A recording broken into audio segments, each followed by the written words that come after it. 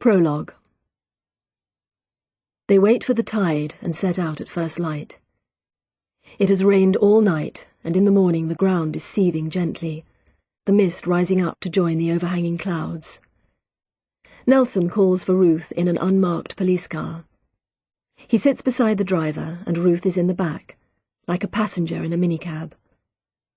They drive in silence to the car park near where the bones were first found. As they drive along the salt marsh road, the only sounds are the sudden staccato crackle of the police radio and the driver's heavy, cold-clogged breathing. Nelson says nothing. There is nothing to say. They get out of the car and walk across the rain-sodden grass towards the marsh. The wind is whispering through the reeds, and here and there they see glimpses of still, sullen water reflecting the grey sky. At the edge of the marshland, Ruth stops, looking for the first sunken post, the twisting shingle path that leads through the treacherous water and out to the mudflats. When she finds it, half submerged by brackish water, she sets out without looking back. Silently they cross the marshes. As they get nearer the sea, the mist disperses and the sun starts to filter through the clouds. At the henge circle, the tide is out, and the sand glitters in the early morning light. Ruth kneels on the ground as she saw Eric doing all those years ago. Gently, she stirs the quivering mud with her trowel. Suddenly everything is quiet. Even the seabirds stop their mad skirling and calling up above. Or maybe they are still there and she just doesn't hear them. In the background, she can hear Nelson breathing hard, but Ruth herself feels strangely calm. Even when she sees it, the tiny arm still wearing the christening bracelet, even then she feels nothing. She had known what she was going to find. Chapter 1. Waking is like rising from the dead. The slow climb out of sleep, shapes appearing out of blackness, the alarm clock ringing like the last trump. Ruth flings out an arm and sends the alarm crashing to the floor, where it carries on ringing reproachfully. Groaning, she levers herself upright and pulls up the blind. Still dark. It's just not right, she tells herself, wincing as her feet touch the cold floorboards. Neolithic man would have gone to sleep when the sun set and woken when it rose. What makes us think this is the right way round? Falling asleep on the sofa during news night, then dragging herself upstairs to lie sleepless over a rebus book, listen to the World Service on the radio, count Iron Age burial sites to make herself sleep, and now this, waking in the darkness feeling like death. It just wasn't right somehow. In the shower, the water unglues her eyes and sends her hair streaming down her back. This is baptism, if you like. Ruth's parents are born-again Christians and are fans of full immersion for adults, capitals obligatory. Ruth can quite see the attraction, apart from the slight problem of not believing in God. Still, her parents are praying for her, capitals again, which should be a comfort, but somehow isn't. Ruth rubs herself vigorously with a towel and stares unseeingly into the steamy mirror. She knows what she will see, and the knowledge is no more comforting than her parents' prayers. Shoulder-length brown hair, blue eyes, pale skin. And however she stands on the scales, which are at present banished to the broom cupboard, she weighs 12.5 stone. She sighs.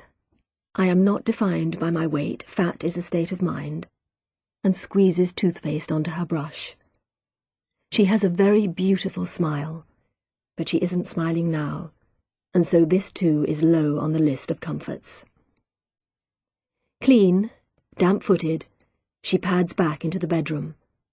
She has lectures today, so will have to dress slightly more formally than usual. Black trousers, black shapeless top. She hardly looks as she selects the clothes. She likes colour and fabric. In fact, she has quite a weakness for sequins, bugle beads and diamante. You wouldn't know this from her wardrobe, though. a dour row of dark trousers and loose dark jackets. The drawers in her pine dressing table are full of black jumpers, long cardigans, and opaque tights.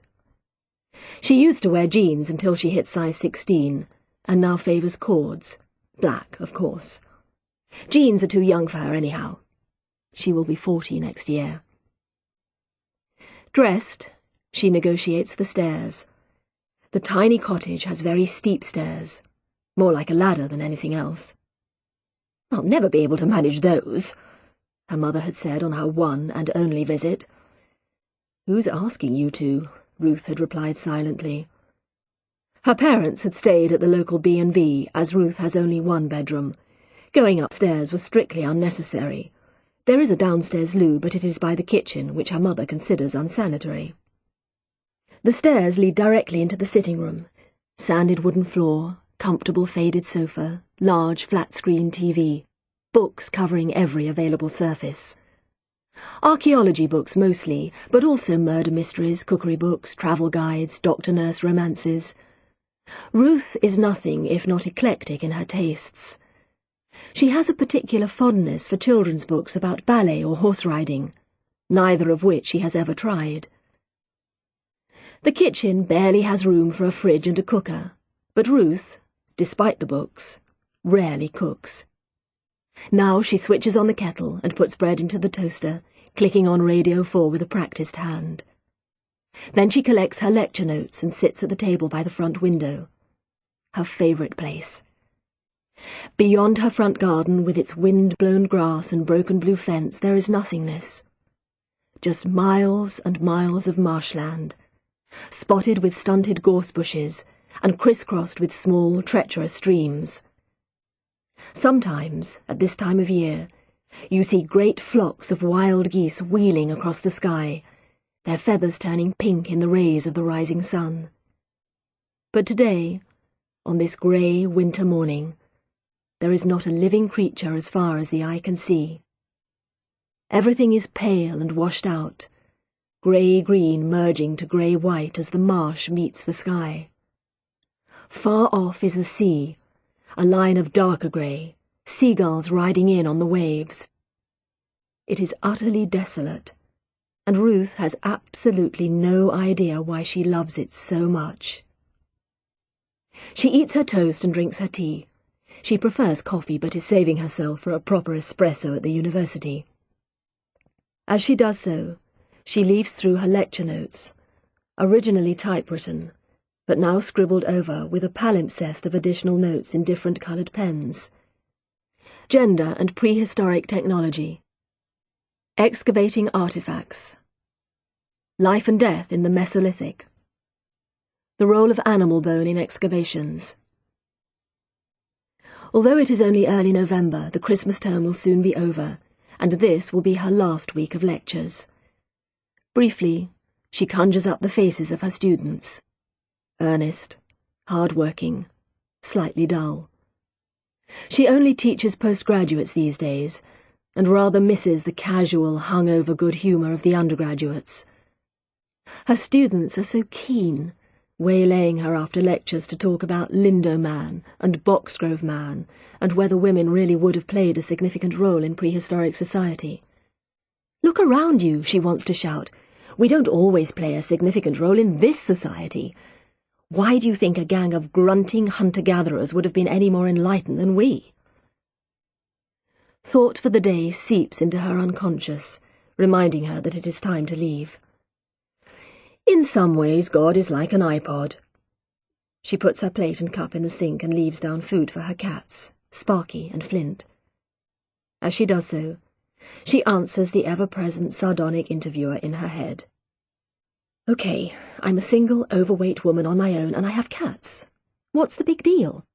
And okay, sometimes I do speak to them, but I don't imagine that they answer back, and I don't pretend that I'm any more to them than a convenient food dispenser."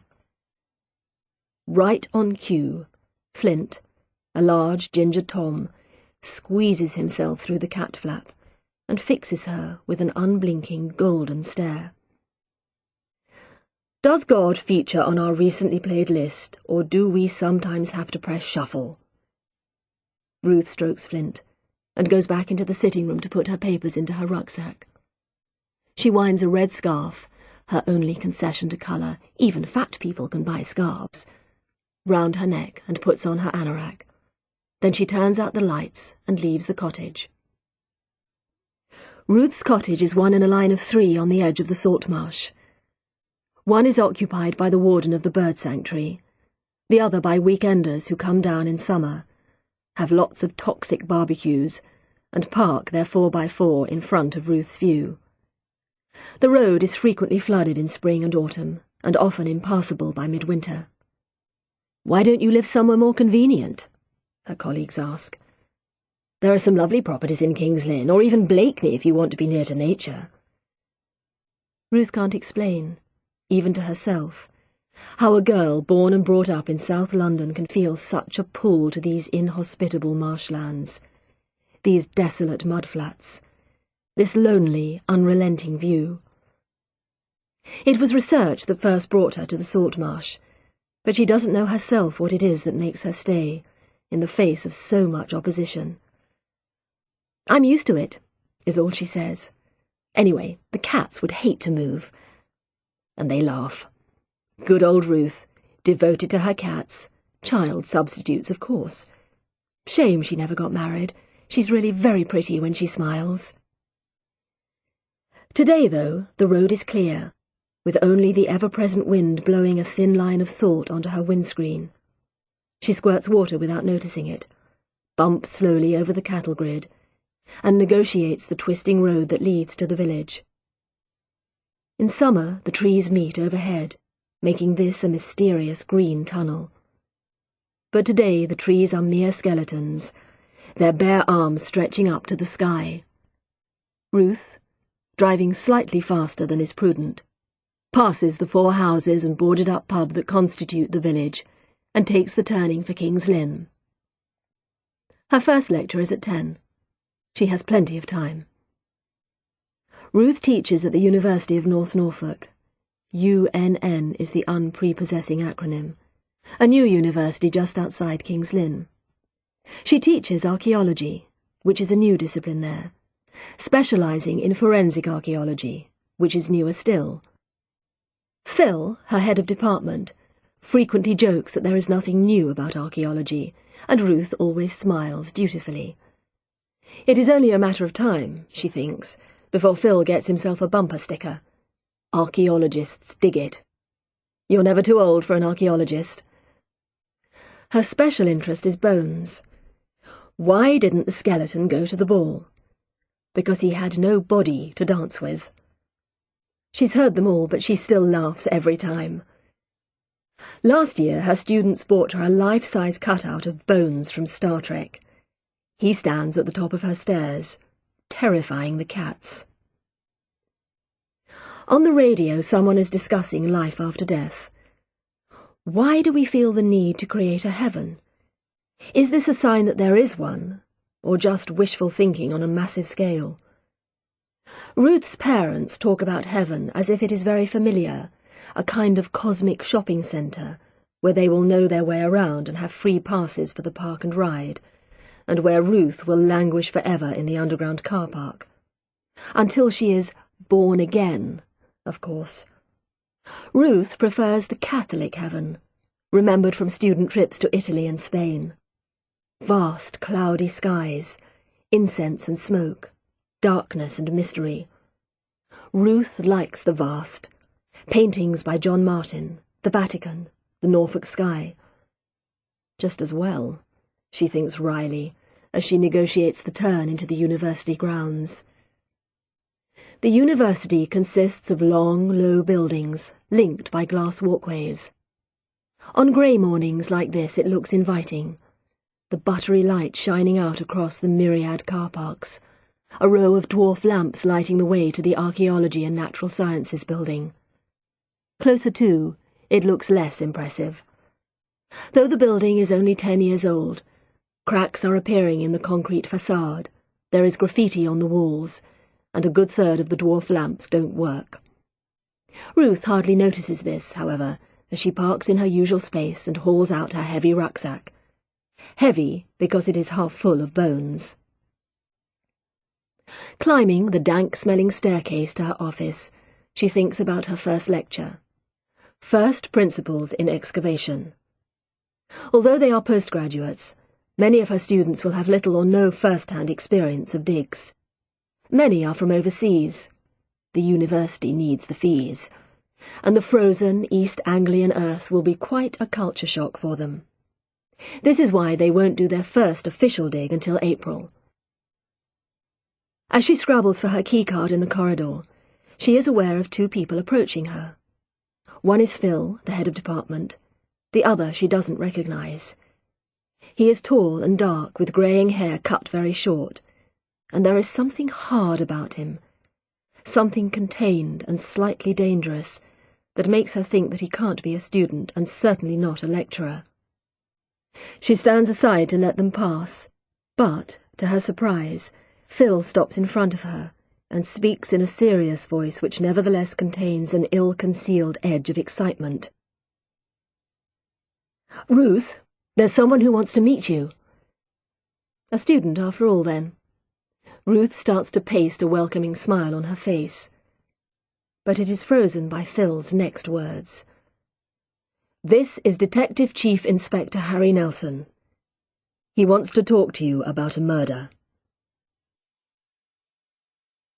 Chapter 2.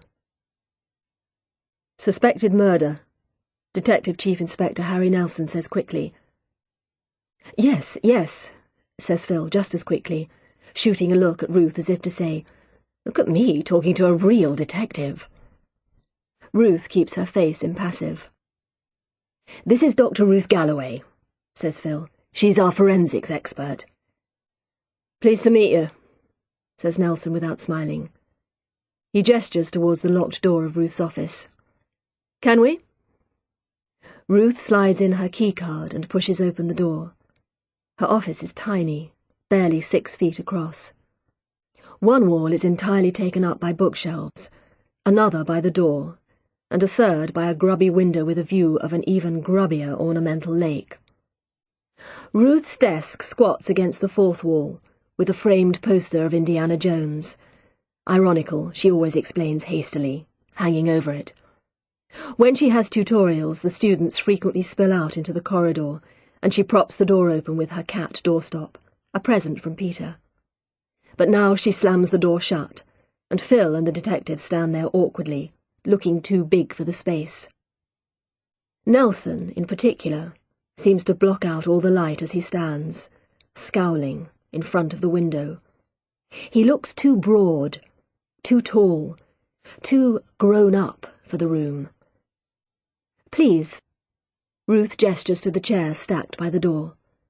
Phil makes a great performance of giving Nelson his chair first, practically wiping away the dust with his jumper sleeve. Ruth squeezes behind her desk, which gives her an illusion of security, of being in charge. This illusion is instantly shattered when Nelson leans back, crosses his legs, and addresses her in a brisk monotone. He has a slight northern accent, which only serves to make him sound more efficient, as if he hasn't time for the slow vowels of Norfolk. "We've found some bones," he says. "They seem to be a child's, but they look old. I need to know how old." Ruth is silent, but Phil chips in eagerly. "Where did you find them, Inspector?" "Near the bird sanctuary, Salt Marsh." Phil looks at Ruth. "But that's right where you—" "I know it," Ruth cuts in. "What makes you think the bones look old?" "They're brown, discoloured, but they look in good condition." "I thought that was your area," he says, suddenly aggressive. "It is," says Ruth calmly. "I assume that's why you're here?" "Well, would you be able to tell if they're modern or not?" asks Nelson, again sounding rather belligerent. "A recent discovery is usually obvious," says Ruth. "You can tell by appearance and surface. Older bones are more tricky. Sometimes it's almost impossible to tell 50-year-old bones from 2,000-year-old. You need radiocarbon dating for that." "Professor Galloway is an expert on bone preservation." This is Phil again, anxious not to be left out. "She's worked in Bosnia on the war graves." "Will you come and look?" Nelson interrupts. Ruth pretends to consider, but of course she is utterly fascinated. Bones! On the salt marsh, where she did that first unforgettable dig with Eric. It could be anything. It could be a find. It could be... You suspect it's a murder? She asks. Nelson looks uncomfortable for the first time. I'd rather not say, he says heavily. Not at the present time. Will you come and look? Ruth stands up. I've got a lecture at 10. I could come in my lunch break. I'll send a car for you at 12, says Nelson. Much to Ruth's secret disappointment, Nelson does not send a police car complete with flashing blue light. Instead, he appears himself, driving a muddy Mercedes. She is waiting, as agreed, by the main gate, and he does not even get out of the car but merely leans over and opens the passenger door. Ruth climbs in, feeling fat, as she always does in cars. She has a morbid dread of the seatbelt not fitting around her, or of some invisible weight sensor setting off a shrill alarm. 12.5 stone, 12.5 stone in car, emergency, press ejector button. Nelson glances at Ruth's rucksack. Got everything you need? Yes. She has brought her instant excavation kit. Pointing trowel, small hand shovel, plastic freezer bags for samples, tapes, notebook, pencils, paintbrushes, compass, digital camera. She has also changed into trainers and is wearing a reflective jacket. She is annoyed to find herself thinking that she must look a complete mess. So, you live out Saltmarsh way, Nelson says, pulling out across traffic with a squeal of tyres. He drives like a maniac. Yes, says Ruth, feeling defensive, though she doesn't know why. New road. New road? Nelson lets out a bark of laughter. I thought only twitchers lived out there. Well, the warden of the bird sanctuary is one of my neighbours, says Ruth, struggling to remain polite while keeping one foot clamped on an imaginary brake. I wouldn't fancy it, says Nelson. Too isolated. I like it, says Ruth. I did a dig there and never left. A dig? Archaeology? Yes. Ruth is remembering that summer, 10 years ago. Sitting around the campfire in the evenings, eating burnt sausages and singing corny songs. The sound of birdsong in the mornings and the marsh blooming purple with sea lavender. The time when sheep trampled their tents at night. The time when Peter got stranded out on the tidal marsh and Eric had to rescue him, crawling on his hands and knees across the mudflats. The unbelievable excitement when they found that first wooden post, proof that the henge actually existed. She remembers the exact sound of Eric's voice as he turned and shouted at them across the incoming tide. We've found it! She turns to Nelson. We were looking for a henge. A henge? Like Stonehenge? Yes. All it means is a circular bank with a ditch around it, usually with posts inside the circle. I read somewhere that Stonehenge is just a big sundial, a way of telling the time. Well, we don't know exactly what it was for, says Ruth, but it's safe to say that it involves ritual of some kind. Nelson shoots a strange look at her. Ritual? Yes. Worship, offerings, sacrifices. Sacrifices? Echoes Nelson. He seems genuinely interested now. The faintly condescending note has disappeared from his voice. Well, sometimes we find evidence of sacrifices. Pots, spears, animal bones. What about human bones? Do you ever find human bones? Yes, sometimes human bones. There is silence, and then Nelson says, Funny place for one of those henge things, isn't it? Right out to sea? This wasn't sea then. Landscape changes. Only 10,000 years ago, this country was still linked to the continent. You could walk from here to Scandinavia. Oh, you're joking! No. King's Lynn was once a huge tidal lake. That's what Lynn means. It's the Celtic word for lake. Nelson turns to look skeptically at her, causing the car to swerve alarmingly. Ruth wonders if he suspects her of making the whole thing up. So if this area wasn't sea, what was it? Flat marshland. We think the henge was on the edge of a marsh. Still seems a funny place to build something like that. Marshland is very important in prehistory, explains Ruth. It's a kind of symbolic landscape. We think that it was important because it's a link between the land and the sea, or between life and death. Nelson snorts. Come again? Well, marsh isn't dry land, and it isn't sea. It's a sort of mixture of both. We know it was important to prehistoric man. How do we know? We found objects left on the edge of marshes. Votive hoards. Votive? Offerings to the gods, left at special or sacred places. And sometimes bodies. Have you heard of bog bodies? Lindo man? Might have, says Nelson cautiously. Bodies buried in peat are almost perfectly preserved, but some people think the bodies were buried in the bogs for a purpose. To appease the gods. Nelson shoots her another look, but says nothing. They are approaching the salt marsh now, driving up from the lower road towards the visitor car park. Notices listing the various birds to be found on the marshes stand around forlornly, battered by the wind. A boarded-up kiosk advertises ice creams, their lurid colours faded now. It seems impossible to imagine people picnicking here, enjoying ice creams in the sun. The place seems made for the wind and the rain. The car park is empty apart from a solitary police car. The occupant gets out as they approach and stands there, looking cold and fed up. Dr. Ruth Galloway, Nelson introduces briskly. Detective Sergeant Clough. D.S. Clough nods glumly. Ruth gets the impression that hanging about on a windy marshland is not his favourite way of passing the time. Nelson, though, looks positively eager, jogging slightly on the spot like a racehorse in sight of the gallops. He leads the way along a gravel path marked Visitors' Trail. They pass a wooden hide, built on stilts over the marsh. It is empty, apart from some crisp wrappers and an empty can of Coke lying on the surrounding platform. Nelson, without stopping, points at the litter and barks, "Bag it."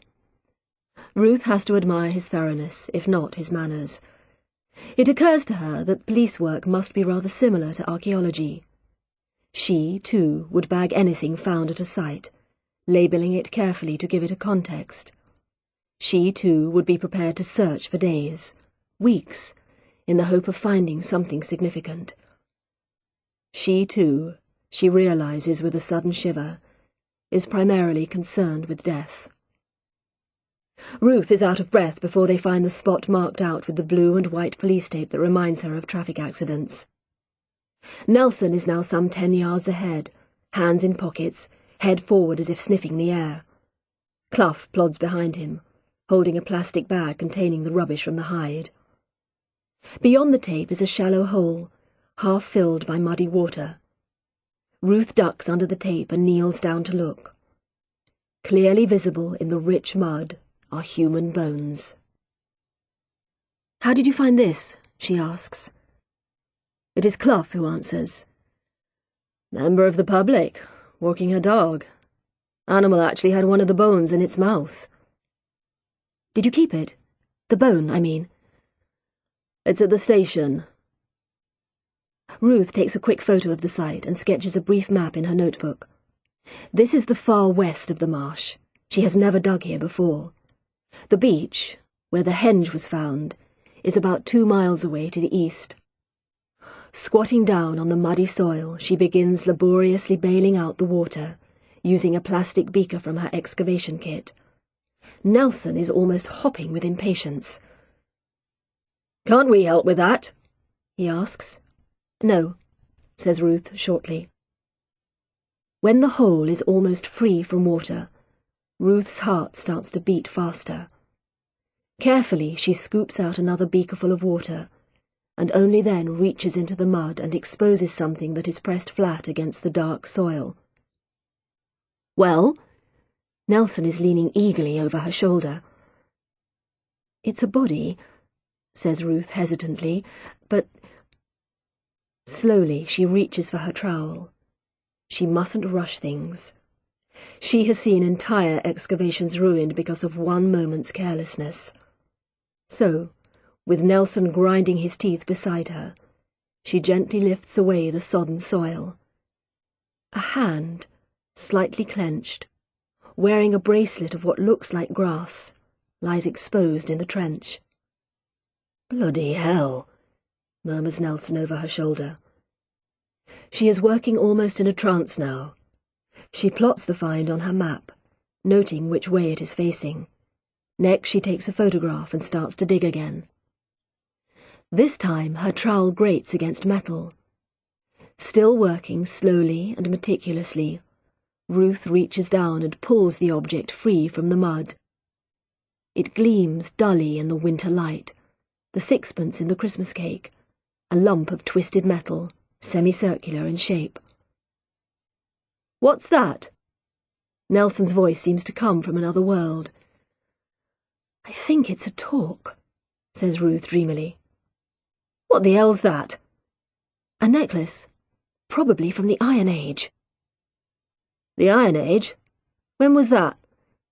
"About 2,000 years ago," says Ruth. Clough lets out a sudden bark of laughter. Nelson turns away without a word. Nelson gives Ruth a lift back to the university. He seems sunk in gloom, but Ruth is in a state of high excitement. An Iron Age body, because the bodies must surely be from the Iron Age, that time of ritual slaughter and fabulous treasure hoards. What does it mean? It's a long way from the henge, but could the two discoveries possibly be linked? The henge is early Bronze Age, over 1,000 years before the Iron Age. But surely another find on the same site can't simply be coincidence. She can't wait to tell Phil. Perhaps they should inform the press. The publicity might be just what the department needs.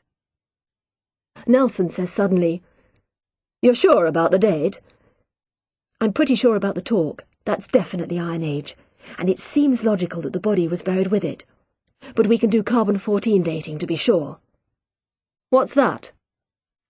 Carbon-14 is present in the Earth's atmosphere. Plants take it in, animals eat the plants, we eat the animals. So we all absorb carbon-14, and when we die, we stop absorbing it, and the carbon-14 in our bones starts to break down. So, by measuring the amount of carbon-14 left in a bone, we can tell its age. "How accurate is it?" "Well, cosmic radiation can skew the findings, sunspots, solar flares, nuclear testing, that sort of thing.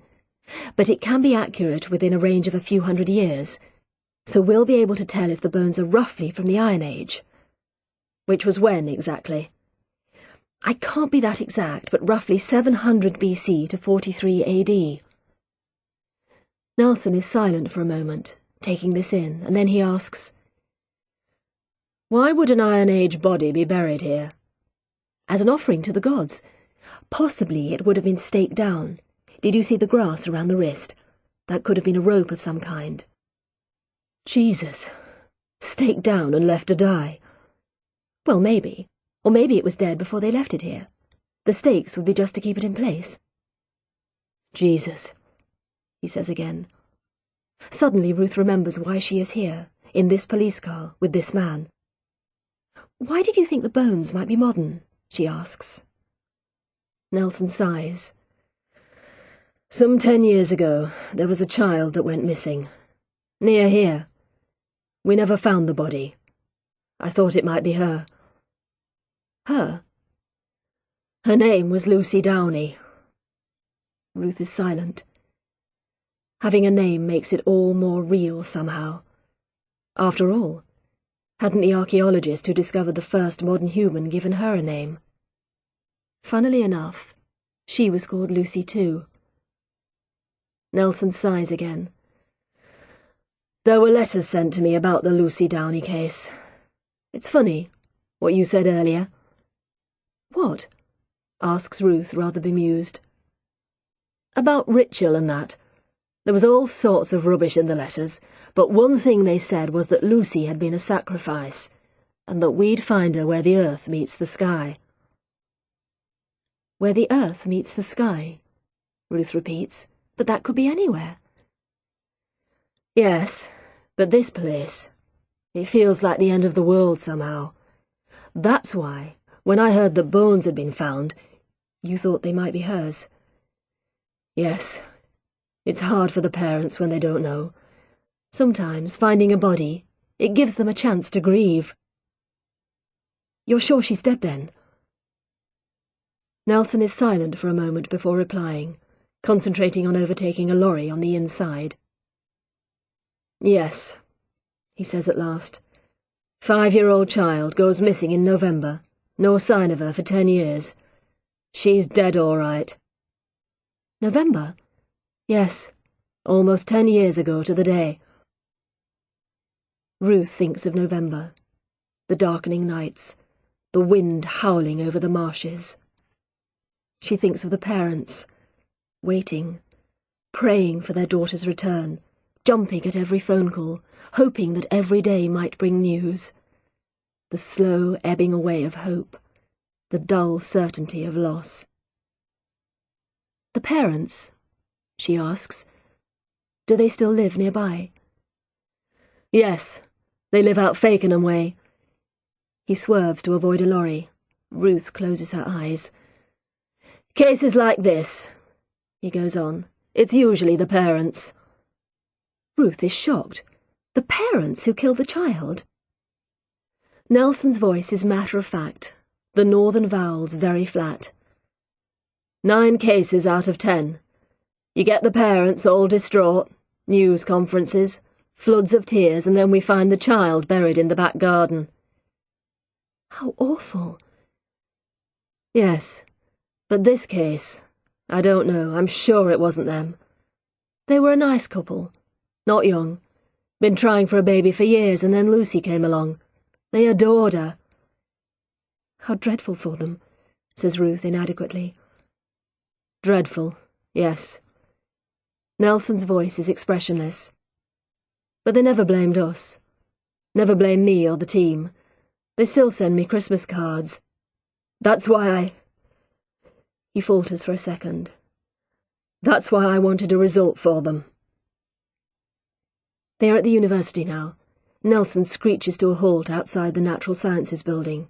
Students hurrying to lectures turn and stare. Although it is only 2:30, it is already getting dark. Thanks for the lift, says Ruth slightly awkwardly. I'll get the bones dated for you. Thanks, says Nelson. He looks at Ruth for what seems to be the first time. She is acutely aware of her wild hair and mud-stained clothes. This discovery, might it be important for you? Yes, says Ruth. It might be. Glad someone's happy. As soon as Ruth is out of the car, he drives off without saying goodbye. She doesn't think she will ever see him again. Chapter 3. Nelson cuts across 2 lanes of traffic as he heads into King's Lynn. His car is unmarked, but he makes it a point of honour always to drive as if he is pursuing a suspect. He enjoys the expressions on the faces of the clueless uniforms when, after pulling them in for speeding, he flourishes his warrant card. In any case, this route is so familiar that he could drive it in his sleep. Past the industrial park and the Campbell soup factory, along the London Road and through the archway in the old city wall. Dr. Ruth Galloway would be sure to tell him exactly how old this wall is. I can't be that exact, but I estimate that it was built before lunch on Friday the 1st of February 1556. But to Nelson, it just represents a final traffic jam before he reaches the police station. He is no fan of his adopted county. He is a northerner, born in Blackpool, within sight of the Golden Mile. He went to the Catholic grammar school, St. Joseph's, Holy Joe's as it was known locally, and joined the police as a cadet, age 16. Right from the start, he'd loved the job. He loved the camaraderie, the long hours, the physical exertion, the sense of doing something worthwhile. And though he would never admit it, he'd even like the paperwork. Nelson is methodical. He likes lists and schedules. He is excellent at cutting through crap. He'd risen through the ranks and soon had a pretty good life.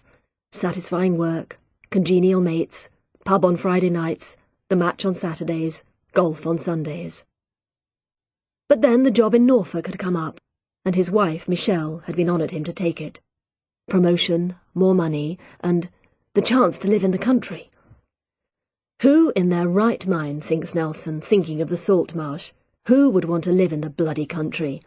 It's all cows and mud and locals who look like the result of several generations of keeping it in the family. But he'd given in, and they had moved to King's Lynn. Michelle had started working for a posh hairdressing salon. They'd sent the girls to private schools, and they'd come back laughing at his accent. "It's not Bath, Daddy, it's Bath." He'd done well, become a detective inspector in double-quick time. People had even talked of higher things. Until Lucy Downey went missing. Nelson turns, without indicating, into the station car park. He is thinking of Lucy and of the body on the marsh. He had always been sure that Lucy was buried somewhere near the salt marsh, and when the bones were found, he thought that he was near an ending at last. Not a happy ending, but at least an ending. And now this Dr. Ruth Galloway tells him that the bones are from some bloody Stone Age body. Jesus! All that stuff she'd spouted about henges and burials and being able to walk to Scandinavia. He thought she was taking the piss at first. But when they got to the site, he could see she was a professional. He admired the way that she did everything slowly and carefully, making notes, taking photos, sifting the evidence. It's the way that police work should be done. Not that she'd ever make a policewoman. Too overweight, for one thing. What would Michelle say about a woman so out of condition that she is out of breath after a 5-minute walk? She would be genuinely horrified. But then, he can't think of any situation in which Michelle would meet Dr. Ruth Galloway. She's not likely to start popping into the salon, not from what he could see of her hair. But she interests him. Like all forceful people, he calls it forceful rather than bullying. He prefers people who stand up to him, but in his job that doesn't happen often. People either despise him or kowtow to him. Ruth had done neither. She had looked him in the face, coolly, as an equal. He thinks he's never met anyone, any woman, quite as sure of themselves as Ruth Galloway. Even the way she dresses, baggy clothes, trainers, seem to be a way of saying that she doesn't care what anyone thinks. She's not going to tart herself up in skirts and high heels just to please men. Not that there's anything wrong with pleasing men, muses Nelson, kicking open the door to his office, but there's something interesting, even refreshing, about a woman who doesn't care whether or not she's attractive. And the things she said about ritual were interesting too. Nelson is frowning as he sits behind his desk. Talking about ritual and sacrifice and all that crap has brought it all back. The days and nights spent in fingertip searches, the anguished meetings with the parents, the gradual, unbearable shift from hope to despair, the station full to bursting point, teams brought in from 6 different forces, all dedicated to finding one little girl. All in vain. Nelson sighs. However much he tries not to, he knows that, before he goes home tonight, he will read through the Lucy Downey files. It is pitch black by the time Ruth drives home, edging her car carefully along New Road. There are ditches on both sides of the road, and the merest twitch on the wheel can send you plunging ignominiously downwards. This has happened to Ruth once before, and she is not keen to repeat the experience. Her headlights illuminate the raised tarmac of the road. The land drops away on either side so that she seems to be driving into nothingness. Nothing but the road ahead and the sky above. Where the earth meets the sky.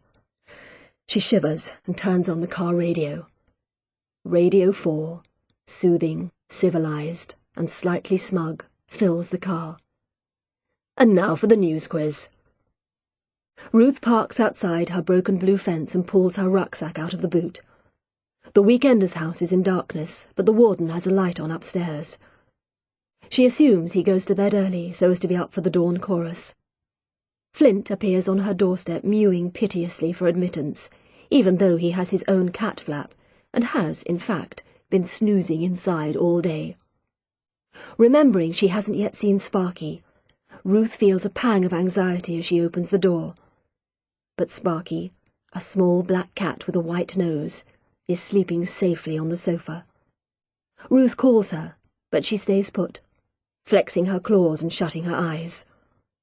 Sparky is a reserved character, quite unlike Flint, who is now weaving ecstatically around Ruth's legs.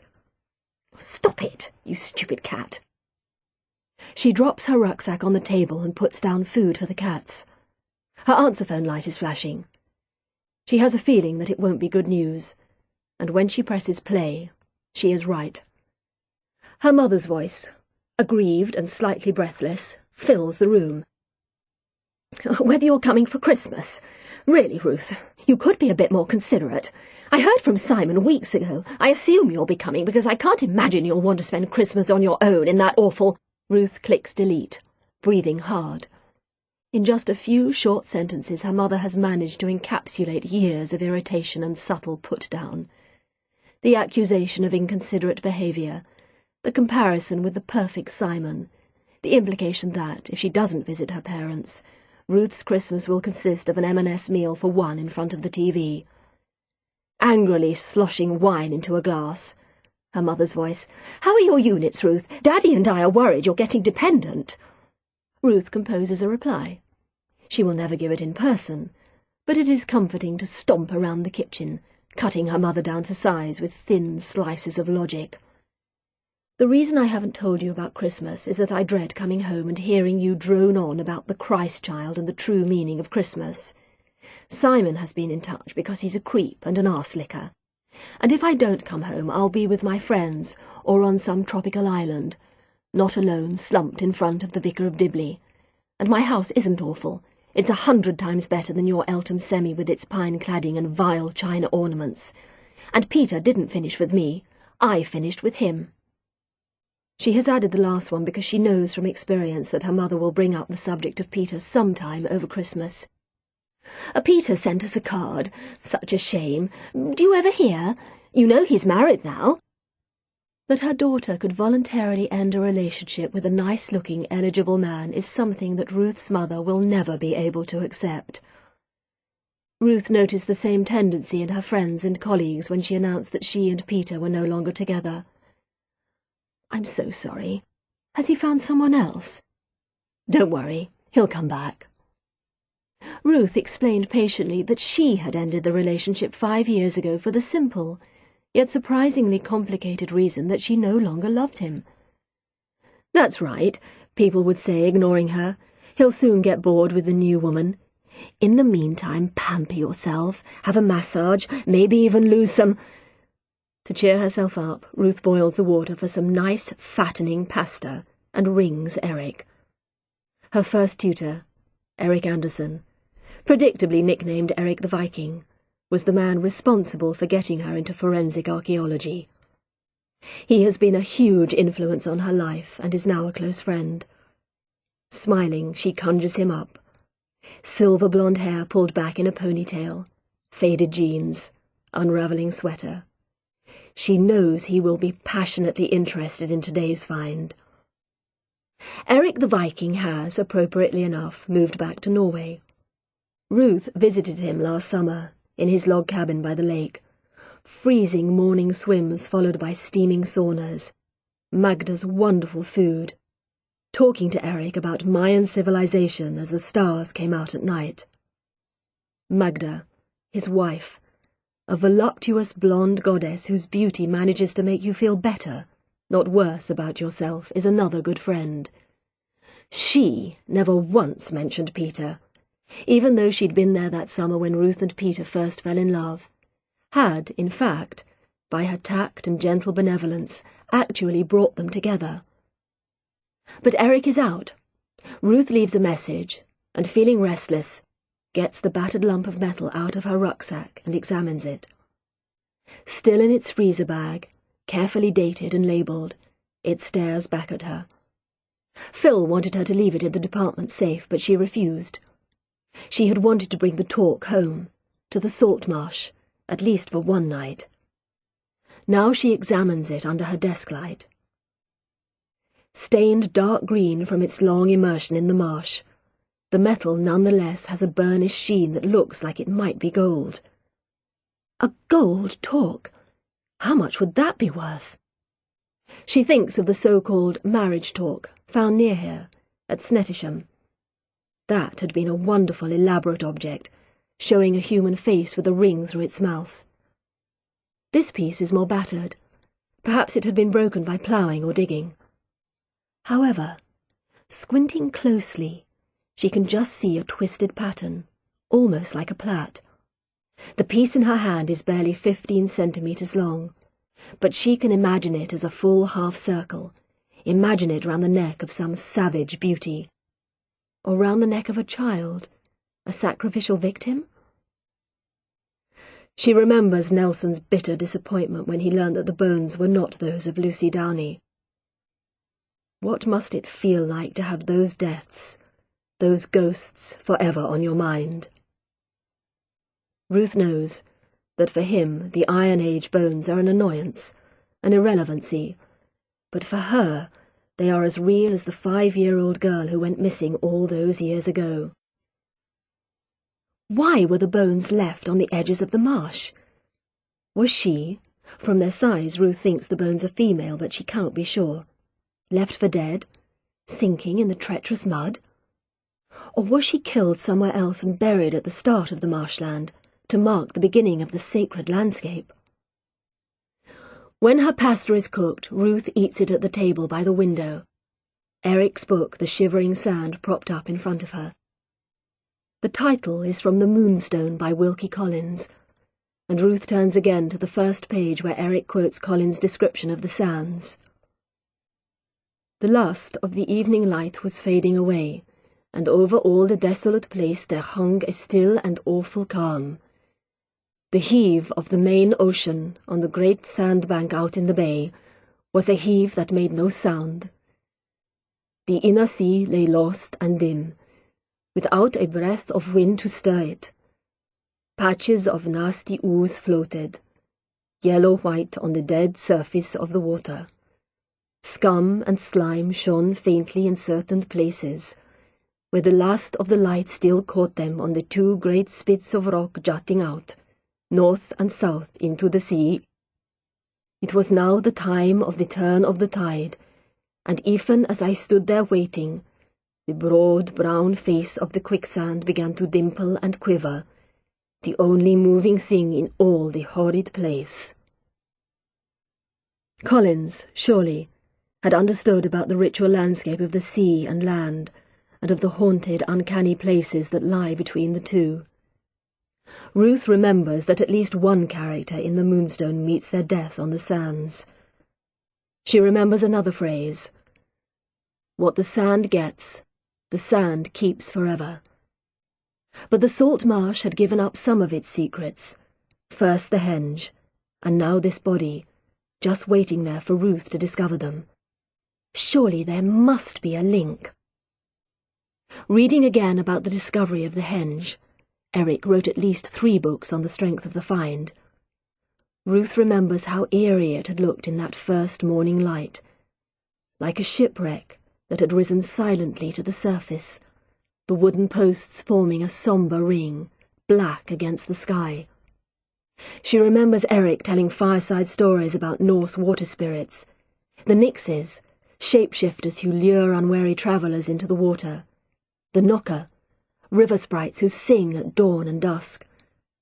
Water as a source of life and a place of death. Water is also often associated with women, women with a vengeance in their hearts, luring men to a watery grave. Drowned spirits, their hair flowing green around them, their webbed hands reaching out above the turning tide. Ruth reads on, her pasta forgotten. She has no lectures tomorrow. She will go back to the place where the bones were buried. But in the morning it is raining, driving, slanting rain that batters against the windows and envelops the marsh in an impenetrable grey haze. Frustrated, Ruth busies herself with work, writing up lecture notes, ordering books from Amazon, even cleaning out her fridge. But she keeps coming back to the talk lying in its freezer bag on the table by the window. Sensing her interest, Flint jumps up and sits heavily on the bag. Ruth pushes him off. She doesn't want Phil to notice the cat hairs. He is apt to be whimsical about the cats, calling them Ruth's familiars. She grits her teeth. He is not going to be whimsical about this find.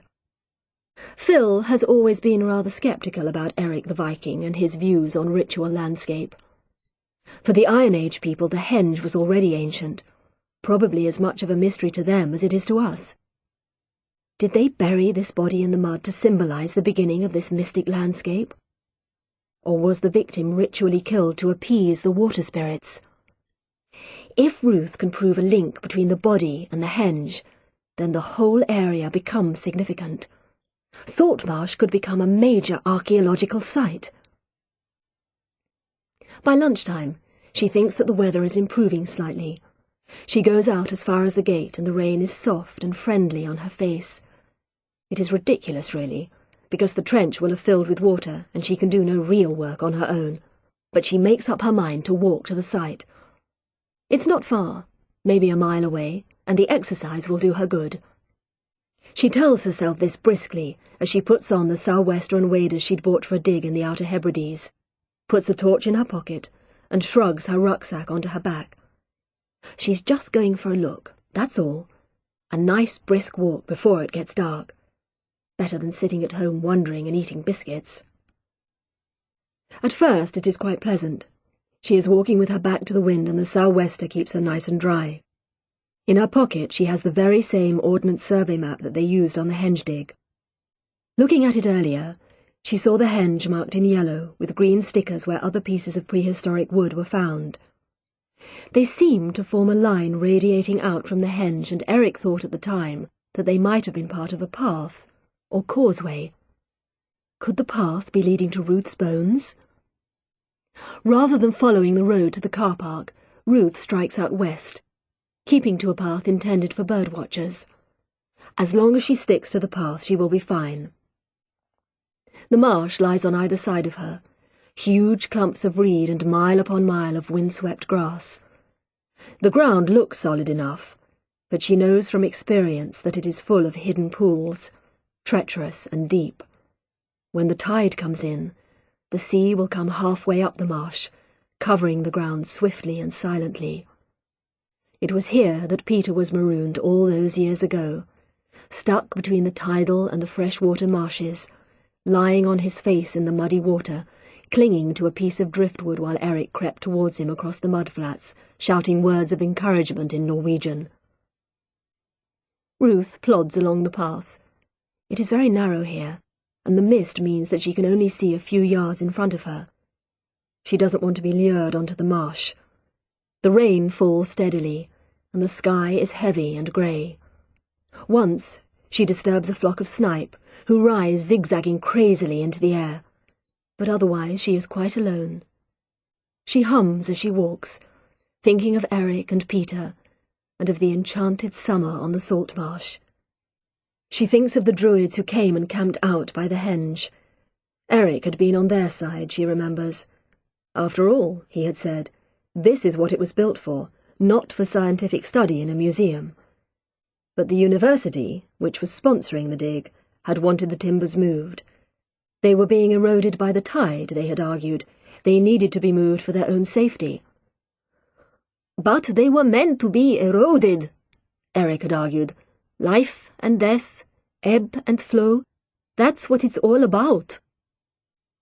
But Eric had lost, and the timbers were removed, slowly and painstakingly to the university laboratory. Now Ruth feels a stab of regret for the timber circle that had lain buried in the sand for 2,000 years. It belongs here, she thought, wading through muddy puddles, hands deep in her pockets. What the sand gets, the sand keeps forever. At last she can see the hide where Nelson ordered Clough to bag up the litter. She can even see the car park, deserted now, of course. The ground is firmer here, and she walks quickly despite being out of breath. She really must start going to the gym in January. The police tape is still fluttering in the breeze, and Ruth, ducking underneath it, thinks of Nelson, his eagerness, his disappointment when the bones did not turn out to be those of Lucy Downey. He was an odd man, she thought, brusque and unfriendly, but it seemed as if he had really cared about that little girl. As she suspected, the trench is now almost entirely filled with water. This is the major problem with excavating marshy tidal sites. In archaeology, it is essential to get a context, a clear view of where something is discovered. With sites like this, the very ground is changing beneath your feet. Ruth takes out her beaker and starts to scoop away some of the water. She cannot hope to empty the trench, but she just wants to see if there is anything else visible in the soil. Phil has promised to send a team from the university to excavate properly, but she wants to see it first. This is her discovery.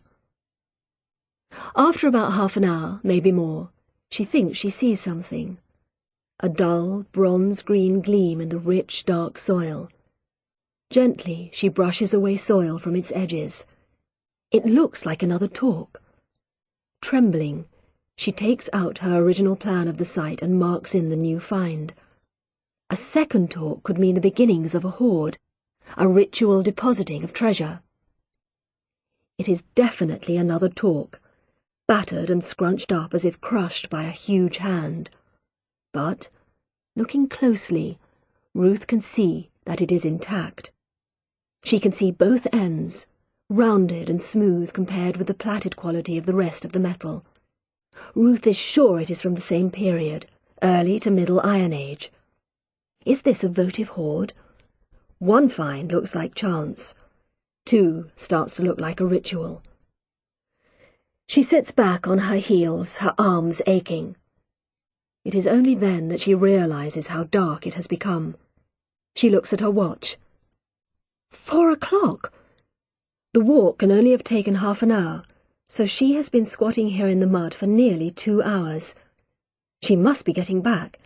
She straightens up, puts the bag containing the talk in her pocket and pulls up her hood. The rain, which had settled into a fine mist, now suddenly gathers in strength, hitting her in the face as she starts the climb back up towards the path. Ruth puts her head down and ploughs onwards. She has never been stuck on the marsh in the dark, and she doesn't mean to start now. For about 20 minutes she plods on, head down against the driving rain. Then she stops. She should have reached the gravel path by now. It is almost completely dark, with just a faint phosphorescent gleam coming from the marsh itself. Ruth gets out her torch, but its shaky light shows her only flat marshland in all directions. Far off, she can hear the sea roaring as it thunders inland. She tries to get out her map, but it is blown back in her face. It is too precious to lose, so she packs it away again. She can hear the sea, but from which direction? She gets out her compass. She is heading too far to the east. Slowly, trying not to panic, she revolves on the spot until she is facing south, then sets out again. This time she stops because her foot steps into nothingness. Literally 1 minute she is on dry land, and the next she has sunk knee-high into the bog. She almost falls on her face but manages to save herself, rocking backwards until she is sitting on the firm ground. With an effort she pulls her leg from the liquid mud. It comes free with a horrible squelching sound, but her wader, thank God, stays on. Panting, she takes a step backwards. Firm ground. Step forwards. Oozing mud. To the right, more mud. To the left, firmer ground. She starts to edge to the left, her torch held out in front of her. After a few yards, she falls headlong into a ditch. Putting out her hands to save herself, she encounters icy water. She raises a hand to her lips. Salt. Oh, God! She must have wandered right out to the tidal marsh. Scrambling to her feet, she wipes mud off her face and checks her compass again. Due east. Has she missed the path altogether? Is she heading straight out to sea? The roaring in her ears is so loud now that she cannot tell if it is the sea or just the wind. Then a wave breaks right over her feet. There is no mistaking it. A freezing, briny-smelling swell of water. She is on the tidal mudflats, possibly at the very spot where Peter called for help all those years ago. But there is no Eric to save her. She will be drowned right here on the desolate marshland with the priceless Iron Age talk in her pocket. She is sobbing now, her tears mingling with the rain and seawater on her face. Then she hears something so miraculous that she almost discounts it as a mirage. A voice, calling her. She sees a light, a shaky hand-held light coming towards her. "Help!" she shouts frantically. "Help!" End of Disc 1. Disc 2. The light comes nearer and a man's voice shouts, "Come this way! Towards me!" Almost on all fours she crawls towards the light and the voice. A figure looms out of the mist, a thick-set figure wearing a reflective jacket. A hand reaches out and grabs hers. "This way," says the voice. "This way." Clinging onto the yellow waterproof sleeve as if it were a lifebelt, she stumbles along beside the man. He seems familiar somehow, but she can't think about that now. All she can do is follow him as he traces a circuitous path, first left, and then right, now into the wind, now away from the wind, through the mudflats. But whatever route he is taking seems a remarkably effective one. Her feet are on firm ground almost all the time, and before too long she can see the blue and white police tape and the car park where a battered Land Rover is waiting. Oh my God! She lets go of the man and leans over to catch her breath. The man steps back, shining his torch into her face. "What the hell were you playing at?" he demands. "I was trying to get home.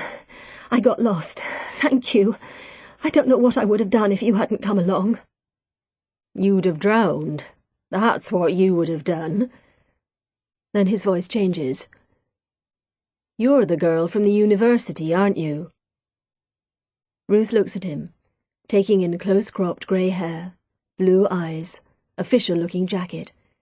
It is her neighbour, the warden of the bird sanctuary. She smiles. Despite her feminist principles, she quite likes being called a girl. "Yes, you're my neighbour, aren't you?" He holds out a hand. "David."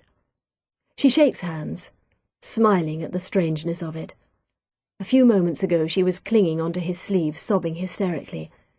Now they are behaving as if they have just met at a cocktail party. "I'm Ruth. Thanks again for saving me." He shrugs. "That's okay. Look, we'd better get you home. My car's over there." In the Land Rover, a blessed oasis of warmth and safety, Ruth feels almost elated. She isn't dead.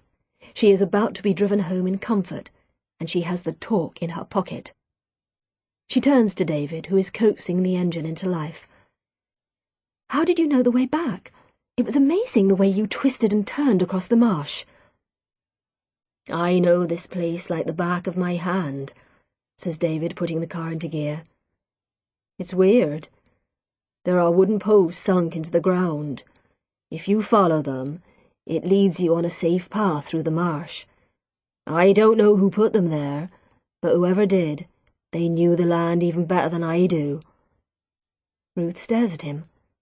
"Wooden posts?" she whispers.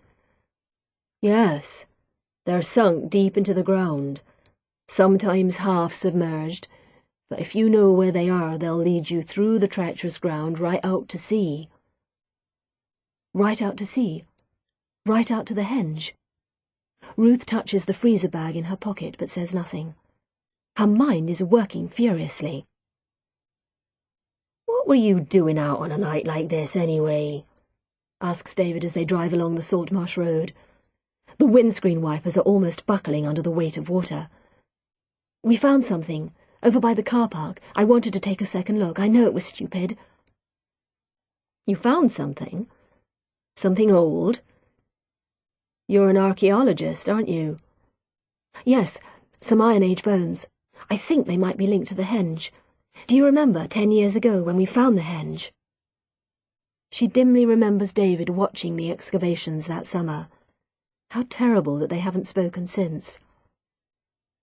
"Yes," he says slowly. "I remember. That chap with a ponytail. He was in charge, wasn't he? He was a good bloke. I had a lot of time for him." "Yes, he is a good bloke." Funnily enough, there is something about David that reminds her of Eric. Perhaps it's the eyes, used to scanning far horizons. "So, will there be all sorts of people here again? Druids and students and idiots with cameras?" Ruth hesitates. She can tell that David thinks the Saltmarsh should be left to him and the birds. How can she say that she hopes there will be a major excavation, almost certainly involving students and idiots with cameras, if not druids? "Not necessarily," she says at last. "It's very low-key at the moment." David grunts. "The police were here the other day. What were they after?" Ruth is not sure how much she should say. Eventually she says, "It was because of the bones, but when they turned out to be prehistoric they lost interest." They have reached Ruth's blue gate now. David turns to her and smiles for the first time. He has very white teeth. How old is he, she wonders? 40? 50? Like Eric, he has an ageless quality. "But you," says David, "you're more interested now, aren't you?" Ruth grins. "Yes, I am." As she opens her front door, the phone is ringing. She knows, beyond any doubt, that it will be Eric. "Ruthie!" Eric's sing-song voice echoes across the frozen miles from Norway. "What's all this about a find?" "Oh, Eric," says Ruth ecstatically, standing dripping onto the rug. "I think I've found your causeway." It is dark, but she is used to that.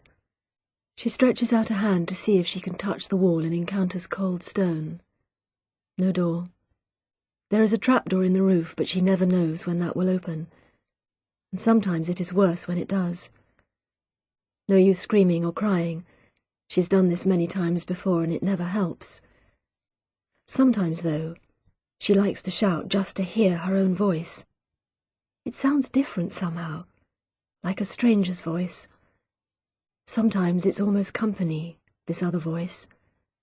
They have long talks, sometimes whispering in the dark. "Don't worry, it'll all come right in the end." Darkest before dawn. Words she can't even remember hearing, though now they seem lodged in her brain. Who was it who told her once that it was darkest before dawn? She doesn't know. She only knows that the words give her a warm, ticklish feeling, like being wrapped in a blanket. She has an extra blanket when it's cold, but even then she shivers so much that in the morning her whole body aches. Sometimes it's warmer, and a little light shines through the edges of the trapdoor. Once he opened the window in the roof. Usually it's only open at night when the sky is black, but this time it was bright and blue and it made her eyes hurt. The bars on the window turned into a little yellow ladder. Sometimes she dreams about climbing the ladder and escaping to... where? She doesn't know. She thinks of the sun on her face, and being in a garden where there are voices and cooking smells and cool water falling. Sometimes she walks through the water, and it's like a curtain. A curtain? Where? A beaded curtain that you run through, laughing, And on the other side there's the warm light again, and the voices, and someone holding you tight. So tight they will never let you go. And other times she thinks there is nothing there at all beyond these walls. Only more walls, and iron bars, and cold concrete floors. Chapter 4. Ruth leaves her parents' house as soon as she decently can after Christmas. Phil is having a New Year's Eve party, and though in truth she would rather chew her own arm off than attend, she tells her parents that it is her duty to go. It would be bad for my career. After all, he is head of department. They understand this all right. They understand that she might go to a party to further her career. It's enjoying herself they wouldn't understand. So, on the 29th of December, Ruth is driving along the M11 to Norfolk. It is mid-morning, and the frost has gone, so she drives fast and happily, singing along to her new Bruce Springsteen CD, a Christmas present to herself. According to her brother Simon, Ruth has the musical taste of a 16-year-old boy. A tasteless 16-year-old boy. But Ruth doesn't mind. She loves Bruce and Rod and Brian, all those aging rockers with croaky voices and faded jeans and age-defying hair. She loves the way they sing about love and loss and the dark, soulless heart of America, and it all sounds the same. Crashing guitar chords against a wall of sound, the lyrics lost in a final, frenzied crescendo. Singing loudly, she takes the A11 towards Newmarket. It hadn't been such a bad Christmas, really. Her parents hadn't nagged her too much about not going to church and not being married. Simon hadn't been too irritating, and her nephews were at quite interesting ages, 8 and 6, old enough to go to the park and play at being Neolithic hunters. The children adored Ruth because she told them stories about cavemen and dinosaurs and never noticed when their faces needed washing. "You've got quite a gift with kids," said her sister-in-law Cassie accusingly. "It seems a shame." "What's a shame?" Ruth had asked, although she knew only too well. "That you haven't any of your own, though I suppose by now I have resigned myself to spinsterhood and godmotherhood and slowly going mad, knitting clothes for my cats out of my own hair," thinks Ruth, neatly overtaking an overburdened people-carrier. She is nearly 40, and although it is not impossible that she should still have a child, she has noticed people mentioning it less and less. This suits her fine. When she was with Peter, the only thing more annoying than people hinting about possible wedding bells was the suggestion that she might be getting broody. When she bought the cats, her mother asked her straight out if they were baby substitutes. "No," Ruth had answered, straight-faced. "They're kittens. If I had a baby, it would be a cat substitute." She reaches the salt marsh by mid-afternoon, and the winter sun is low over the reed beds. The tide is coming in, and the seagulls are calling, high and excited. When Ruth gets out of her car, she breathes in the wonderful sea smell, potent and mysterious, and feels glad that she is home. Then she sees the weekenders' monster car parked outside their cottage and feels a stab of irritation. Don't say they've come here for New Year. Why can't they stay in London like everyone else, flocking to Trafalgar Square or having bijou little parties at home? Why do they have to come here to get away from it all? They'll probably let off fireworks and scare every bird for miles around. Imagining David's reaction, she smiles grimly. Inside her cottage, Flint leaps on her, mewing furiously. Sparky, sitting on the sofa, steadfastly ignores her. Ruth's friend Shona has been coming in to feed the cats, and Ruth finds welcome home flowers on the table, as well as milk and white wine in the fridge. God bless Shona, thinks Ruth, putting on the kettle. Shona, who teaches English at the university, is Ruth's best friend in Norfolk. Like Peter, she had been a volunteer on the henge dig 10 years ago.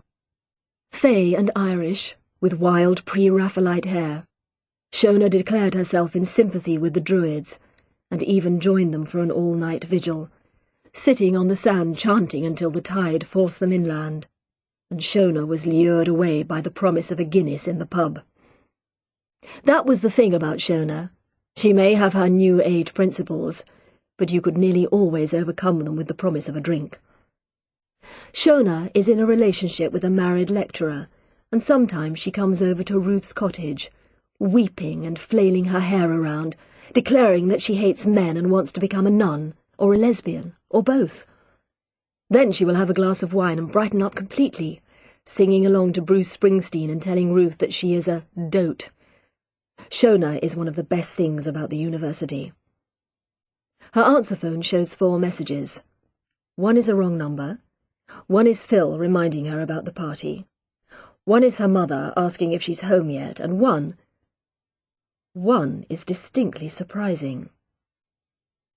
Hello, Ruth? This is Harry Nelson speaking, from the Norfolk Police. Can you ring me? Thank you. Harry Nelson. She hasn't spoken to him since the day they found the Iron Age bones.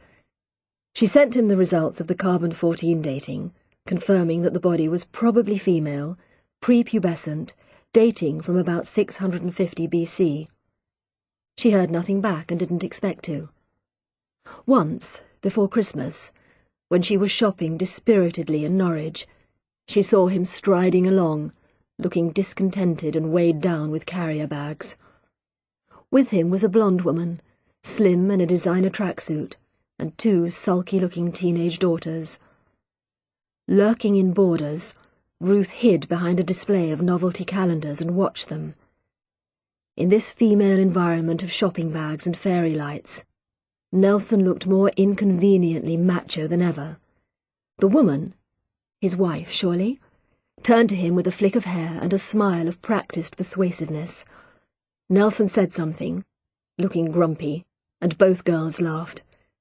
They must gang up on him at home, Ruth decided, excluding him from their all-girl chats about boyfriends and mascara. But then Nelson caught up with his wife, whispered something that brought forth a genuine laugh, ruffled his daughter's careful hairstyle, and sidestepped neatly away, grinning at her cry of rage. For a moment they looked united, a happy, teasing, slightly stressed family in the middle of their Christmas shopping. Ruth turned back to the calendars. The Simpsons' grinning yellow faces smirked back at her. She hated Christmas anyway. Why was Harry Nelson ringing her now? At home? What was so important that he had to speak to her this minute? And why is he so arrogant that he can't even leave a phone number? Irritated, but intensely curious, Ruth rifles through the phone book to find a number for the Norfolk Police. Of course it is the wrong one. "You want CID," says the voice at the end of the phone, sounding slightly impressed. Eventually she gets through to a flunky who connects her, somewhat reluctantly, to DCI Nelson. "Nelson?" barks an impatient voice, sounding more northern and even less friendly than she remembers. "It's Ruth Galloway from the university. You rang me." "Oh, yes. I rang you some days ago." "I've been away," says Ruth. She's damned if she's going to apologise. "Something's come up. Can you come into the station?" Ruth is nonplussed. Of course she wants to know what has come up, but Nelson's request sounds more like an order. Also, there is something a bit frightening about coming into the station. It sounds uncomfortably like helping the police with their inquiries. "I'm very busy," she begins. "I'll send a car," says Nelson. "Tomorrow morning, all right?" It is on the tip of Ruth's tongue to say no, tomorrow is not all right. I'm off to a very important jet-set conference in Hawaii, so I'm far too busy to drop everything just because you order me to. Instead, she says, "I suppose I could spare you an hour or 2? "Right," says Nelson. Then he adds, "Thank you." It sounds as if he hasn't had much practice in saying it. Chapter 5. The police car arrives at Ruth's door promptly at 9. Expecting this, Nelson seems like an early riser to her. She is dressed and ready. As she walks to the car, she sees one of the weekenders. Sarah? Sylvie? Susanna? looking furtively out of the window, so she waves and smiles cheerfully. They probably think she's being arrested, guilty of living alone and weighing over 10 stone. She is driven into the centre of King's Lynn. The police station is in a detached Victorian house which still looks more like a family home than anything else. The reception desk is obviously in the middle of the sitting room, and there should be framed family portraits on the walls rather than posters telling you to lock your car safely and not to exceed the speed limit. Her escort, a taciturn, uniformed policeman, ushers her through a secret door beside the desk. She imagines the defeated-looking people waiting in reception wondering who she is and why she deserves this star treatment. They climb a rather beautiful swirling staircase, now marred with institutional carpeting, and enter a door marked CID. Harry Nelson is sitting at a battered formica desk surrounded by papers. This room was obviously once part of a bigger one. You can see where the plasterboard partition cuts into the elaborate coving around the ceiling. Now it is an awkward slice of a room, taller than it is wide, with a disproportionately large window, half covered by a broken white blind. Nelson, though, does not seem a man who bothers much about his surroundings. He stands up when she enters. "Ruth, good of you to come." She can't remember telling him to call her by her first name, but now it seems too late to do anything about it. She can hardly ask him to go back to Dr. Galloway. "Coffee?" asks Nelson. "Yes, please. Black." She knows it will be horrible, but somehow it feels rude to refuse. Besides, it will give her something to do with her hands. "2 black coffees, Richards," Nelson barks at the hovering policeman. Presumably he has the same problem with "please" as with "thank you." Ruth sits on a battered plastic chair opposite the desk. Nelson sits down too, and for a few minutes seems just to stare at her, frowning. Ruth begins to feel uncomfortable. Surely he hasn't just asked her here for coffee. Is this silent treatment something he does to intimidate suspects? The policeman marches back in with the coffees. Ruth thanks him profusely, noticing with a sinking heart the thin liquid and the strange wax film floating on the surface. Nelson waits until the door has shut again before saying, "You must be wondering why I asked you to come in." "Yes," says Ruth simply, taking a sip of coffee. It tastes even worse than it looks. Nelson pushes a file towards her. "There's been another child gone missing," he says. "You'll have read about it in the press." Ruth stays silent. She doesn't read the papers. Nelson gives her a sharp look before continuing. He looks tired, she realizes. There are dark circles around his eyes, and he obviously hasn't shaved that morning. In fact, he looks more like a face on a wanted poster than a policeman. "There's been a letter," he says. "Remember I told you about the letters that were sent during the Lucy Downey case? Well, this looks to be from the same person. At the very least, someone's trying to make me think it's from the same person, which may be stranger still." "And you think this person may be the murderer?" Nelson pauses for a long time before replying, frowning darkly into his coffee cup. "It's dangerous to make assumptions," he says at last. "That's what happened with the Ripper case, if you remember. The police were so sure the anonymous letters came from the killer that it skewed the whole investigation, and they just turned out to be from some nutter. That may well be the case here. Nothing more likely, in fact." He pauses again. "It's just... there's always the chance that they could be from the killer, in which case they could contain vital clues. And I remembered what you said, that day when we found the bones, about ritual and all that. There's a lot of that sort of thing in the letters, so I wondered if you'd take a look. Tell me what you think." Whatever Ruth had been expecting, it wasn't this. Gingerly, she takes the file and opens it. A typewritten letter faces her. She picks it up.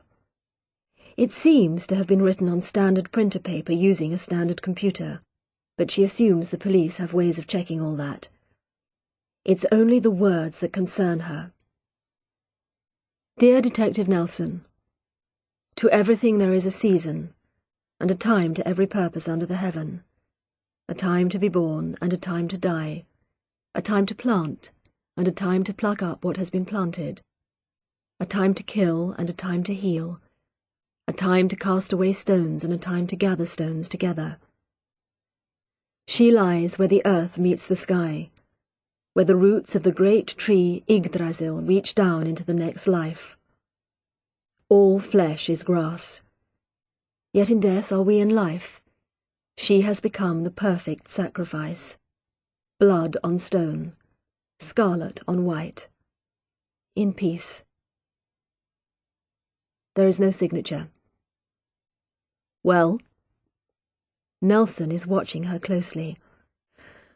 Well, the first bit's from the Bible, Ecclesiastes. Ruth shifts in her chair. She feels slightly queasy. The Bible always does this to her. What's all that about a tree? In Norse legend, there's a tree called Yggdrasil. Its roots are supposed to stretch down to hell and up to heaven. There are all sorts of legends attached to it. As she says this, she remembers Eric, that great teller of Norse tales, sitting by the campfire, his face radiant in the half-light, telling them about Odin and Thor, about Asgard, the home of the gods, and Muspelheim, the land of fire. The letter says its roots reach down into the next life. Yes. This was the first thing to strike Ruth. She is surprised to find Nelson so perceptive. Some people think that prehistoric man may have believed that heaven was below the earth, not above. Have you heard of Seahenge? No. It was found on the coast, near the salt marsh, at home next the sea. A wooden henge, like the one at Saltmarsh, except there was a tree buried in the centre of it. Buried upside down, its roots upwards, its branches going down into the earth. Do you think this guy, he picks up the letter, may have heard of it? Possibly. There was a lot of publicity at the time. Have you thought that it might not be a man? What? The letter writer, it might be a woman. It might, I suppose. There were some handwritten letters the first time. The expert thought the handwriting was a man's, but you never know. The experts aren't always right. One of the first rules of policing. Wondering where this leaves her, Ruth asks, "Can you tell me something about the child, the one who's gone missing?" He stares at her. It was in the papers, local and national. Bloody hell, it was even on Crime Watch. Where have you been? Ruth is abashed. She seldom reads the papers or watches TV, preferring novels and the radio. She relies on the latter for the news, but she's been away. She realizes she knows far more about happenings in the prehistoric world than in this one.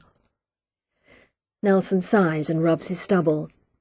When he speaks, his voice is harsher than ever. Scarlett Henderson, 4 years old, vanished while playing in her parents' front garden in Spenwell. Spenwell is a tiny village about half a mile from Ruth's house. It makes the whole thing seem uncomfortably close. Scarlet? Yes. Scarlet on white. Blood on stone. Quite poetic, isn't it? Ruth is silent. She is thinking about Eric's theories of ritual sacrifice. Wood represents life, stone death. Aloud she asks, "How long ago was this?" November. Their eyes meet. About a week after we found those old bones of yours. Almost 10 years to the day since Lucy Downey vanished. And you think the cases are connected? He shrugs. I've got to keep an open mind, but there are similarities, and then this letter arrives. When? 2 weeks after Scarlett vanished. We'd done everything. Searched the area, drained the river, questioned everyone. Drawn a complete blank. Then this letter came. It got me thinking about the Lucy Downey case. Hadn't you been thinking about it already? It is an innocent enough inquiry, but Nelson looks at her sharply, as if scenting criticism. I thought about it, yes. he says, slightly defensively. The similarities were there. Similar age child, same time of year. But there were differences too. Lucy Downey was taken from inside her own home. Terrible thing. Actually snatched from her bed. This child was on her own, in the garden. There is a faint edge of censure in his voice that leads Ruth to ask, "What about the parents? You said it's sometimes the parents?" "Hippies," says Nelson contemptuously. "New Agers. Got 5 children and don't look after any of them properly. Took them 2 hours to notice that Scarlett was missing. But we don't think they did it.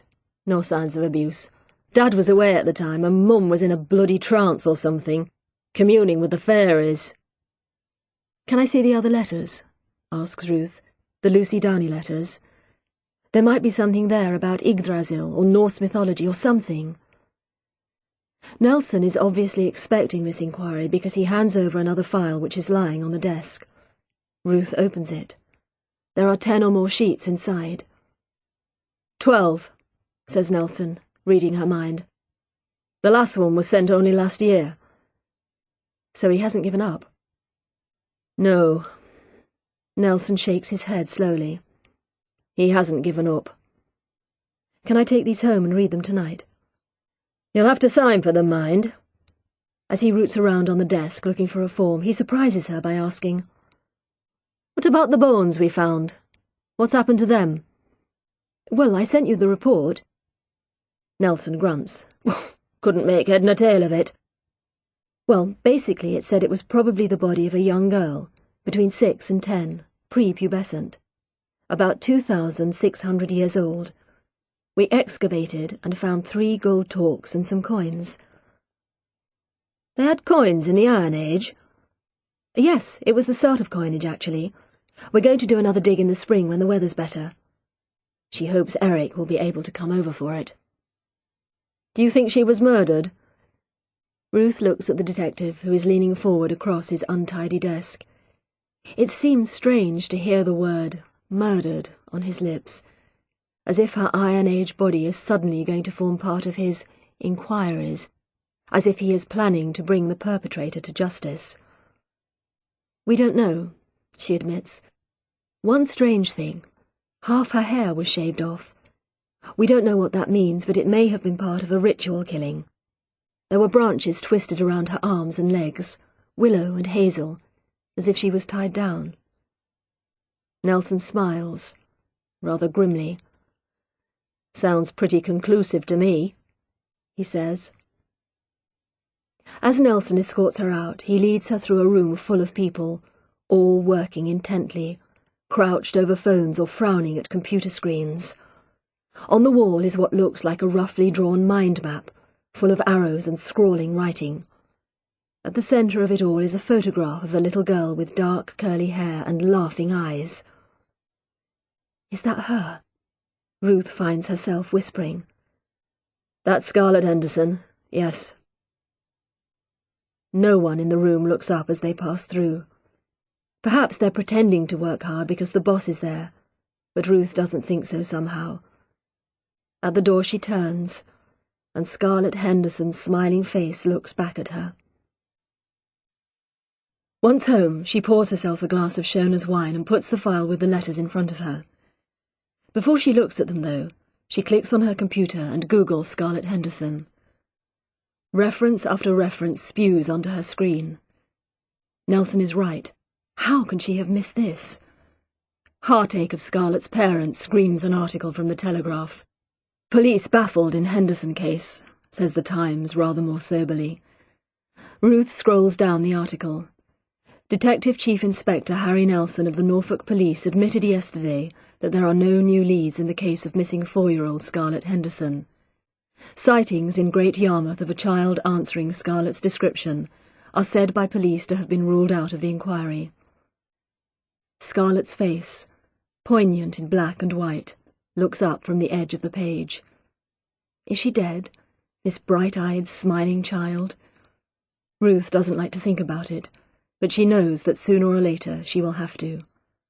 Somehow she has become involved. To stave off the moment when she will have to look at the letters, Ruth types, Lucy Downey into the search engine. Fewer references this time. Lucy disappeared before the ubiquity of the internet. She is listed, though, on a couple of websites for missing children, and there is an article from The Guardian headed, 10 Years On, The Never-Ending Nightmare. Alice and Tom Downey, she reads, meet me in their neat Norfolk home, full of pictures of the same smiling 5-year-old. 10 years ago, Lucy was sleeping in her bed in this same house, when an intruder scaled the garage wall, opened the window, and snatched the child while the parents were still sleeping. Jesus. Ruth stops reading. Imagine that. Imagine coming to wake your little girl in the morning and finding she wasn't there. Imagine looking under the bed, searching with increasing panic, downstairs, in the garden, back in the bedroom. Imagine seeing the open window, the curtains. She imagines them pink, featuring Disney princesses, blowing in the breeze. Ruth can imagine all this, the hairs lifting on the back of her neck. But she can't imagine what Alice Downey felt, is still feeling 10 years later. To lose your child, to have her spirited away like something from a fairy tale, surely that must be every mother's nightmare. But Ruth isn't a mother. She is an archaeologist, and it is time she got to work. Nelson needs her professional help, and professional is what she must be. Closing down the computer, she opens the file containing the letters. First, she puts them in date order, rather surprised to find that Nelson has not already done this, and examines the paper and the ink. 10 of the 12 letters seem to be on the same standard printer paper as the Scarlett Henderson letter. This doesn't necessarily mean anything, she tells herself. 9 out of 10 people with printers must use this sort of paper. Similarly, the typeface looks very ordinary. Times New Roman, she thinks. But 2 of the letters are handwritten on lined paper, the sort that comes from a refill pad, complete with a narrow red margin and holes for filing. The letters are written with a thin felt tip, what used to be called a handwriting pen when Ruth was at school. The writing itself is legible but untidy and slopes wildly to the left. A man's writing, the expert said. It occurs to her that she hardly ever sees handwriting these days. Her students all have laptops. Her friends send her emails or texts. She even edits papers online. The only handwriting she can recognize is her mother's, which usually comes inside inappropriately sentimental cards. To a special daughter on her birthday. The handwritten letters come in the middle of the sequence. Ruth puts them back into order and starts to read. November, 1997. Nelson, you are looking for Lucy, but you are looking in the wrong places. Look to the sky, the stars, the crossing places. Look at what is silhouetted against the sky. You will find her where the earth meets the sky. In peace. December 1997. Nelson. Lucy is the perfect sacrifice. Like Isaac, like Jesus, she carries the wood for her own crucifixion. Like Isaac and Jesus, she is obedient to the Father's will. I would wish you the compliments of the season, make you a wreath of mistletoe. But in truth, Christmas is merely a modern addition, grafted onto the great winter solstice. The pagan festival was here first, in the short days and long nights. Perhaps I should wish you greetings for St. Lucy's Day. If only you have eyes to see. In peace. January 1998. Dear Detective Inspector Harry Nelson, you see, I am calling you by your full name now. I feel we are old friends, you and I. Just because Nelson had only one eye, it doesn't follow that he couldn't see. A man may see how the world goes with no eyes. In peace. January 1998. Dear Harry, a little touch of Harry in the night. How wise Shakespeare was, a shaman for all time.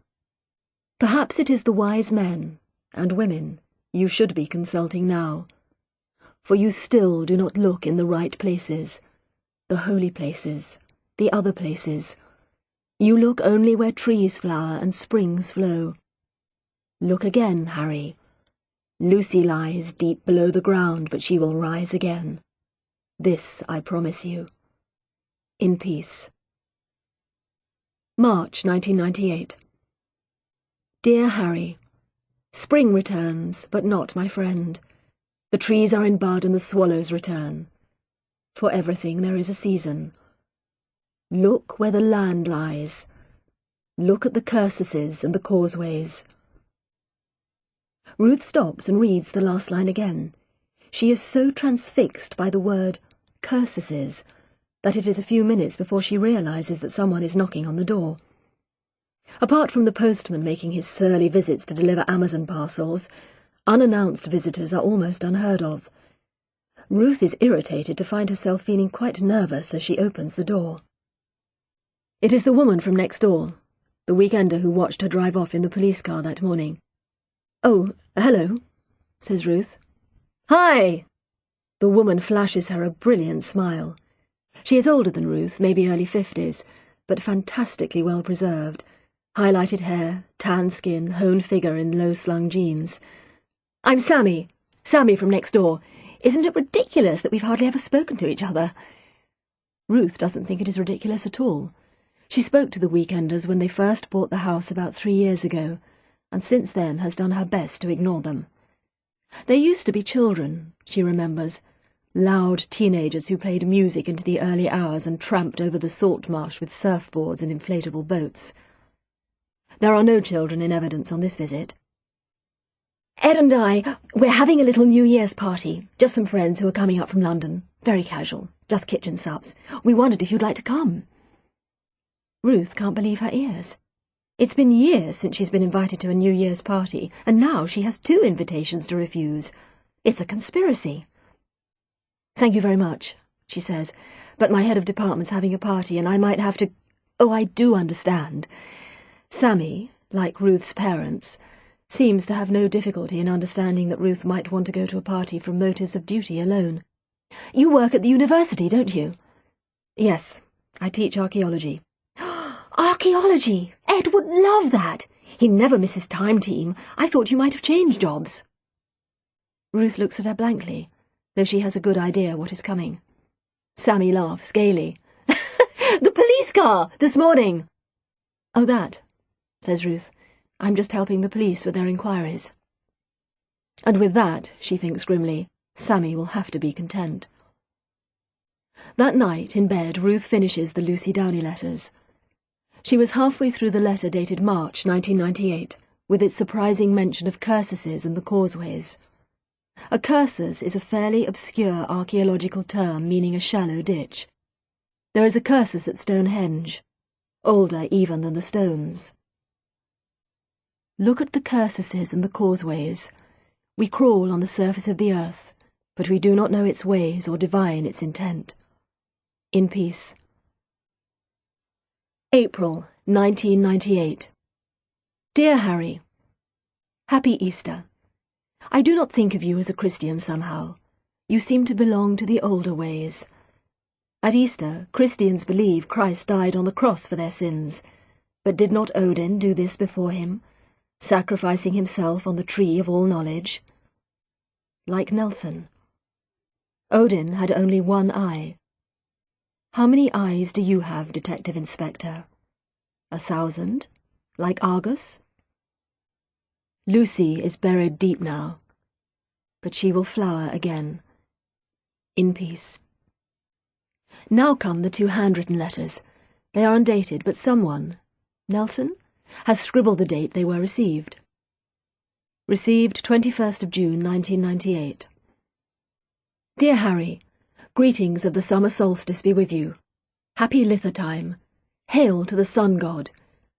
Beware the water spirits and light bonfires on the beach. Beware the wicker man. Now the sun turns southwards and evil spirits walk abroad. Follow the will-o'-the-wisps, the spirits of the dead children. Who knows where they will lead you? In peace. Received 23rd of June 1998. Dear Harry, compliments of St. John's Day. Sankt Hans Afton. Herbs picked on St. John's Eve have special healing powers. Did you know that? I have so much to teach you. You are no nearer to Lucy, and that makes me sad. But do not weep for her. I have rescued her and raised her up. I have saved her from a life of the mundane, a life spent worshipping false gods. I have made her the perfect sacrifice. Weep rather for yourself and for your children and your children's children. In peace. Now the letters revert to typewriting and the tone changes. No longer is there the half-affectionate teasing, the assumption that Nelson and the writer are old friends and share a special bond. Now the writer seems angry, resentful. There is a gap of 4 months before the next letter, and the date is predictable. 31st of October, 1998. Dear Detective Inspector Nelson, now is the time when the dead walk. Graves have yawned and yielded up their dead. Beware the living and the dead. Beware the living dead. We who are living are now dying. You have disappointed me, Detective Inspector. I have shared my wisdom with you, and still you are no nearer to me or to Lucy. You are, after all, a man bound to the earth and to the mundane. I had hoped for better things of you. Tomorrow is the Feast of All Saints. Will you find St. Lucy there in all the holy pantheon? Or is she, too, bound to the earth? In sadness. 25th of November, 1998. Dear Detective Inspector Nelson, it is now a year since Lucy Downey vanished. The world has turned full circle, and what have you to show for it? Truly you have feet of clay. A curse on the man who puts his trust in man, who relies on the things of flesh, whose heart turns from the Lord. He is like dry scrub in the wastelands. If good comes, he has no eyes for it. In sadness. December 1998. Dear Detective Inspector Nelson, I nearly did not write to wish you compliments of the season, but then I thought that you would miss me. But in truth, I am deeply disappointed in you. A girl, a young girl, an innocent soul vanishes, but you do not read the signs. A seer, a shaman offers you the hand of friendship, and you decline it. Look into your own heart, Detective Inspector. Truly it must be a dark place, full of bitterness and regret. Yet Lucy is in light. That I promise you. In sadness. The last letter is dated January 2007. Dear Detective Inspector Nelson, had you forgotten me? But with each new year I think of you. Are you any nearer to the right path? Or have your feet strayed into the way of despair and lamentation? I saw your picture in the paper last week. What sadness and loneliness is etched in those lines. Even though you have betrayed me, still I ache with pity for you. You have daughters. Do you watch them? Do you keep them close at all times? I hope so, for the night is full of voices, and my ways are very dark. Perhaps I will call to you again one day. In peace. What did Nelson think, wonders Ruth, when he read that open threat to his own children? Her own hair is standing on end, and she is nervously checking the curtains for signs of lurking bodies. How did Nelson feel about receiving these letters over months and years, with their implication that he and the writer are in some way bound together, accomplices, even friends? Ruth looks at the date on the last letter. 10 months later, Scarlett Henderson vanishes. Is this man responsible?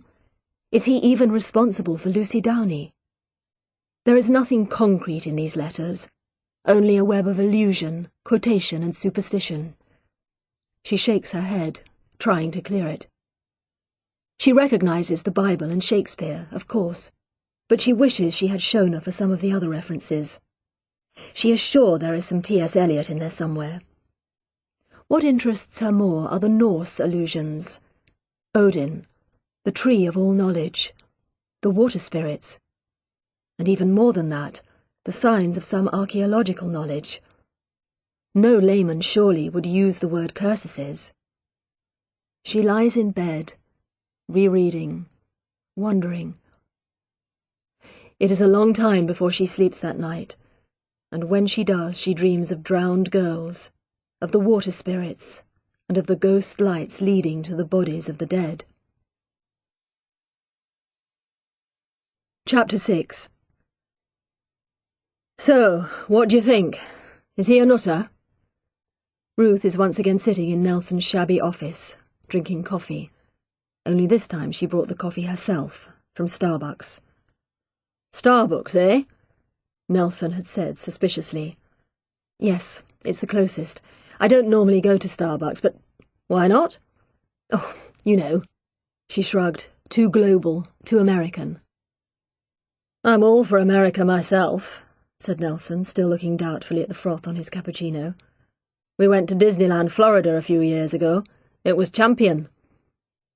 Ruth, for whom the idea of Disney World is sheer unexpurgated hell, says nothing. Now Nelson puts down his styrofoam cup and asks again. Is he a nutter? I don't know, says Ruth slowly. I'm not a psychologist. Nelson grunts. We had one of those.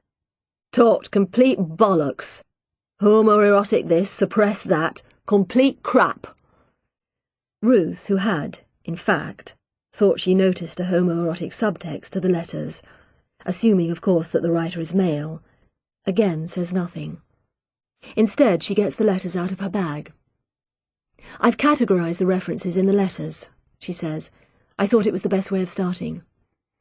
A list? Says Nelson approvingly. I like lists. So do I.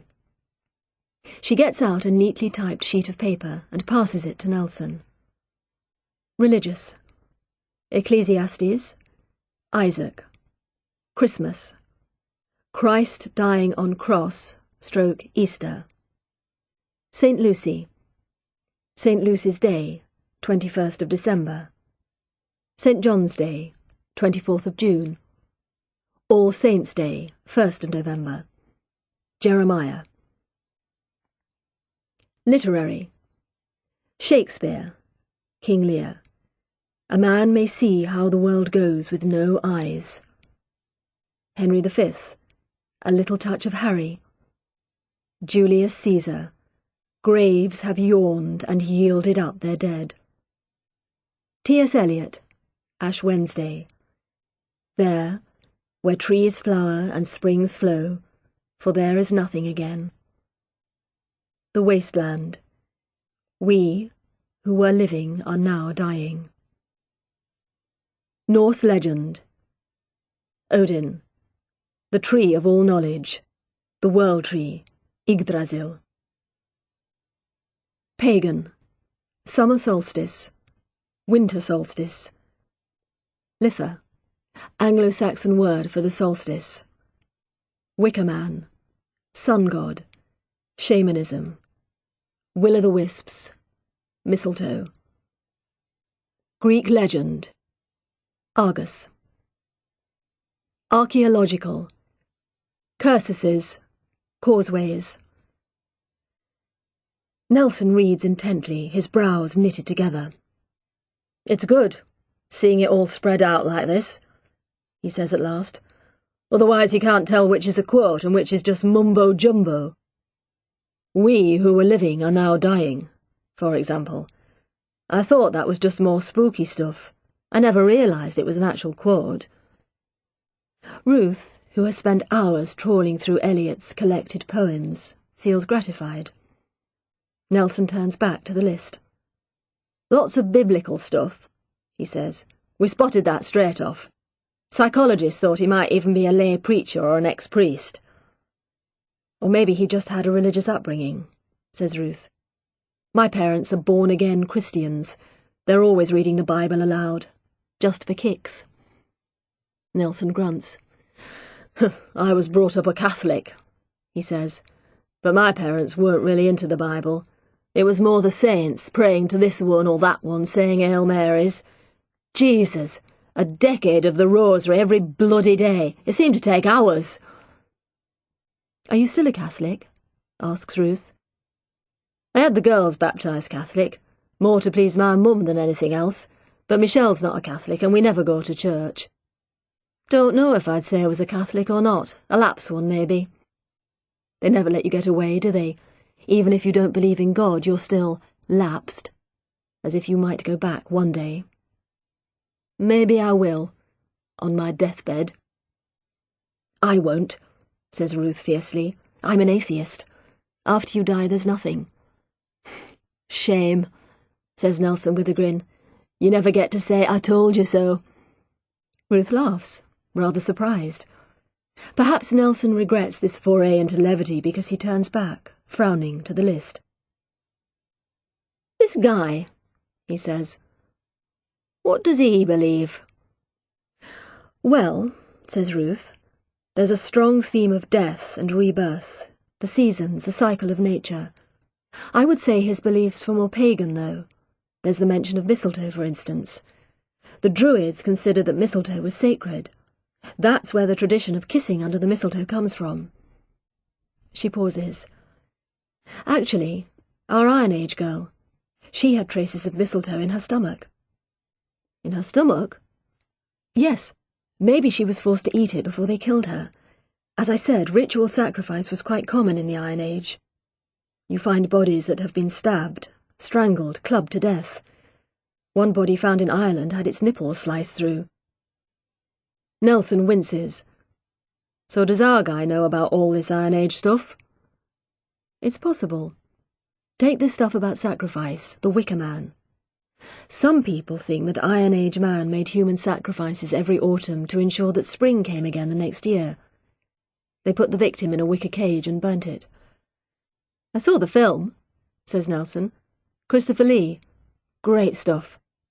Well, yes, it was sensationalized, of course, but there's a theme of sacrifice that runs through all religions. Odin was hung on the world tree to gain all the knowledge of the world. Christ was hung on the cross. Abraham was prepared to sacrifice his son Isaac. What did that mean? Like Isaac, like Jesus, she carries the wood for her own crucifixion. Well, Isaac carried the wood on which he was to be burnt. There's a clear echo of Christ carrying his cross. Jesus. There is a silence. Ruth suspects that Nelson is thinking of Lucy Downey, condemned, perhaps, to carry the instruments of her own death. She thinks of her Iron Age body. Was she really staked down and left to die? Actually, says Ruth, there's one very interesting Bible reference, this one from Jeremiah. A curse on the man who puts his trust in man. I didn't even realise that was from the Bible. Well, it is, one of the prophets. Anyway, I looked it up and guess how the next bit goes. She recites it for him. A curse on the man who puts his trust in man, who relies on the things of flesh, whose heart turns from the Lord. He is like dry scrub in the wastelands. If good comes, he has no eyes for it. He settles in the parched places of the wilderness. A salt land, uninhabited. Nelson looks up. A salt land? Yes. The salt marsh, says Nelson almost to himself. I always wondered about that place. Actually, I think there are a few things that might point to the salt marsh, says Ruth. She reads from one of the letters. Look to the sky, the stars, the crossing places. Look at what is silhouetted against the sky. You will find her where the earth meets the sky.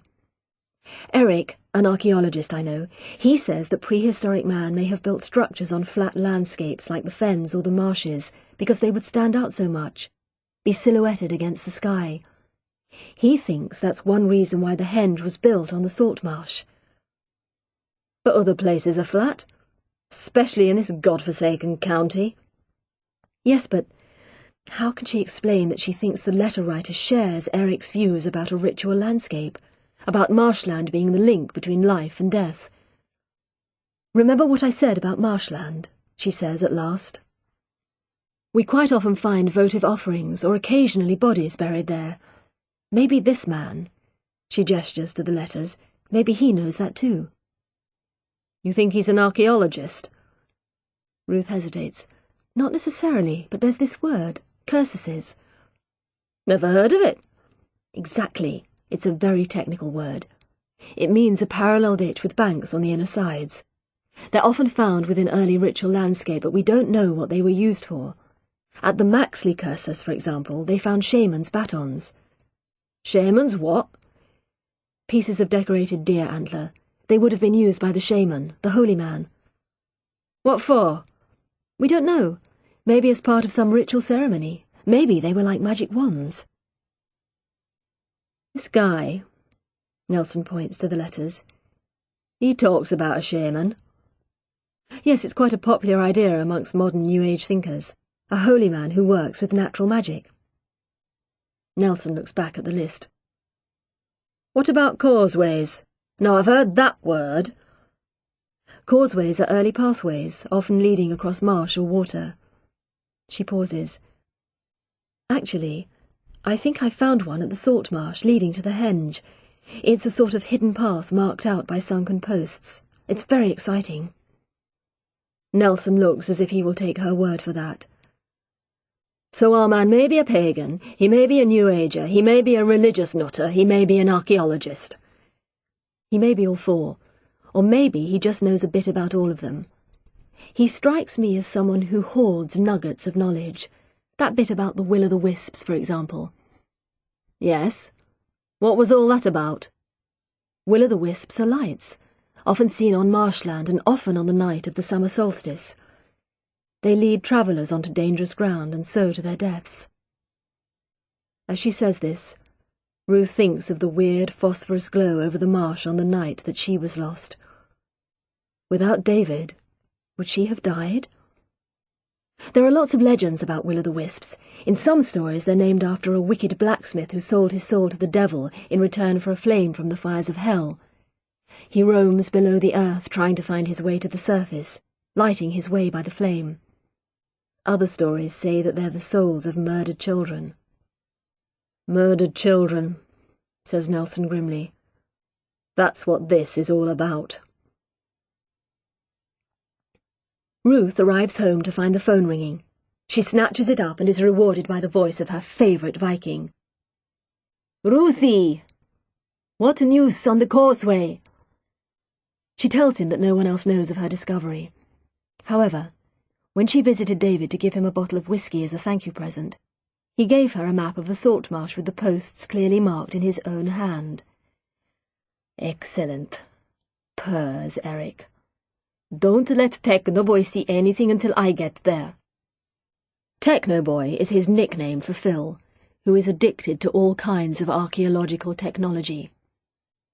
"When will that be?" "That's why I'm ringing. Very good news. I've managed to get a sabbatical for next term." "That's wonderful!" "Yes, I know. Magda's very jealous. It's the long nights, you know, a real killer in the winter. Anyway, I hope to be with you in a week or so." "Wonderful," says Ruth again. "Where will you stay?" Eric laughs. "Don't worry. I won't be after your sofa. I don't fancy sharing it with the cats. I'm sure they would put the evil eye on me. I remember and I spy and be quite near you. I'll book that." "I'll book it for you if you want," offers Ruth, wondering why she doesn't mind Eric making jokes about her cats. "No problem, baby. I've got the internet for that. Technoboy would be proud of me." "I doubt it." "Eric." "What?" "There's just a chance you might get a call from someone called Detective Inspector Harry Nelson." Nelson had asked her if there was anyone she remembered hanging around the dig 10 years ago, anyone fascinated by archaeology and mythology. Ruth could, in fact, remember one name. A man who called himself Cathbad, and who was the leader of the group of druids who wanted to save the henge. After a moment's hesitation, she had offered Nelson this name, which was met with a snort of contempt. Did Ruth have any idea what his real name was? No. Did she know anyone who might know? So Ruth had given him Eric's name.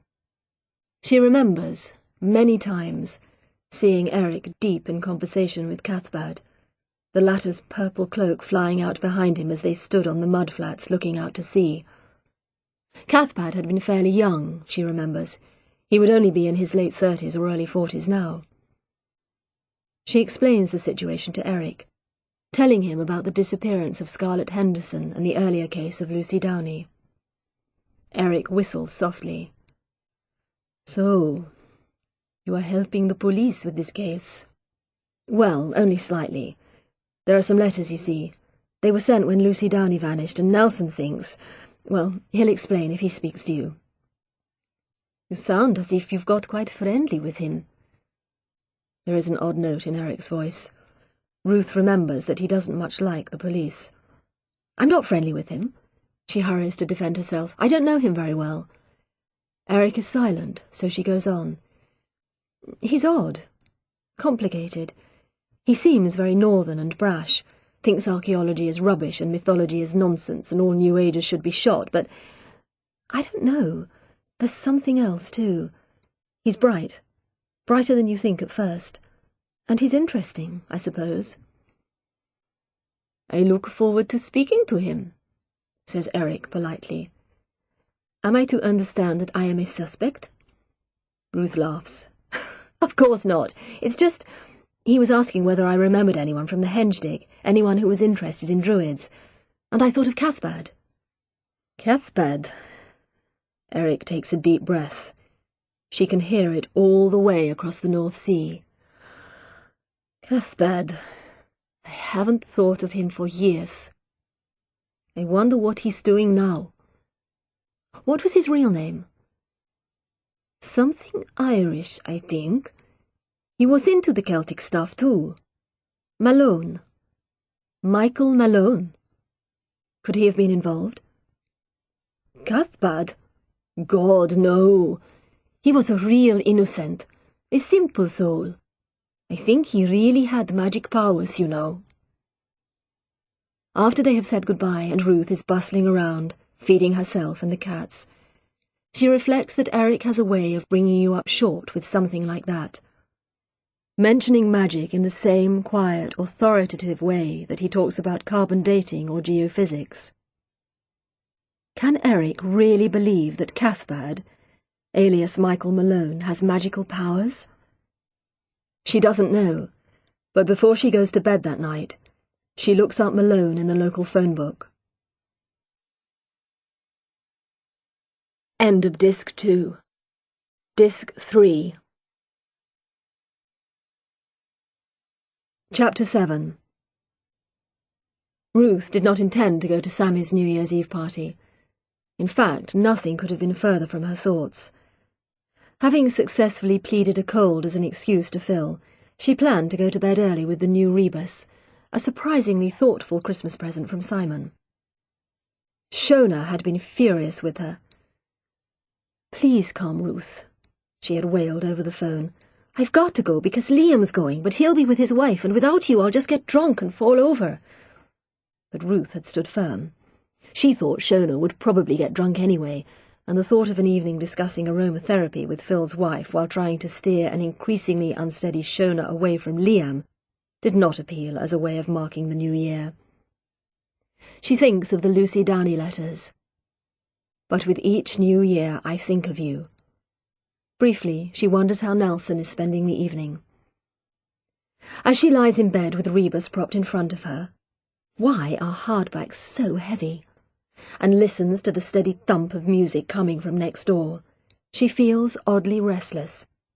She makes herself a hot drink, but downstairs, the lights from Sammy's house seem brighter, more tempting. Like will-o'-the-wisps, she thinks suddenly. She sees Flint's tail disappearing through the cat flap, and reflects that even her cat is going out on New Year's Eve. Why was she so pleased to think that she would be on her own? Why is her first reaction to invitations always to think of a way of refusing them? Her mother would say that she is becoming a sad spinster, and she is probably right. Ruth goes back upstairs, but the words of the book dance in front of her, and she can't lose herself in the wonderfully Gothic streets of Edinburgh. Almost without knowing it, she gets up and dresses in black trousers and a black t-shirt. Then, as an afterthought, she adds a red silk shirt given to her years ago by Shona. She collects a bottle of red from her small store of wine, and still almost sleepwalking, she finds herself knocking on her neighbour's front door. Sammy is thrilled to see her. "Ruth! How lovely! I didn't think you could come." "No, well, I had a bit of a cold, so I thought I'd stay home, and then I heard your music, and I'm delighted to see you." "We're delighted. Ed, look who's here." Ed, a small, bright-eyed man who seems to be perpetually walking on tiptoe, bounds forward to shake Ruth's hand. Well, well, well, our mysterious neighbour. I'm very pleased you've come. I've been wanting to chat to you for ages. I'm a bit of an archaeology buff myself. Never miss Time Team. Ruth murmurs politely. Like most professional archaeologists, she regards Time Team as at best simplistic, at worst deeply irritating. "Come through." Ed steers her into the house. Even with Ruth wearing her flat shoes, he only comes up to her chin. The Weekender's house is larger than Ruth's, because they have added a double-story extension. She remembers the noise and irritation when it was built 3 years ago. Even so, it is on the cosy side for a party. The sitting room feels crowded even though there are actually only about 5 or 6 people in it. "These are our friends, Derek and Sue, up from London," says Ed, bobbing up and down beside Ruth. He really does make her feel very large. "And this is Nicole and her husband Roger, who live in Norwich. And this is, well, you must know each other. This is our mutual neighbour, David." Ruth turns in surprise to see David, the warden of the bird sanctuary, sitting uneasily on the sofa, a pint of beer held out in front of him like a shield. "Hello," says David, smiling. "I was hoping you'd come." "Oh," says Ed jovially. "What have we here? Romance blossoming on the mud flats?" Ruth can feel herself blushing. Luckily the room is dark. "David and I only really met a few weeks ago," she says. "Aren't we dreadful neighbours?" says Ed, striking himself theatrically on the forehead. "All these years and we're only just getting to know each other. What'll you have to drink, Ruth? Red? White? Beer? I think there's even some mulled wine left." "White would be lovely, thanks." Ed prances away and leaves Ruth sitting next to David on the sofa, still holding her bottle of red. "Oh dear," she says, "I meant to give this to Ed. Now it looks as if I'm planning to drink it all myself." "I was worse," says David. "I brought some sloe gin. It was in a Lucozade bottle. I think they thought it was a bomb." Ruth laughs. "I love sloe gin. Did you make it yourself?" "Yes," says David. "The sloes are wonderful in autumn, and the blackberries. One year I made blackberry wine." "Was it good?" "I think so, but I'm not much of a drinker, and I didn't really have anyone to offer it to." Ruth feels a sudden tug of understanding. She too has weekends when she doesn't speak to anyone but her cats. This is her choice, and by and large, she doesn't mind. It's just that meeting someone else solitary seems odd somehow. Like 2 lone round-the-world sailors suddenly coming face to face at the Cape of Good Hope. They understand each other, but due to the nature of their lives, will probably never become friends. Ed is back, carrying a huge glass of white wine. Ruth gives him the red, and he makes such a fuss of it that she suspects it must be rubbish. "So, Ruth," Ed stays standing beside her. She thinks he likes the sensation of looking down on someone for a change. "Found any buried treasure recently?" Ruth finds she does not want to tell Ed about the body in the mud, or about the talks, or even about the henge. She doesn't know why. She just feels that the secrets belong with the salt marsh for just a bit longer. David doesn't count. He is almost part of the marsh itself. "I teach at the university," she says at last. "We don't really do many digs. At least, the students do a dig every spring, but they always find the same things." "Why's that?" asks Ed. "Because we know what is there," explains Ruth. "They have to find something, after all. The Americans would ask for their money back if they didn't. Americans, says David suddenly. Dreadful people. We had some last year trying to catch a sanderling. Apparently they thought it was wounded. What's a sanderling? asks Ed. David looks astonished. It's a bird. Quite common. They run up and down the beach by the edge of the water, trying to catch sea creatures. These Americans, they thought it was hurt because it wasn't flying. There must be some interesting birds round here, says Ed, sounding less than interested himself. He starts bobbing up and down again, looking for someone else to talk to. But David is transformed. Wonderful, he says, his eyes shining. The mudflats are like heaven for them. So nutritious. You see whole flocks stopping by on their migration routes just to feed here. Like a motorway service station, says Ruth. David laughs. Exactly. In the winter, the salt marsh can be covered with birds, all trying to find something to eat on the mudflats. Sometimes there are as many as 2,000 pink-footed geese, for example, coming from Iceland and Greenland. And there are lots of native waterfowl too, golden-eye, gadwall, goosander, shoveler, pintail. I've even seen a red-backed shrike. Ruth feels slightly dazed by all these names, but she likes the sound of them, and she likes being with another expert, someone else whose job is their enthusiasm. Ed, meanwhile, has drifted quietly away. I recognise snipe, she offers, and I think I've heard a bittern. They've got such a sinister call. Yes, we've a nesting pair on the marsh, says David. Must have been the male you heard. They call in the morning, first thing. It's a kind of hollow boom, echoes for miles. They are silent for a moment, but Ruth is surprised how comfortable she feels with the silence. She doesn't feel compelled to fill it with a cute anecdote about the cats. Instead, she takes a sip of wine and says, "About those wooden posts on the marsh." David looks surprised and is about to say something, but just at that moment Sammy bustles up and tells them that there is food in the kitchen. "Then we've got to get you two mingling. Can't have you sitting here in silence all evening, can we?" They both get up obediently and follow her to the kitchen. Nelson, too, is at a party. His is rather more glamorous than Ruth's, and certainly noisier. It is being held in rooms above a wine bar, and sparkling wine is flowing like water. Discordant music blasts from the speakers, and evil little canapes are circulating. Nelson, who arrived straight from work, has eaten about 20 and now feels slightly sick. His last selection, a prawn in puff pastry, is floating forlornly in a nearby ice sculpture. He is dying for a cigarette. "All right." His wife Michelle drifts by, elegant in a metallic gold dress. "No. When can we go home?" She laughs, pretending this is a joke. "It's a New Year's Eve party, so it's kind of the idea to stay until midnight." "I've got a better idea. Let's go home and get a takeaway." "I'm enjoying myself." She smiles widely to prove this and flicks her long blonde hair over her shoulder. She does look fantastic, he has to admit. And besides, her face hardens, how would it look to Tony and One?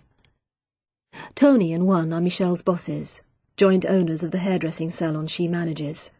They are gay, which is fine by Nelson as long as he doesn't have to go to their parties. He considers this attitude quite enlightened, and is hurt when Michelle says he is prejudiced. "They won't notice. The place is packed." "They will notice, and anyway I don't want to leave. Come on, Harry." She puts a hand on his arm, running a manicured nail up his sleeve. "Relax. Let your hair down." He is softening. "I haven't got much hair. I'm the only person here without highlights." "I like your hair," she says. "It's very George Clooney." "Grey, you mean?" "Distinguished. Come on, let's get you another drink." "Have they got any beer?" Nelson asks plaintively, but he allows himself to be led away. Ruth and David are at the conservatory window, watching Ed and Derek trying to light fireworks. The conservatory, another new addition to the house, faces towards King's Lynn, and they can already see other small explosions in the sky as people greet the new year. Ed, though, is having difficulty. It is drizzling, and his safety lighter won't work. Sammy keeps shouting helpful hints from the window, and people are getting restive. It is 10 minutes to midnight. "Interesting tradition," says David. "Lighting fireworks at the start of the new year." "Isn't it meant to symbolize lighting the way for the new year?" says Ruth. "Or setting fire to the old," suggests Sue, Derek's wife. "What about a tall, dark man crossing the threshold at midnight?" says Sammy. "We must have that." "Have we got any tall, dark men?" asks Sue with a laugh. "Well, Ed's dark," giggles Sammy disloyally. "What about you?" Sue turns to David, who is visibly trying to disappear into the shiny pine floor. "I'm going a bit thin on top, I'm afraid," he says. "You nonsense, you'll do." "Isn't he meant to be carrying a lump of coal?" says Nicole, who hasn't yet spoken. She is petite and French and makes Ruth feel like an elephant. "I'm afraid we're all oil-fired here," says Sammy. "But he could carry a pot of Marmite." "Marmite?" Nicole shudders extravagantly. "What a terrible English taste!" "Well, it's black. That's all that matters," says Sammy. Ruth thinks suddenly of the will-o'-the-wisps and the doomed blacksmith wandering the underworld with his lump of coal from the devil's furnace. Outside, a firework finally leaps into life. The sky is filled with green and yellow stars. Everyone cheers. In the background, on the television, excitable crowds of C-list celebrities count down alongside Big Ben. 10, 9, 8. In the garden, Ed's capering figure looks suddenly demonic, outlined against the red glow of the fireworks. 7, 6, 5. Sammy thrusts a Marmite pot into David's hand. He looks at it helplessly. As he turns to Ruth, he too is lit by technicolor flares. Red, gold, green. 4, 3, 2, 1. "Happy New Year," says David. "Happy New Year," echoes Ruth.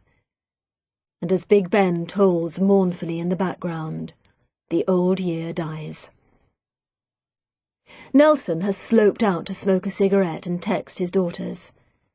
Tony and One, too cool for Big Ben and the C-list celebs, have organised their own countdown with the help of One's Rolex. Unfortunately, One's Rolex is 5 minutes slow, so they have, technically, already missed the new year. Laura, Nelson's 18-year-old, is out with her boyfriend. Rebecca, 16, is at a party. He thinks grimly of young lads like he had once been, using the chimes of New Year as a chance for a snog. Or worse. A text message from their old dad might be just the thing to break the mood. "Happy New Year, love," he texts twice with scrupulous fairness. Then, glancing down the menu, he sees the name after Rebecca's. Ruth Galloway. He wonders what Ruth is doing tonight. He imagines her at a dinner party with some other lecturers, all being very clever and intellectual, word games over the brandy, that type of thing. Does she have a boyfriend? A partner, she'd probably call it. She never mentions anyone, but he thinks Ruth is the sort of person to guard her privacy. Like him. Maybe she has a girlfriend. But she doesn't look like his idea of a lesbian, which veers between shaven head and dungarees and the lipsticked porn film version.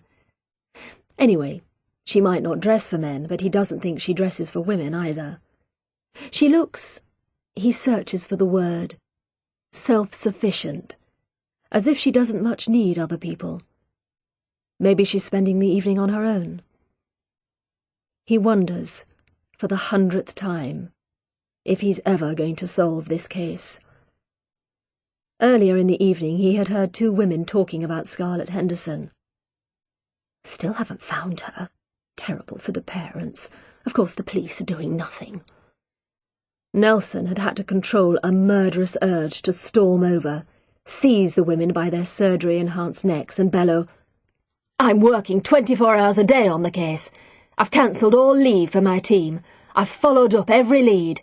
I've looked at that little girl's face until it's imprinted on my eyelids. I dream about her at night. My wife says I'm obsessed. Every morning when I wake up, she's the first thing I think about. I haven't prayed since I was at school, but I've prayed for her.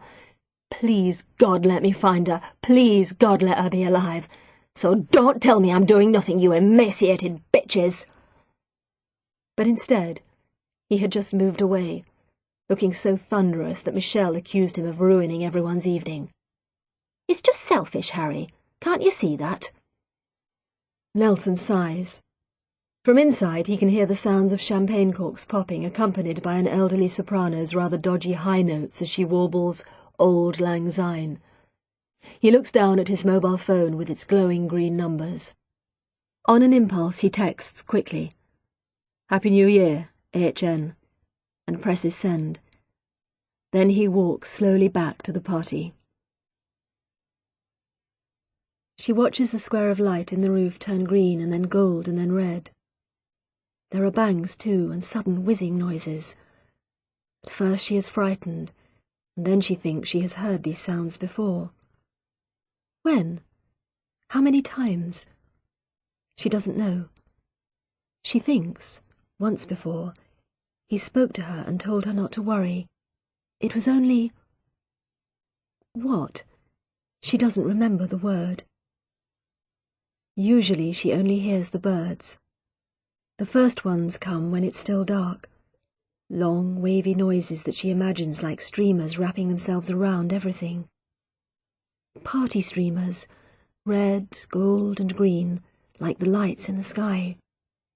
Then there are the low sounds, deep down, like a man clearing his throat. Like him, when he coughs in the dark and she doesn't know where he is. The sounds she likes best are the ones very high up, twisting and turning in the sky. She imagines herself flying up to meet them, high up where it's blue. But the window is shut during the day, so she never sees the birds themselves. She looks up at the trapdoor. She wonders if he will come down again. She thinks she hates him more than anyone in the world. But then again, there isn't anyone else in the world. And sometimes he is kind. He gave her the extra blanket when it was cold. He gives her food, though sometimes he is angry when she doesn't eat. "We have to build you up," he says. She doesn't know why. The words remind her of an old, old story locked away long ago in that other time. The time she thinks must be a dream. Something about a witch and a house made of sweets. She remembers sweets. Little chocolate pebbles that you put on your tongue and they melted into thick sweetness. So sweet that you almost couldn't bear it. She thinks he gave her chocolate once. She was sick, and the stone floor smelt of it, and she lay down and her head hurt and he gave her water to drink. The glass had chattered against her teeth. She's got more teeth now. He took the old ones. She doesn't know why. The new teeth feel crowded and odd in her mouth. She tried to see her reflection once, in a metal tray, but this horrible creature stared back at her. A ghost face, all white with wild black hair and terrible staring eyes. She doesn't want to look again. Chapter 8. We've found him. There is nothing more annoying, thinks Ruth, than someone who thinks they don't have to introduce themselves on the phone, who assumes that you must recognize their voice because it is so wonderfully individual. But then again, she has recognized his voice. Those flat northern vowels, the air of suppressed impatience, are unmistakable. Still, just to teach him a lesson, she says, "Who is this?" "It's Nelson. Harry Nelson. From the police." "Oh, who have you found exactly?" "Cathbad. Of course, that's not his real name. He's called Michael Malone." "I knew that," Ruth wants to say. Instead, she asks, "Where did you find him?" "He's still in Norfolk. Lives in a caravan at Blakeney. I'm going to see him now. I wondered if you'd like to come." Ruth is silent for a moment. Of course, part of her wants very much to come. She is more involved in this investigation than she likes to admit. She has spent hours rereading the letters, looking for clues, chance words, anything that might lead her to their author. She feels oddly close to Lucy and Scarlett, and to the unnamed Iron Age girl found on the salt marsh. In her mind, they are intrinsically linked to each other, and to her. She is also curious about Cathbad, and given that she was the one who gave his name to Nelson, also feels slightly responsible for him. On the other hand, Nelson's assumption that she would be ready to drop everything at a moment's notice is rather insulting. She is actually rather busy preparing lecture notes and updating her slides. Term starts next week. But then again, there is nothing that can't wait a few hours. "Hello? Ruth?" Nelson is saying impatiently. "Okay," says Ruth. "I'll meet you in half an hour, at the car park in Blakeney. Be careful, though. It floods at high tide." Blakeney is famous for its seals. At Blakeney Point, the land juts out into the sea, forming a shingle spit which is a breeding ground for seals. A number of local fishermen offer trips out to watch them, and in summer you can see the little boats shuttling to and fro all day from Blakeney Harbour to the spit, filled with excitable tourists wielding giant cameras. The seals take it all with commendable calm. They lie on the beach, in companionable heaps, looking, Ruth always thinks, like drunks who have been chucked out of a pub. She is less tolerant and usually tries to avoid Blakeney in the summer, but today the car park contains only a few vehicles, one of them Nelson's dirty Mercedes, parked as far from the sea as possible. Ruth pulls up her Renault next to Nelson's car and gets her Wellingtons out of the boot. She has lived in Norfolk long enough to know that it is almost always advisable to wear Wellingtons. "You're late," Nelson greets her. "Actually, I'm early. It's only 25 minutes since you rang," she counters. As she pulls on her boots, Ruth wonders exactly why Nelson has invited her today. It is not as if he will need her archaeological knowledge, and unlike Eric, she barely knows Cathbad. Nelson is a mystery altogether. Coming home late from Sammy's party, she had not been that surprised to see her mobile phone flashing. Calls are always delayed on New Year's Eve, and she expected it to be one of her friends, perhaps Shona ringing from a drunken party. The first message had indeed been from Shona. "Happy New Year. I hate Liam." The second had been from Eric, but the third, intriguingly, had declared itself caller unknown. Pressing read, Ruth had at first wondered who HN could be. It was not until she had read the fourth message that it had come to her. Harry Nelson. Detective Chief Inspector Harry Nelson. Ringing to wish her a Happy New Year. What did it all mean? The fourth message had been from Peter. "It's over there," says Nelson, pointing. Ruth sees a decrepit caravan parked right at the top of the beach. It is surrounded by upturned fishing boats and is partly covered by a tarpaulin. In fact, it almost looks like another boat apart from the fact that it is painted purple and has a lightning rod attached to the roof. Ruth looks quizzically at Nelson. Nelson shrugs. "Perhaps he's afraid of lightning."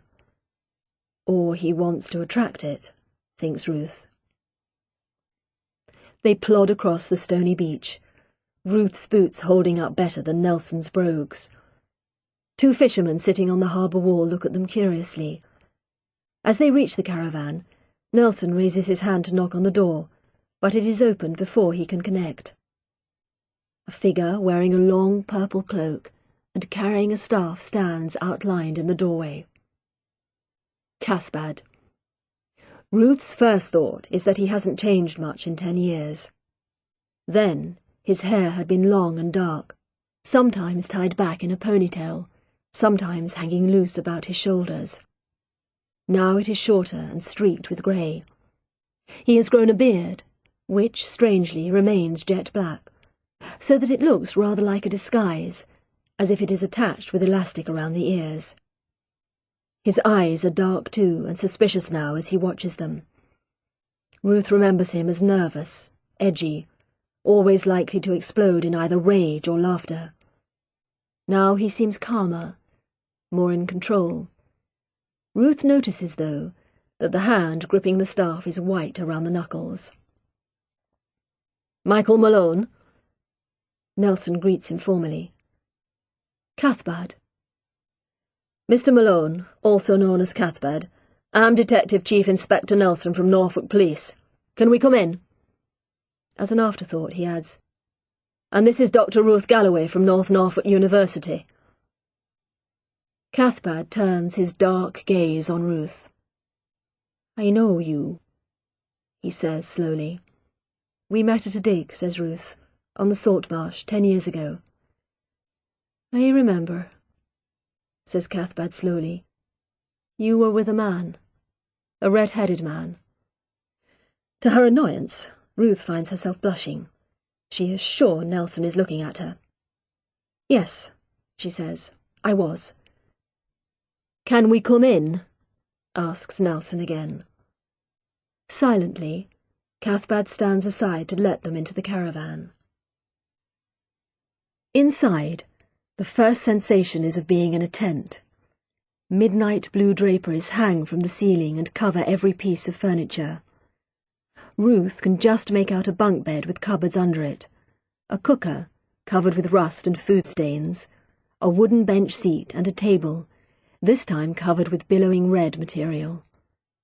The blue drapes give a strangely dreamlike feeling, as do the 20 or so dream catchers twinkling gently from the ceiling. The air is thick and musty. Ruth sees Nelson sniffing hopefully, but she doesn't think it is cannabis. Joss sticks, more likely. Cathbad gestures them towards the bench before seating himself in a high-backed wizard's chair. First point to him, thinks Ruth. "Mr. Malone," says Nelson, "we're investigating a murder and we'd like to ask you a few questions." Cathbad looks at them calmly. "You're very abrupt," he says. "Are you a Scorpio?" Nelson ignores him. From his pocket he pulls out a photograph and puts it on the table in front of Cathbad. "Do you recognize this girl?" he asks. Ruth looks curiously at the picture. She has never seen a picture of Lucy Downey and is struck by the resemblance to Scarlett Henderson. The same dark curling hair, the same smiling mouth. Only the clothes are different. Lucy Downey is wearing a grey school uniform. Scarlett, in the picture Ruth saw, had been wearing a fairy dress. "No," says Cathbad shortly. "What's all this about?" "This little girl vanished 10 years ago," says Nelson, "when you and your mates were getting all worked up about that henge thing. I wondered if you'd seen her." Unexpectedly, Cathbad is angry. Ruth remembers his ability to change emotions in a second. Now, his face dark in the blue light, he looks like his younger self. "That henge thing," he says in a voice shaking with rage, "was a holy site, a place dedicated to worship and sacrifice, and Dr. Galloway's friends proceeded to destroy it." Ruth is rather shocked to find herself under attack. Nelson, though, positively quivers at the words worship and sacrifice. "We didn't destroy it," Ruth says, rather lamely. "It's at the university, in the museum." "The museum," mimics Cathbad savagely. "A dead place, full of bones and corpses." "Mr. Malone," cuts in Nelson, 10 years ago you were... how old?" "I'm 42 now. Not that I count the years on the temporal plane." Nelson ignores this. "So, 10 years ago you would have been 32. Full marks for the maths, Detective Chief Inspector." What were you doing 10 years ago, age 32? Looking up at the stars, listening to the music of the spheres.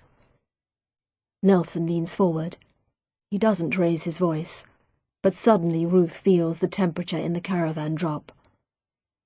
She is suddenly aware of an undercurrent of violence in the room. And it isn't coming from Cathbad. "Look," says Nelson softly.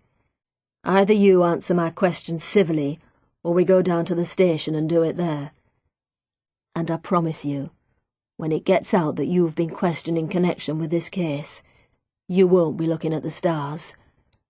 You'll be looking at a gang of vigilantes trying to burn your bloody caravan down." Cathbad looks at Nelson for a long moment, drawing his cloak around him as if for protection.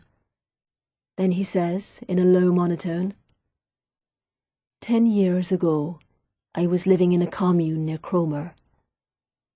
And prior to that? I was a student. Where? Manchester. Cathbad suddenly looks at Ruth and smiles, rather oddly. Studying archaeology. Ruth lets out an involuntary gasp. But that's where Eric Anderson taught. Yes, that's where I met him. Nelson seems uninterested in this, but Ruth's mind is racing. So Cathbad knew Eric long before the henge dig. Why hadn't Eric mentioned it? Eric had been her tutor when she did her doctorate at Southampton, but she knew that previously he had been a lecturer at Manchester. Why hadn't Eric told her that he had been Cathbad's tutor too? "So, what did you do on this commune? Did any of you do any real work?" "Depends what you mean by real," says Cathbad with a flash of his old spirit.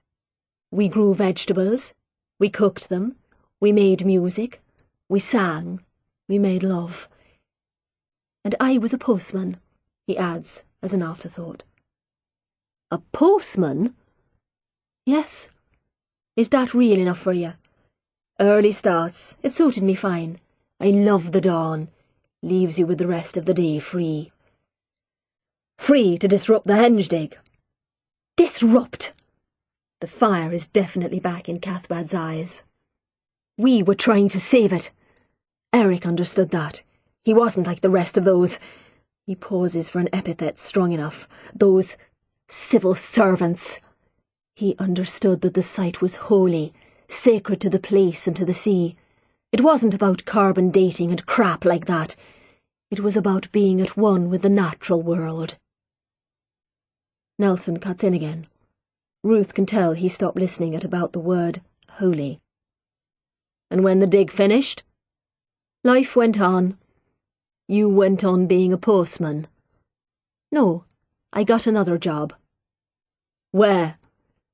"At the university. I still work there." Nelson looks at Ruth, who stares at him blankly. All these years, Cathbad has been working beside her at the university. Did Eric know? "Doing what?" "Lab assistant. My first degree was in chemistry." "Did you hear about the disappearance of Lucy Downey?" "I think so. There was a lot in the papers, wasn't there?" "And Scarlett Henderson?" "Who?" "Oh, the little girl who went missing recently. I heard about it, yes." "Look, Inspector."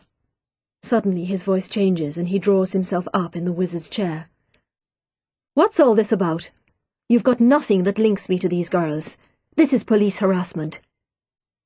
"No," says Nelson mildly. "Just routine inquiries."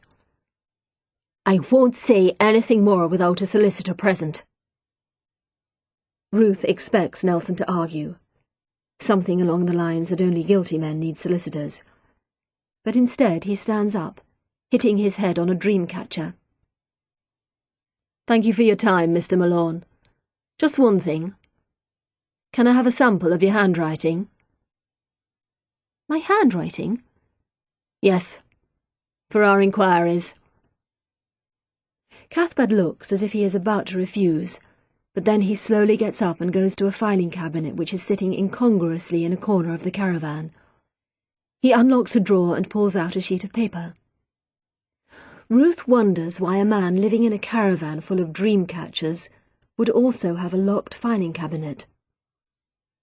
Nelson looks down at the writing, and just for a second, his face darkens.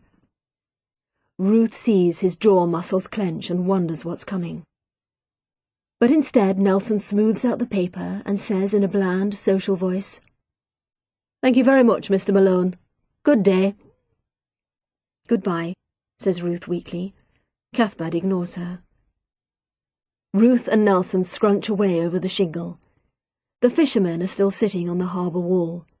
The tide is coming in, bringing with it a heady, briny smell and a host of seagulls, calling and crying overhead. "Well," says Nelson at last, "what do you think?" "I can't believe he works at the university." "Why not? It's full of weirdos, that place." Ruth can't tell if he is joking or not. "It's just, if Eric knew, he didn't tell me." Nelson looks at her. "Are you close, then? You and this Eric bloke?" "Yes," says Ruth rather defiantly. "He's coming to England soon, isn't he?" "Next week." "I'll look forward to meeting him." Ruth smiles. "He said the same about you." Nelson grunts sceptically. They have almost reached their cars, which are still on dry land, although the water is lapping round some unfortunate vehicles parked lower down. "It'll play havoc with their suspension," says Nelson. "What about his writing?" asks Ruth. In reply, Nelson hands her the piece of paper. It seems to be a poem entitled "In Praise of James Agar." "Who's James Agar?" she asks. "Bastard who killed a policeman." "Oh." She begins to see why Cathbad chose this particular piece of paper. She glances down the lines. The handwriting is extravagant, full of swirls and loops. It is nothing like the writing in the Lucy Downey letters. "It's not the same," she says. "Doesn't mean he's off the hook." "Do you suspect him, then?" Nelson pauses, one hand on his car door. "I'm not ruling him out," he says at last. "He's a slippery character. He was in the area at the time and he knows all about that mystic stuff. He's clever too, and he's got something to hide. Why was that cabinet locked? I'm going to come back with a search warrant." "Will you get one?" "Probably not. He was right when he said I had nothing on him. That's why I said he's clever." Not quite knowing why she says it, Ruth volunteers, "Eric says he has magic powers." This time Nelson laughs out loud. "Magic powers? Nothing magic about him that a kick up the arse won't cure." He gets into his car but pauses before putting the key in the ignition. "Mind you," he says, "you did get one thing right. I am a Scorpio." Chapter 9. As Ruth turns into New Road, she sees a familiar red sports car parked in front of her house. Shona often explains that her car is a penis substitute, and, like the real thing, is often unreliable. Ruth hasn't seen Shona since before Christmas and wonders what new dramas she will have to report. She quite enjoys Shona's love life, second-hand. She wouldn't want to live it herself, just as she wouldn't drive a scarlet Mazda. Fat chance of either, she thinks, as she parks behind Shona's car. Number plate Fab 1. Shona, huddled up in a sheepskin coat, is standing looking out over the salt marsh. Dark clouds are gathering over the sea, which gives the whole place an ominous feel. Shadows race over the mudflats, and the seagulls are flying inland, sure sign of a storm to come. "Jesus, Ruth," says Shona, "I don't know how you can live here. This place gives me the creeps." "I like it," says Ruth mildly. "I like being able to look right out to the horizon with nothing in the way. No people, no shops, no Italian restaurants." Shona shudders. "It wouldn't do for me." "No," agrees Ruth. "Do you want some lunch?" In the cottage, they are greeted ecstatically by Flint. Ruth goes into the kitchen and arranges cheese, pâté and salami on a plate. Shona sits at the table by the window, talking. I'm definitely going to end it with Liam. He says he loves me, but he's obviously never going to leave Anne. Now she's got to have an operation and he can't do anything to upset her. I bet it's just a tummy tuck, anything to avoid making a decision. It was awful on New Year's Eve. Liam kept shoving me into cupboards and saying he loved me and trying to feel me up. The next minute he was back with his arm round Anne talking about their extension. And Phil kept asking me if I'd got a bloke yet. Wanker. Just because I wouldn't go to bed with him. And Phil's awful wife telling me that I'd got a mauve aura. Bloody cheek. I hate mauve. It clashes with my hair. She pauses to eat a piece of bread, shaking out her red gold hair so that it shimmers in the dim afternoon light. Ruth wonders what it must be like to be so beautiful. Exhausting, to judge from what Shona says. Yet it must be exciting, too. Imagine if every man you met wanted to go to bed with you. Briefly, she flicks through a mental card index of the men in her life. Phil, Eric, her students, Ed next door, David, Harry Nelson. She can't really imagine any of them panting with desire for her. The thought is absurd and oddly disturbing. Ruth! What? I was asking what you did on New Year's Eve. Oh, well, I had a cold, like I told you, so I decided to stay home, but next door were having a party and the music was so loud that I gave in and went round. Did you? What was it like? Pretty boring. My neighbour kept asking annoying questions about archaeology. Anyone interesting, or were they all smug marrieds? Mostly couples. There was another neighbour, David, the bird warden. Oh! Shona perks up at the thought of an unattached man. Unconsciously she rakes her fingers through her hair so that it falls more seductively across her face. What was he like? Ruth considers. Okay. Quiet. Interesting, though a bit obsessive about birds. How old? My age, I think. 50-ish. Ruth! You're not 40 yet. I will be in July. We must have a party, says Shona vaguely, licking her finger to pick up cheese crumbs. And what about this highly mysterious police work you've been doing? Who told you about that? Phil. Oh, well, it's not very mysterious, really. This policeman asked me to look at some bones he'd found, but they weren't modern. They were Iron Age. Why did he think they might be modern? He was looking for the body of a girl who disappeared 10 years ago. Shona whistles. There's been another little girl gone missing recently, hasn't there? Ruth nods. Scarlett Henderson. Are you involved in that too? Again, Ruth hesitates. She is not sure how much she wants to tell Shona. Shona is always so interested in everything. She is sure to make Ruth say more than she wants to. Nelson has told her that the contents of the letters are confidential. Don't want the press getting hold of it. But then again, Shona is the literature expert. A little. There are some letters. Sure enough, Shona leans forward immediately, intrigued by the mention of the written word. Letters? Yes, written after the first disappearance, and now after Scarlett Henderson. This policeman, he thinks they might be linked. Has she said too much? What do the letters say? I don't think I can tell you, says Ruth. She feels uncomfortable under the ultraviolet glare of Shona's interest. Shona looks at her speculatively, as if wondering how much information she can extract. But then she seems to change her mind, tossing back her hair and looking out of the window where the sky is now a brooding purple colour. This policeman, what's his name? Nelson. Harry Nelson. Shona swings round to look hard at Ruth. Are you sure? Yes. Why? Oh, nothing. Shona goes back to the window. It's just that I think I heard something about him once. Something about police brutality, I think. God, look at that sky. I'd better get home before it tips down. 10 minutes after Shona has left, the storm breaks.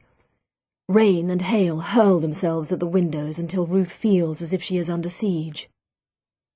The wind is roaring in from the sea with a noise like thunder, and she feels as if her whole cottage is shaking, tossed to and fro like a ship at sea. She is used to storms, of course, but she still finds them disconcerting. This house has stood for over 100 years, she tells herself. It'll take more than a winter storm to blow it away. But the wind howls and wails as if it is trying to disprove her, and the windows rattle under the onslaught. Ruth draws the curtains and turns on the lights. She'll do some work. That'll take her mind off the weather. But instead of clicking onto Lectures 07, Ruth finds her finger hovering over the tempting multicoloured Google logo. After a few seconds' inward struggle, she gives in and types in the words Harry Nelson. Enter. A stream of Nelsons floods the screen, including a US chess champion and a professor of physics. Harry Nielsen is there too, the guy who sang Without You. Ruth hums it now, scrolling down the screen. There he is. D.I. Harry Nelson, decorated for bravery in 1990. And again, Harry Nelson, back row, second left, in a police rugby team. Ruth has another idea and clicks onto Friends Reunited, a rather guilty late-night fix of hers. Yes, here he is. Harry Nelson, at a Catholic grammar school in Blackpool. What does he say about himself? His contribution is brief in the extreme. Married to Michelle, 2 daughters, living in Norfolk. God help me. Ruth ponders this. No mention of the police. Does Nelson think his old friends in Blackpool will despise him for becoming a policeman? And it is interesting that he refers to his wife by name, but not his daughters. Maybe he is scared of paedophiles on the internet. He would, surely, know more than most about the dark side of human nature. Still, it must be significant that his marriage to Michelle is the first thing he mentions, as if it were the achievement of his life. Perhaps it is. Ruth thinks back to that sighting before Christmas. Michelle certainly looked attractive enough, a definite prize for a man who is letting himself go a bit, a man who doesn't look as if he has a gym membership or spends more than £5 on a haircut. And Michelle looked, Ruth struggles to put her finger on it, like a woman who knows her own worth, as if she knows the value of her good looks and how to use them for her own purposes. She remembers seeing her laughing up at Nelson, her hand on his arm, soothing, cajoling. She looked, in short, like the sort of woman Ruth dislikes intensely. What else? Well, he doesn't like Norfolk much. Ruth has already gathered as much from his reference to this God-forsaken county. God-forsaken. And God gets a mention here too, even if the police force doesn't. God help me. It is meant light-heartedly, Ruth knows, but the fact remains that Nelson has one thing in common with the mysterious letter-writer. He too likes to mention God. Ruth scrolls back and clicks on the first mention, the decoration for bravery. She sees a much younger Nelson, less battered and wary-looking. He is holding a certificate and looking embarrassed. She reads, P.C. Harry Nelson was awarded the Police Medal for bravery in connection with the poll tax riots in Manchester.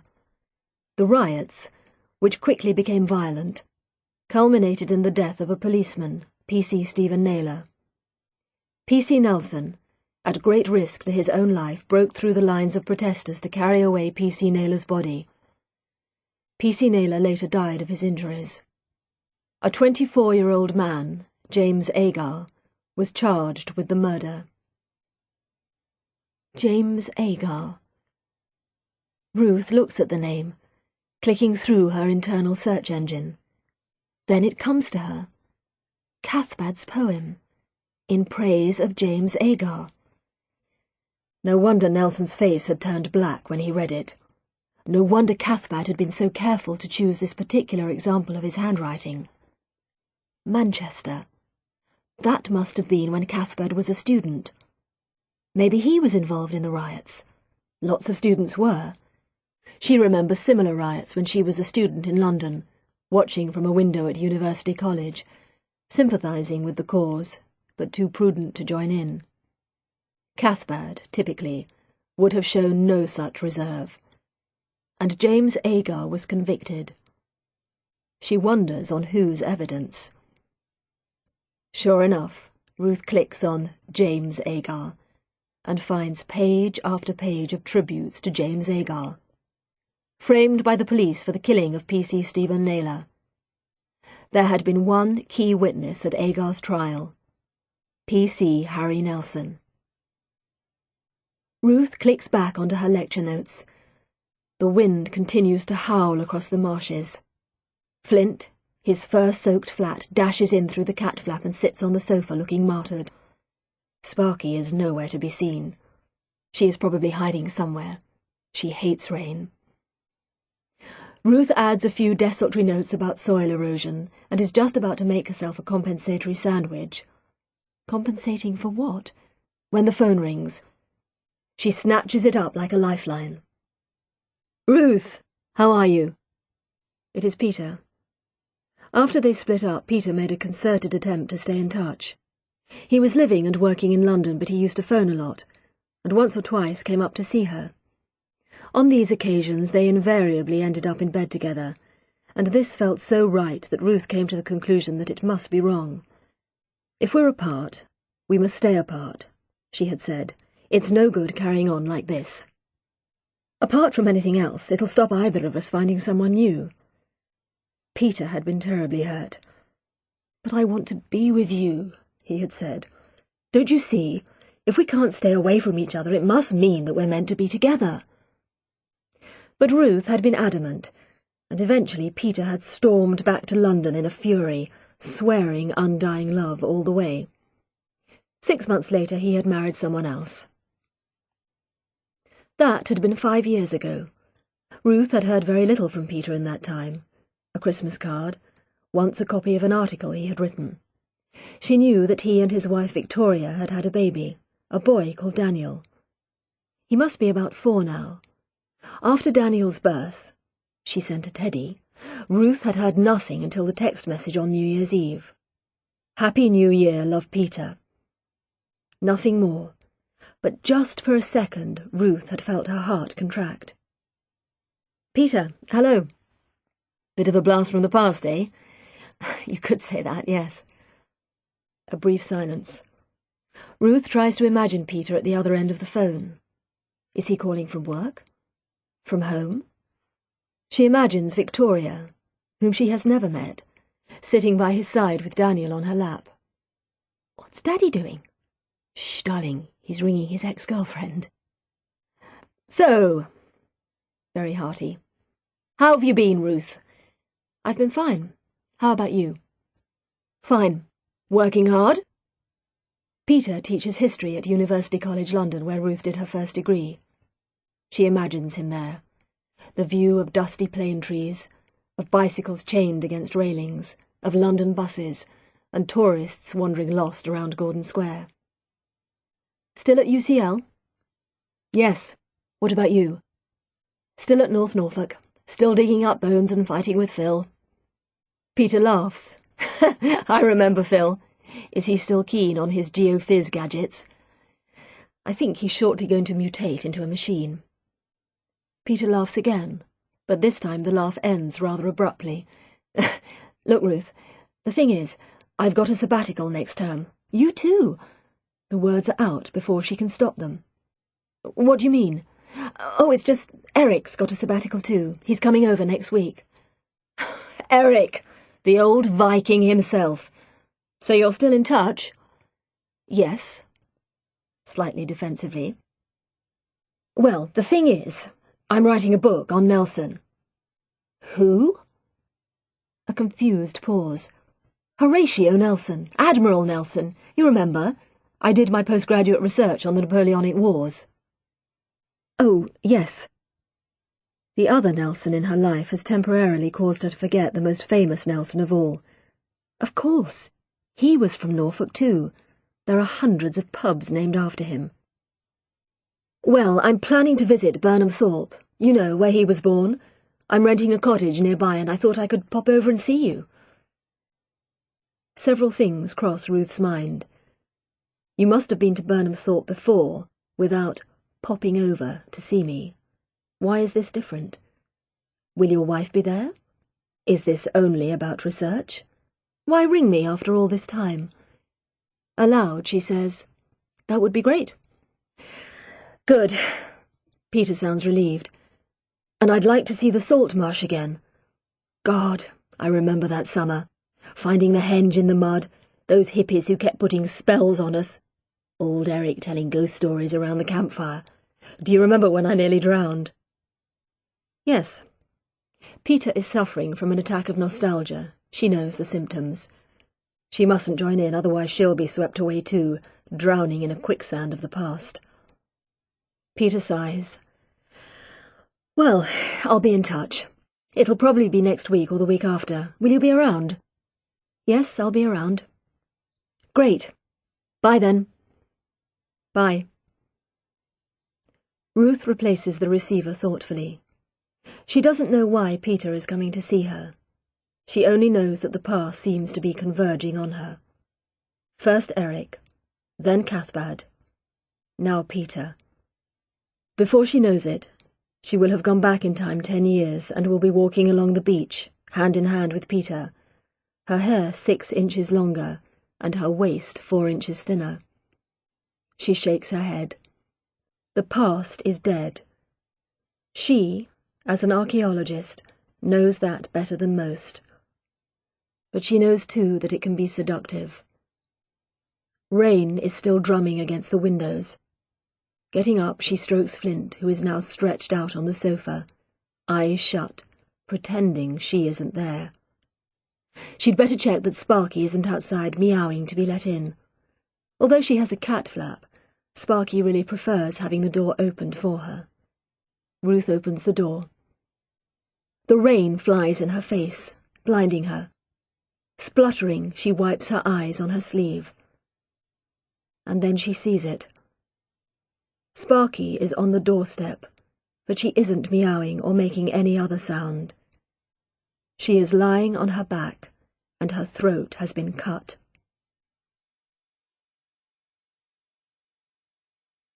End of Disc 3. Disc 4. Chapter 10. Nelson is, for once, driving slowly. It is still raining hard, turning the narrow lanes into treacherous gullies, but Nelson isn't usually the sort of driver who worries about weather conditions. No, Nelson is dawdling because he has just been to see Scarlett's parents and feels he needs some time to recover before getting back to the station. He has had to tell the parents, Delilah and Alan, that not only has the investigation made no progress, but the police want to bring sniffer dogs to search the family garden. Cases like this, it's usually the parents. That's what he told Ruth, and although maybe he had been trying to shock her, in his experience, it has often proved true. One of his first cases involved a missing child in Lytham.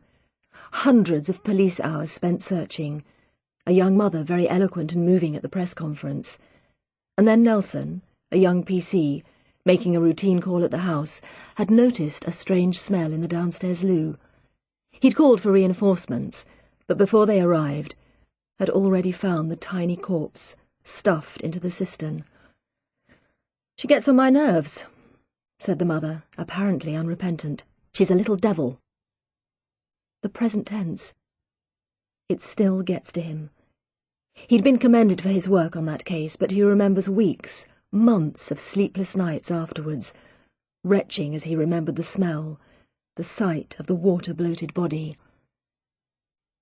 He's ruling nothing out, but he doesn't really suspect Scarlett's parents. Alan was away anyway, and Delilah is a fading flower child in bare feet and fringed skirts. She irritates the hell out of him, but he can't really imagine her as a killer. Never assume, he tells himself. Never assume, his first boss Derek Fielding used to say laboriously. It makes an ass out of you and me. Get it? He'd got it, but he wasn't going to give Fielding the satisfaction of laughing, probably why it took so long for the old bastard to promote him despite the commendation. But the point is a good one. Never make assumptions about people or circumstances. Delilah Henderson could have killed her daughter. She was in the right location and probably had the means to hand. It had taken her 3 hours to report Scarlett missing. "I thought they were just playing hide-and-seek," she had sobbed. Nelson disapproves. What sort of mother would not notice for 3 hours that her 4-year-old was missing? But on balance, he puts it down to the sort of lackadaisical parenting of people like the Hendersons. And she had been distraught, God knows, when she finally realized that Scarlett had gone. She was still distraught, weeping today and clutching an old photo of Scarlett, heartbreakingly happy astride a pink bike with stabilizers. Delilah had hardly taken in the news about the garden, had just clutched at Nelson, begging him to find her baby. Nelson slows down almost to walking pace as the windscreen wipers battle against the onslaught of water. Sometimes he hates his job. Christ, he could do with a cigarette, but it's only January, a bit early to break his New Year resolution. When his phone rings, he almost doesn't answer. Not for safety reasons. Nelson thinks hands-free phones are for wimps, but because he just can't be bothered with anything else today. When he does press receive, an almost inhuman sound greets him, a sort of sobbing wail. Nelson squints at the caller identification. Ruth Galloway. Jesus. Ruth? What is it? "She's dead," wails Ruth. Now Nelson does stop the car, almost skidding into a waterlogged ditch. Who's dead? "Sparky." Long, gulping pause. "My cat." Nelson counts to 10. Are you ringing me up to tell me about a dead cat? "Someone cut her throat." What? "Someone cut her throat and left her on my doorstep." I'll be right over. Nelson turns his car, with maximum tyre skidding, and heads back towards the salt marsh. Ruth's dead cat could be a message from the abductor or the letter writer, or both. It seems just the sort of warped thing the letter writer would do. Never assume, he tells himself, overtaking a lorry half blinded by spray. But cutting an animal's throat, that is definitely sick. Might be able to get some DNA, though. He will have to be sensitive. Sensitive, he repeats to himself. The word has a wet, Guardian reader sound that he distrusts. Ruth seems very upset. Funny, he wouldn't have thought her the sort of woman to have pets. It is pitch black by the time he reaches the salt marsh, and though the rain has stopped, it is still blowing a gale. The car door is almost ripped out of his hand, and as he walks up the path, he can feel the full force of the wind in the small of his back, pushing him forwards. Jesus, what a place to live. Nelson's home is a modern 4-bedroomed house outside King's Lynn. It is all very civilized, with speed bumps and security lights and double garages. You'd hardly know you were in Norfolk at all. Ruth's cottage seems little better than a hovel, and it's so isolated, stuck out here on the edge of nowhere with only the Twitchers for company. Why on earth does she live here? She must earn a fair wage at the university, surely. Ruth opens the door immediately, as if she were waiting for him. Thanks for coming, she sniffs. The door opens straight into a sitting room which, to Nelson's eyes, looks a complete mess. There are books and papers everywhere. A half-drunk cup of coffee sits on the table, along with the remains of a meal, crumbs and olive stones. But then he stops noticing anything because, on the sofa, lies what must be the mutilated corpse of a small cat. Ruth has covered the body with a pink, fluffy blanket which, for some reason, makes his throat close up for a second. He pulls back the blanket. Have you touched it? The body? She's a girl. Have you touched her? Repeats Nelson patiently. Only to put her on the sofa, and I did stroke her a bit. Ruth turns away. Nelson reaches over as if to pat her shoulder, but Ruth moves away, blowing her nose. When she turns back, her face is quite composed. Do you think it was him? She asks. The murderer? We haven't got a murder yet, says Nelson cautiously. Ruth shrugs this aside. Who would do something like this? Someone pretty sick, that's for sure, says Nelson, bending over Sparky's body. Then he straightens up. Does anyone know you're involved in this investigation? No. Are you sure? Phil, my boss, knows, says Ruth slowly, and maybe some other people at the university. My next-door neighbour saw me leaving in a police car that time. Nelson turns away from Sparky. Then, almost as an afterthought, he stoops and covers the little body again with the pink blanket. Then he touches Ruth's arm and says in a surprisingly gentle voice, "Let's sit down." Ruth sits in a sagging armchair. She looks away from him, out towards the curtained window. The wind is still roaring outside, making the panes rattle. Nelson perches on the edge of the sofa. "Ruth," says Nelson, "we know there's a dangerous man out there. He may well have murdered 2 girls, and he may be the person who did this to your cat. In any event, you've got to be careful. Someone, for whatever reason, is trying to frighten you, and I think it's safe to assume that it has something to do with this case." Still looking past him, Ruth asks, "Do you need to take her, Sparky, away?" "Yes," says Nelson, trying to be honest and yet not too harsh. "We need to test for fingerprints and DNA." "So really," says Ruth in a high, hard voice, "this is a bit of a breakthrough." "Ruth," says Nelson, "look at me." She does so. Her face is swollen with crying. "I'm sorry about your cat. About Sparky. I had a German Shepherd once called Max. I thought the world of that dog. My wife used to say she felt quite jealous sometimes. When he was run over, I was beside myself, wanted to charge the driver with dangerous driving, though it wasn't his fault, really. But this is a possible murder investigation, and I'm afraid your cat is a valuable clue.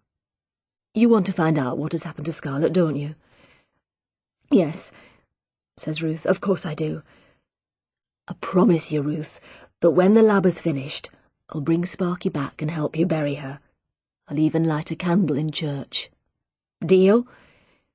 Ruth manages a watery smile. "Deal."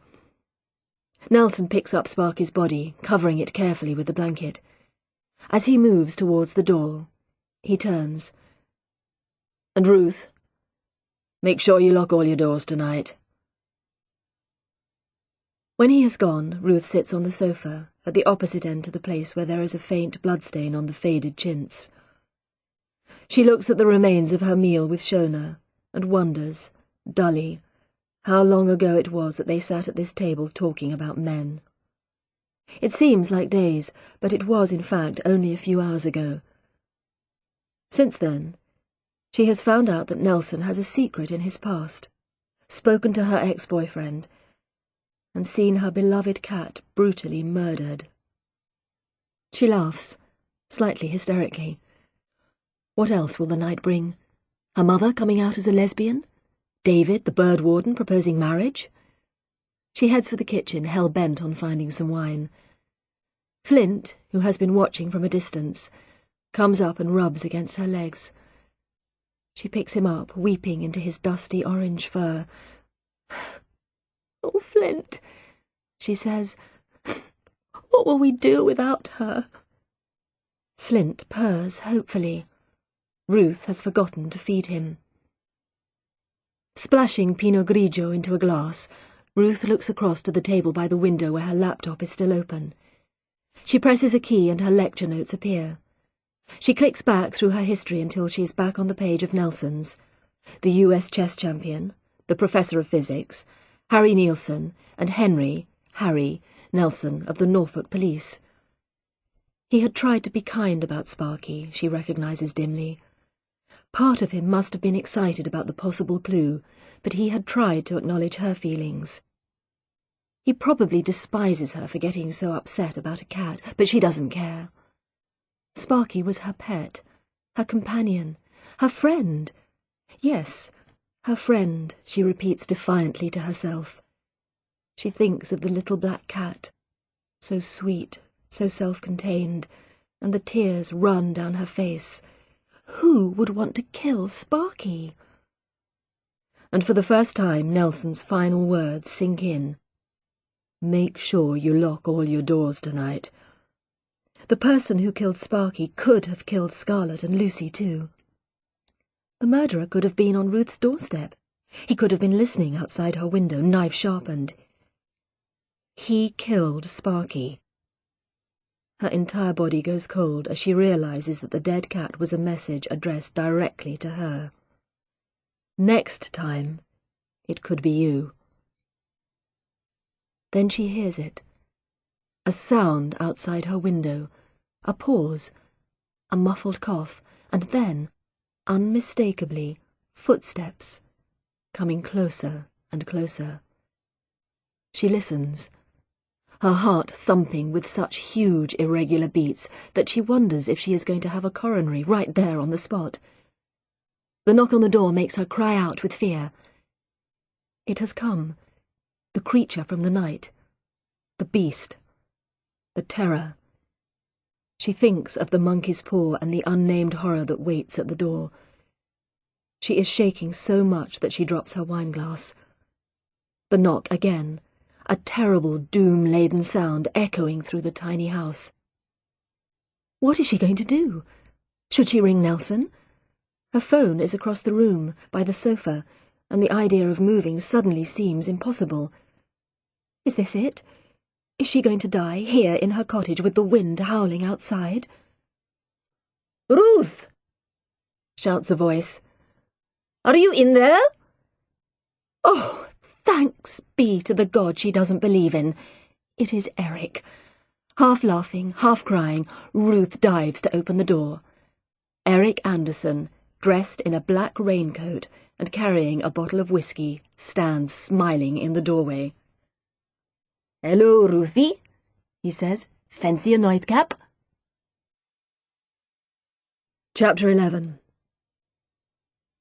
Drowned landscapes, says Eric, his sing-song voice echoing across the wind-flattened grass, have a peculiar magic of their own. Think of Dunwich, the city swallowed by the sea, the church bells ringing underwater. Think of the drowned forest on this very beach, the trees buried beneath our feet. There is something deep within us which fears what is buried, what we cannot see. Ruth and Eric are walking along the beach, their feet crunching on the hundreds of razor clamshells brought in by the tide.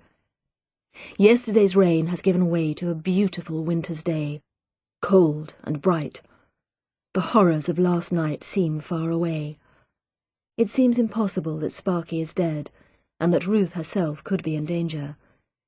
And yet, thinks Ruth, trudging along beside Eric, it is true, and it did happen. Last night she had flung herself into Eric's arms, almost incoherent with crying. He had been very kind, she remembers, had sat her down and made her coffee with whiskey in it. She had told him about Sparky, and he had said that when they got the body back, they should give her a Viking funeral, a burning pyre drifting out to sea. Ruth, who wanted to bury Sparky in her garden under the apple tree, had said nothing, but had been aware that Eric was paying Sparky a huge compliment, considering her a soul worthy of such an honour. She remembers her mother telling her that animals don't have souls. Another black mark against God. Ruth hadn't wanted to be alone last night, and so Eric had slept on the sofa, folding up his long limbs under Ruth's sleeping bag, and not complaining when Flint woke him at 5, bringing in a dead mouse. He has been a true friend, thinks Ruth. Despite everything, it is wonderful to see him again, to be striding over the salt marsh with him once more. After breakfast, Eric suggested going to look at the henge site, and Ruth had agreed readily. She feels the need to be out of doors, away from the house, and the dark corners where she expects, every second, to see Sparky's little face appear. No, it is better to be in the open, to be walking along the wide expanse of beach under the high blue sky. Mind you, she had forgotten how far it was when the tide is out. The sand stretches for miles, glittering with secret inlets, the occasional piece of driftwood black against the horizon. It looks vast and completely featureless, but Eric seems to know exactly where he is going. He strides ahead, his eyes on the horizon. Ruth, wearing her trusty Wellingtons, plods along behind him. Last night's wind has blown the sand into odd shapes and ridges. Nearer the sea it is flatter, striped with empty oyster shells and dead crabs. Little streams run across the sand to join the sea, and occasionally there are larger expanses of water, reflecting the blue of the sky. Ruth splashes her way through one of these pools, remembering the summer of the henge dig and the way the sand had felt under her bare feet. She can almost feel the sting of the water and the exquisite pain of walking on the clamshells. At the end of the day, her feet had been a mass of tiny cuts. "Do you still think we should have left the henge where it was?" she asks. Eric raises his face to the sun, shutting his eyes. "Yes," he says. "It belonged here. It marked a boundary. We should have respected that." Boundaries were important to prehistoric people, weren't they? "Yes, indeed." Eric steps delicately over a fast-flowing stream. He isn't wearing Wellingtons. "Which is why they marked them with burial mounds, religious shrines, offerings to the ancestors." "Do you think that my Iron Age body marks a boundary?" Over breakfast, Ruth had told him more about her find, about the girl with her head shaved and branches twisted around her arms and legs, about the talks and the coins and the tantalizing location of the body. Eric hesitates. He uses his professional voice, measured, calm. "Yes, I do," he says at last. "Boundaries in the ancient landscape were sometimes marked by isolated burials. Think of the bodies at Jutland, for example." Ruth thinks of the Jutland discoveries, oak coffins found in water containing Bronze Age bodies. One had been that of a young woman, and what Ruth remembers chiefly were her clothes, a surprisingly trendy outfit of braided miniskirt and crop top. "What does Gadget Boy think?" asks Eric. Oh, he thinks it's all chance. No link between the Iron Age body and the henge. Eric snorts. How that boy ever became an archaeologist. Doesn't he understand that if the area was sacred to the Neolithic and Bronze Age people, it was sacred to the Iron Age people, that the landscape itself is important. This is a liminal zone between land and water. Of course it is special. It isn't that special to us, though. Isn't it? It's National Trust land, a nature reserve. Isn't that our way of saying that it is sacred? Ruth thinks of the National Trust. Sensible women in quilted coats selling souvenirs at castle gates. It isn't her idea of sacred. Then she thinks of David and the way he spoke about the migrating birds. He is someone, she realizes, who does think that the place is special. Eric stops abruptly. He is looking at the sand, which has suddenly become dark and silty. He traces a line with his smart shoe. Underneath, the sand is quite startlingly blue. Burnt matter, he says. The roots of ancient trees. We are getting near. Looking back, Ruth sees a clump of trees to the left and the spire of a church away in the distance. She remembers the view perfectly. They are very near the henge circle. But the sand, grey in the winter sun, gives nothing away. What the sand gets, the sand keeps forever. Ruth remembers how the henge had looked that summer evening 10 years ago. The ring of gnarled wooden posts, sinister and otherworldly, as if it had risen out of the sea. She remembers Eric kneeling before the posts in an attitude almost of prayer. She remembers, when she first entered the circle, a shiver running through her whole body. "It's here," says Eric. There is nothing to see, just a slightly raised circle, darker than the surrounding sand. But Eric acts as if he has entered a church. He stands completely still, his eyes closed, and then touches the ground as if for luck. "Sacred ground," he says. That's what Cathbad would say. "Cathbad? Have you seen him?" "Yes." "Eric." "What?" "Why didn't you tell me that you knew Cathbad quite well, that he'd been a student of yours?" Eric is silent for a moment, looking at her. She can't read his cool blue stare. Guilt? Amusement? Anger? "Does it matter?" "Of course it matters!" Ruth explodes. "He's a suspect in a murder investigation." "Is he?" Ruth hesitates. She knows that Nelson suspects and distrusts Cathbad, but is that enough to make him a suspect? Probably. Aloud she says, "I don't know. The police think he's hiding something." "Oh, the police! What do they know? Hoi polloi, barbarians! Do you remember when they removed the protesters from the site? The unnecessary violence they used." Yes. The police had been heavy-handed when they removed the protesters. Eric and the other archaeologists had been distressed. They had lodged a complaint, which the police had ignored. "Did you put Cathbad up to it?" asks Ruth. "The protest?" Eric smiles. "No. The local pagans were up in arms already. There are a lot of pagans in Norfolk, you know. Let's just say that I encouraged him a bit." "Did you get him the job at the university, too?" "I gave him a reference." "Why didn't you tell me he was working there?" "You didn't ask." Ruth turns away, stomping her way over the wet sand. Eric catches her up, puts his arm round her. "Don't be angry, Ruth. Didn't I always tell you it's the questions that matter, not the answers?" Ruth looks at Eric's familiar, weather-beaten face. He has grown older. His hair is whiter, and there are more lines around his eyes, but he is still the same. He is smiling, his blue eyes sparkling. Reluctantly, Ruth smiles back. "Come on," says Eric. "Let's see if we can find that causeway of yours." They set off, walking inland across the dunes. A couple of waders are feeding on the mudflats. Ruth thinks of David's description of the salt marsh as nature's service station. The birds look up as they pass, and then continue their frenzied digging. In the distance, a heron watches them, standing meditatively on one leg. Ruth has David's map showing the buried posts. Silently, she unfurls it and hands it to Eric. He makes a hissing noise of satisfaction.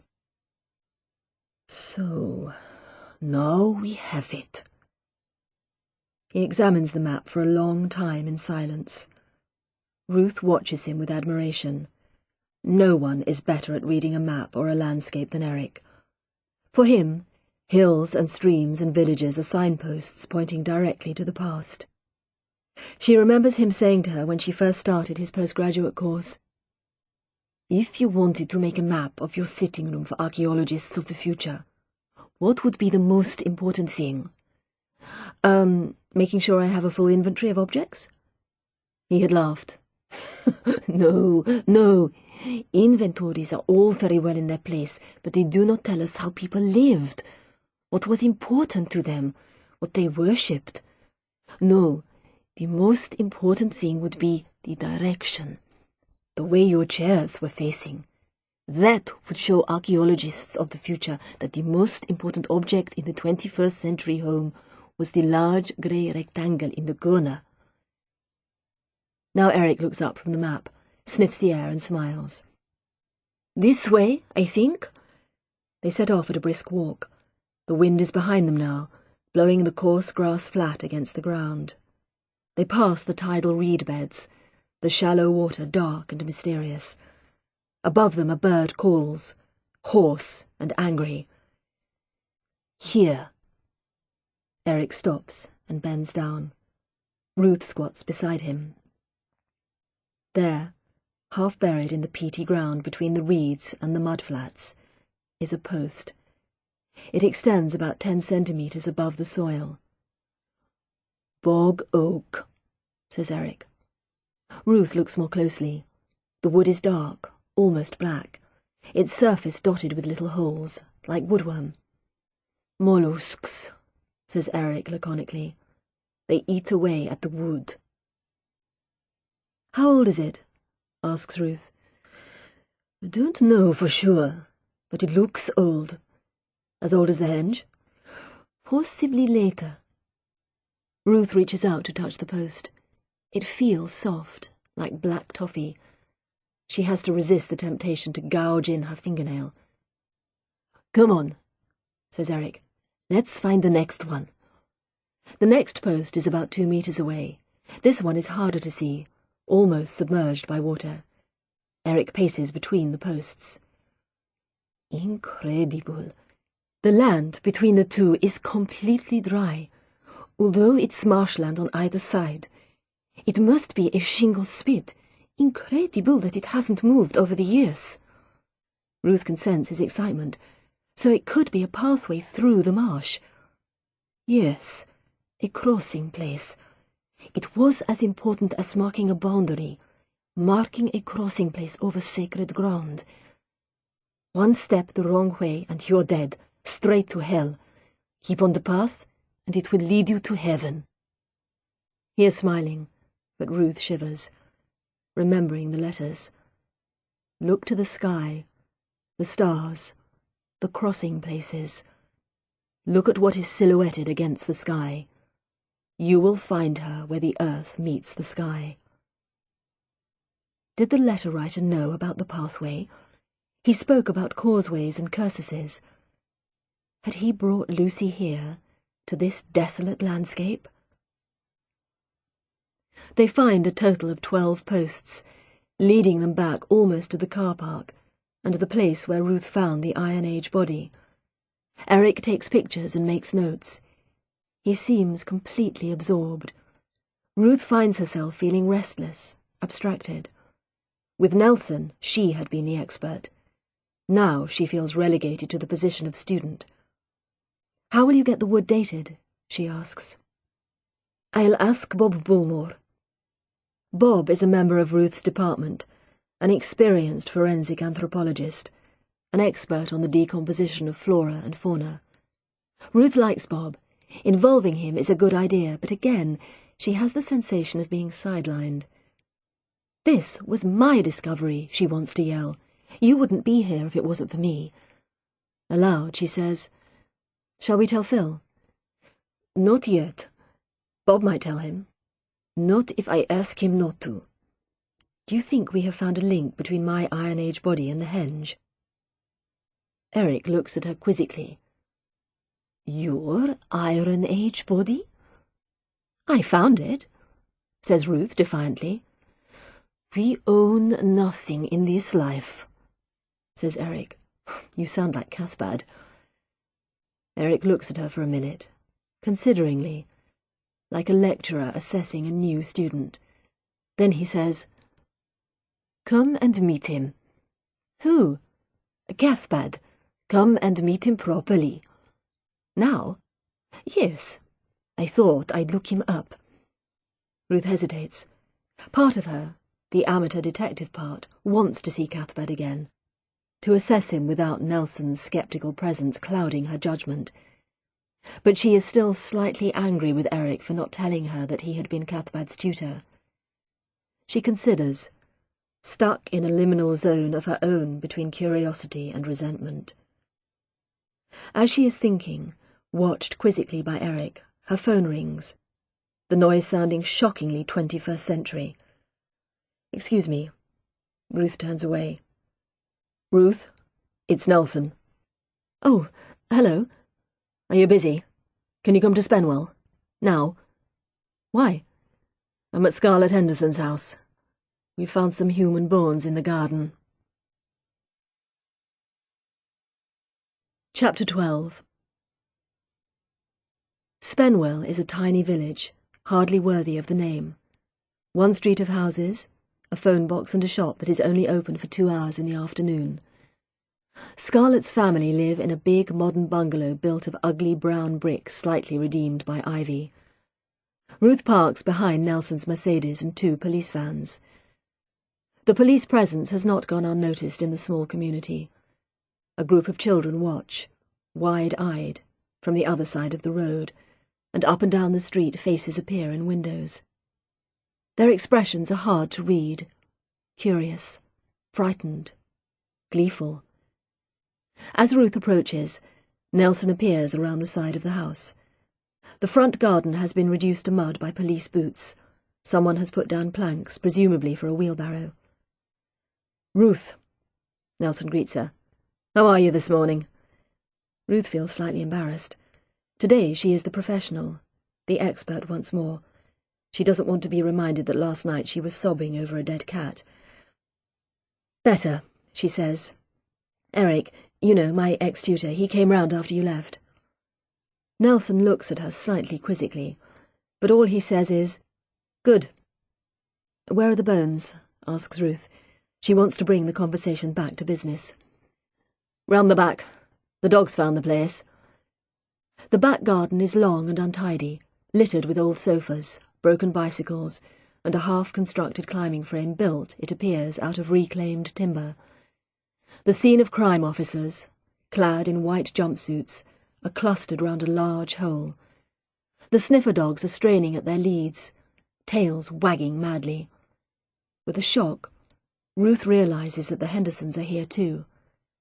Scarlett's father and mother, standing silently by the back door. The mother is youngish, pale and pretty with long dark hair and a waifish look. She is wearing a purple velvet skirt and is barefoot, despite the cold. The father is older and has a slightly rat-like face, thin with watery eyes. In the garden 3 of their children are playing on the half-finished climbing frame, apparently unconcerned. "This is Dr. Ruth Galloway," says Nelson to one of the jump-suited men. "She is an expert on buried bones." Like a dog, thinks Ruth. Ruth looks at the hole, which seems to run along the dividing line between the Hendersons' garden and the garden next door. Nearer the house, there is a timber fence, but here, at the end of the garden, there is only flint and rubble. A boundary, thinks Ruth. She hears Eric's voice in her head. "It marked the boundary. We should have respected that." "Did there used to be a wall here?" she asks. She addressed the nearest white suit, but Scarlett's father must have heard because he steps forward. "There used to be an old flint wall here. I took the flints about 5 years ago to make a kiln." If there was a wall here, thinks Ruth, then the bones can hardly be new. She knows that she does not want the bones to be Scarlett's. She does not want the parents to be the killers. She wants Scarlett to be alive.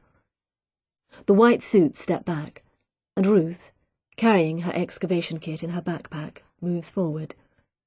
She kneels on the edge of the hole, takes out her small trowel and gently scrapes away at the sides. The digging is clean. She can see the marks of the shovels, and the soil is arranged in neat layers, like a tureen. A thin layer of topsoil, then the characteristic peaty soil of the area, then a line of flint. At the bottom, about 1 metre down, Ruth sees the yellow-white of the bones. "Have you moved anything?" she asks. The white-suited man answers. "No. DCI Nelson told us not to." "Good."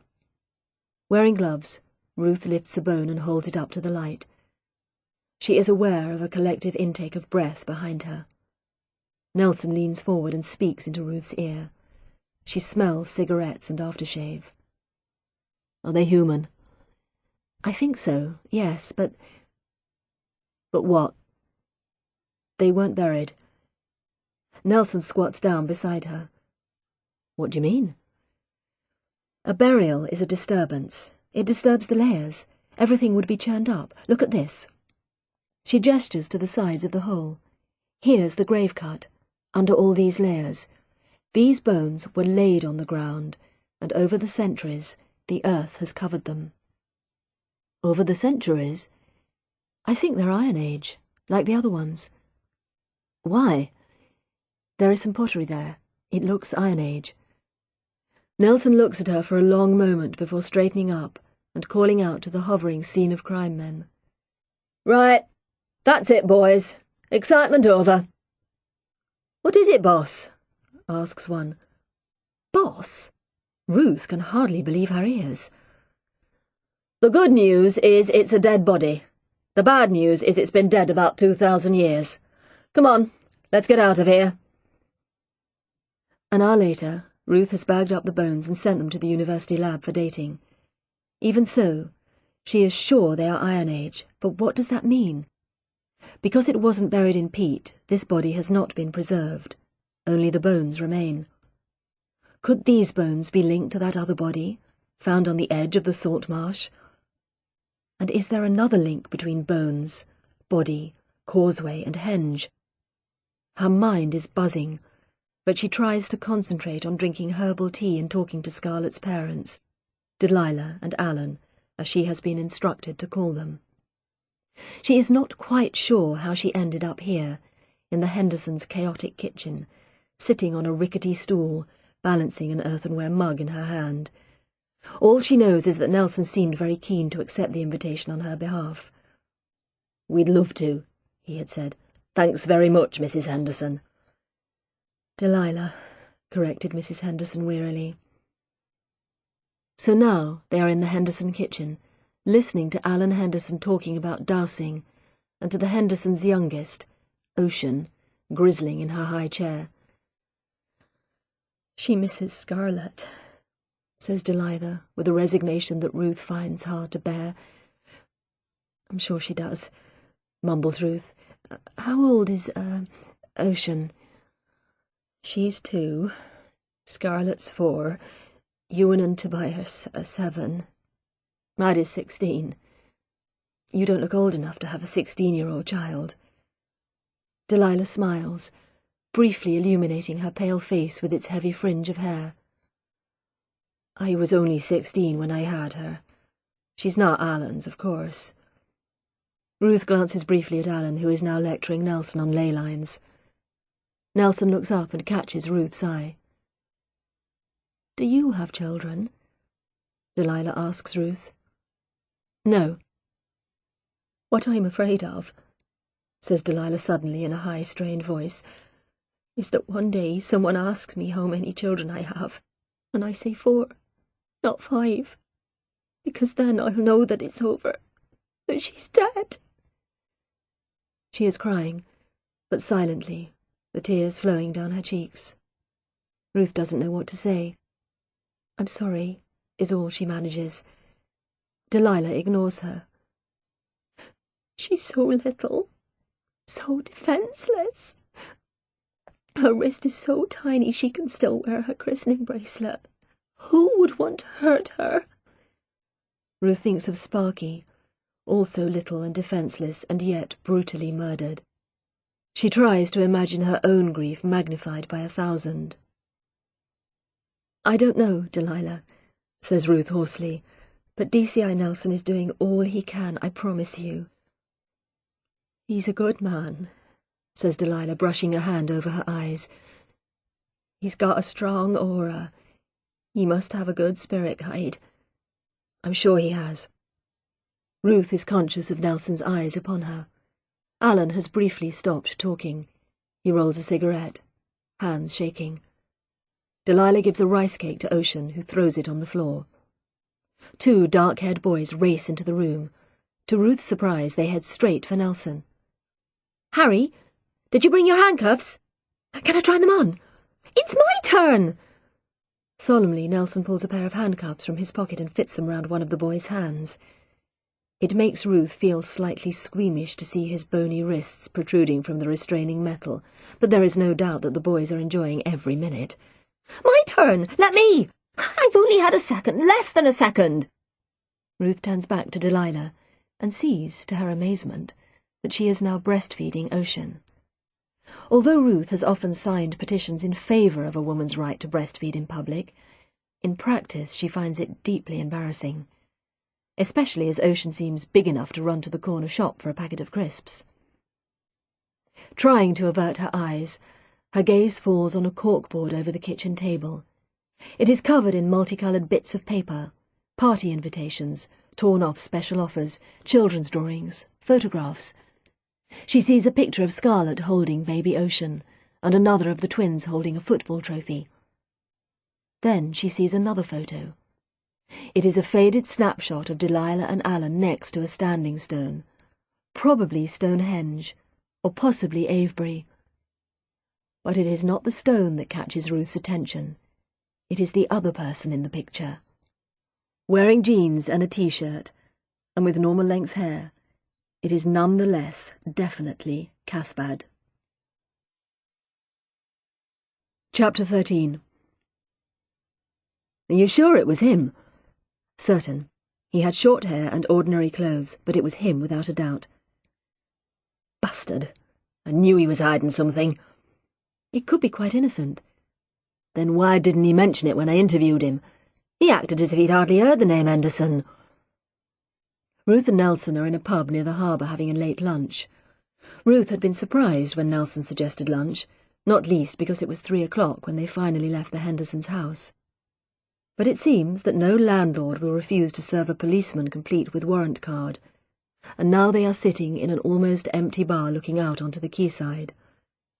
The tide is high, and swans glide silently past their window, oddly sinister in the fading light. Ruth, slightly ashamed of being so hungry, tucks into a ploughman's lunch. Nelson eats sausages and mash like someone refuelling, not noticing what he puts into his mouth. He has insisted on paying. Ruth drinks Diet Coke. She doesn't want to be caught drink-driving after all, and Nelson chooses the full-fat variety. My wife keeps nagging me to drink diet drinks, he says. She says I'm overweight. Really, says Ruth dryly. She has noticed before that you never see a thin person drinking a Diet Coke. Nelson chews meditatively for a few minutes, and then asks, How long ago do you think the picture was taken? Hard to tell. Cathbad's hair was dark, and it's quite grey now. More than 10 years ago? Before you first met him? Maybe. His hair was long 10 years ago, but he could always have cut it in the meantime. Delilah looked young. She dresses like a teenager now. She's very beautiful. Nelson grunts but says nothing. She thinks you have a strong aura, says Ruth mischievously. Nelson's lips form the word bollocks, but he doesn't say it aloud. Instead, he says, What did you think of Alan? Bit of an unlikely partner for her, wouldn't you say? With her being so beautiful and all. Ruth thinks of Alan Henderson, with his sharp rodent's face and darting eyes. He does seem an unlikely husband for Delilah, who, even in her distress, seemed somehow exotic. But then they have 4 children together, so presumably the marriage works. The eldest child, Maddie, isn't his, she says.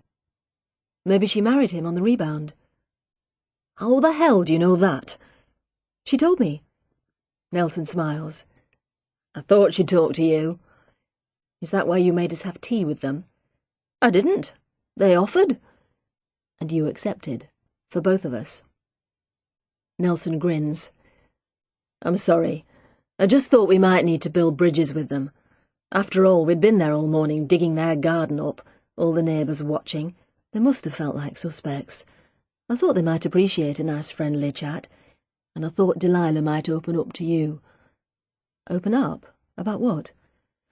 Oh, I don't know, says Nelson with what sounds like studied nonchalance. You'd be surprised what turns out to be useful. Ruth wonders whether Delilah did tell her anything useful. Mostly it had just seemed unbearably sad. It was just horrible, she says at last, to see them suffering so much and not to be able to do anything about it. Nelson nods soberly. It is horrible, he says. That's when I hate my job the most. It was so sad, The way Delilah kept referring to Scarlett in the present tense, but we don't know if she's alive or dead. Nelson nods again. It's every parent's worst nightmare. The worst, the very worst. When you have children, suddenly the world seems such a terrifying place. Every stick and stone, every car, every animal, Christ, every person is suddenly a terrible threat. You realise you'd do anything, to keep them safe. Steal, lie, kill, you name it. But sometimes there just isn't anything you can do, and that's the hardest thing. He stops and takes a swig of Coke, maybe embarrassed at saying so much. Ruth watches him with something like wonder. She thought she could understand what Delilah Henderson felt, losing a beautiful child like Scarlett. But the thought that Nelson should feel like that about the two stroppy adolescents she had seen him with at the shopping centre seems almost unbelievable. Yet looking at his face as he stares into his glass, she does believe it. Back home, trying half-heartedly to prepare her first lecture for next week, Ruth thinks about children. Do you have children? Delilah had asked her. The implication was, if you don't, you won't understand. Nelson had understood. He might be an unreconstructed northern policeman, but he had children, and that had given him access into the inner sanctum. He understood the terrible power of a parent's love. Ruth doesn't have children, and she has never been pregnant. Now that she is nearly 40 and thinking that she might never have a child, it all seems such a waste. All that machinery, chugging away inside her, making her bleed every month, making her moody and bloated and desperate for chocolate. All that internal plumbing, all those pipes gurgling away, all for nothing. At least Shona has been pregnant twice, and had 2 tearful abortions. At least she knows it all works. Ruth has no evidence at all that she can get pregnant. Maybe she can't, and all those years of agonizing over contraception were in vain. She remembers once with Peter, when their condom broke, and in the sweaty heat of the moment they had decided to carry on.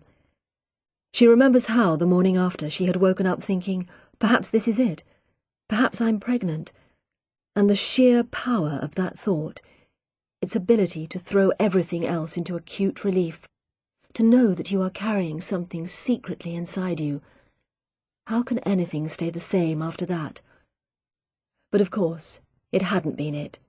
She wasn't pregnant, and now she probably never will be. Peter has a child. He will know the feelings described by Nelson. Would Peter kill for his son? Eric has 3 children, all now grown up. Ruth remembers him once saying that the greatest gift you can give a child is to set them free. Eric's children, scattered in London, New York and Tokyo, are certainly free, but are Eric and Magda free of them? Once you have had a child, can you ever go back to being the person you were? Ruth gets up to make herself tea. She feels twitchy and ill at ease. She told Eric she would be fine in the house on her own, but she can't help thinking about Sparky and her brutal, horrible death. Iron Age man left dead bodies as messages to the gods. Did Sparky's killer leave her body as a message to Ruth? Did the cat's body also mark a boundary? Come no further or I'll kill you, as I've killed Scarlett and Lucy. She shivers. Flint squeezes in through the cat flap, and Ruth picks him up and cuddles him. Flint endures her embrace whilst all the time looking hopefully at the floor. Child substitute, she thinks. Well, at least she has one. Abandoning her work, she settles in front of the TV. Have I Got News for You is on, but she can't lose herself in Ian Hislop's wit or Paul Merton's surreal brilliance. She keeps thinking about Scarlett Henderson's parents, waiting for her in that messy family house. Delilah aching to hold her daughter one more time, perhaps wishing she could have her back inside her body, where at least she had been safe. When she puts her hand to her face, she realizes that she is crying. Now there is a new noise at night. It comes again and again. 3 cries, one after the other, very low and echoey. The 3rd cry always lasts the longest and is the most frightening. She's used to the other sounds at night, the snufflings and rustlings, the wind that has a voice of its own, a roaring, angry shout. Sometimes it feels as if the wind is going to roar in through the trapdoor and snatch her up with its cold, angry breath. She imagines herself caught up, thrown high into the air, sailing through the clouds, looking down on all the houses and the people. Funny, she knows exactly what she will see. There's a little white house, very square, with a swing in the back garden. Sometimes there's a girl on the swing, going to and fro, laughing as she flies into the air. If she closes her eyes, she can still see the house, and it's hard to believe that she hasn't actually floated there on top of the clouds, looking down on the girl and the swing and the neat rows of bright flowers. Once she saw a face at the window, a monster's face, grey-white with black stripes on either side. She kept very still, waiting for the monster to see her and gobble her up. But it hadn't. It had sort of sniffed at the bars with its wet black nose, like those shoes that she had once had for best. Then it had gone away, clattering horribly over the glass. She has never seen it again. The new sound is very close sometimes. It happens when the night is very dark and very cold. It wakes her up, and she shivers, wrapping her blanket around her. It comes once, twice, 3 times. She doesn't know why, but she thinks it might be calling to her. Once she calls back, "I'm here! Let me out!" And the sound of her own voice is the scariest thing of all. Chapter 14. In the morning, Nelson brings Sparky's body back. He stands on the doorstep, holding the ominous-looking cardboard box, looking like a salesman who is uncertain of his welcome. Ruth, still bleary-eyed before her first coffee, squints at him. "I did promise." Nelson indicates the box. "Yes, thank you. Come in, I'll make us some coffee." "Coffee would be grand." He puts the box carefully on the floor by the sofa. They both avoid looking at it. Ruth busies herself with the coffee, and Nelson stands in the sitting room, looking around with a slight frown. Ruth is reminded of the first time she saw him, in the corridor at the university, and the impression she had of him being too big for the room. That is certainly the case here. Nelson, looming in his heavy black jacket, makes the tiny cottage seem even smaller. Eric is tall, but he had seemed able to fold himself up into the space. Nelson looks as if he might, at any second, knock something over or bash his head against the ceiling. "Lots of books," he says, when Ruth comes in with coffee and biscuits on a tray. "Yes, I love reading." Nelson grunts. "The wife belongs to a book club. All they do is moan about their husbands. They never talk about the bloody books at all." "How do you know?" "I've listened when they meet at our place." "Maybe they talk about the books when you're not listening."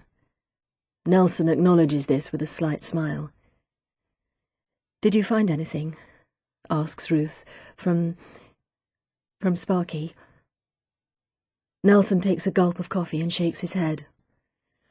"We won't know until tomorrow at the earliest. I've had the letters tested again as well. We're checking the prints and DNA results against known offenders." Ruth wonders what has prompted this course of action. Nelson sounds very much as if he has a known offender in mind. Before she can ask, Nelson puts down his coffee cup and looks at his watch. "Have you got a spade?" he asks briskly. Now the moment has come. Ruth feels curiously reluctant to go out into the garden and bury Sparky. She wants to stay inside drinking coffee and pretending that nothing bad has happened. But she knows it can't be put off, and so she gets her coat and shows Nelson to the tool shed. Ruth's garden is a tiny square of wind-blown grass. When she first moved in, she had tried to plant things, but they were always the wrong things, and nothing ever seemed to grow except thistles and wild lavender. Next door, the weekenders have a smart deck which, in summer, they adorn with terracotta pots. Today, though, it looks as forlorn and empty as Ruth's garden. David's garden is even more overgrown, though it does contain an elaborate bird table complete with a device to repel cats. Ruth fears it doesn't work. There is a dwarf apple tree at the end of the garden, and it is here that Ruth asks Nelson to dig the grave. It is odd watching someone else dig.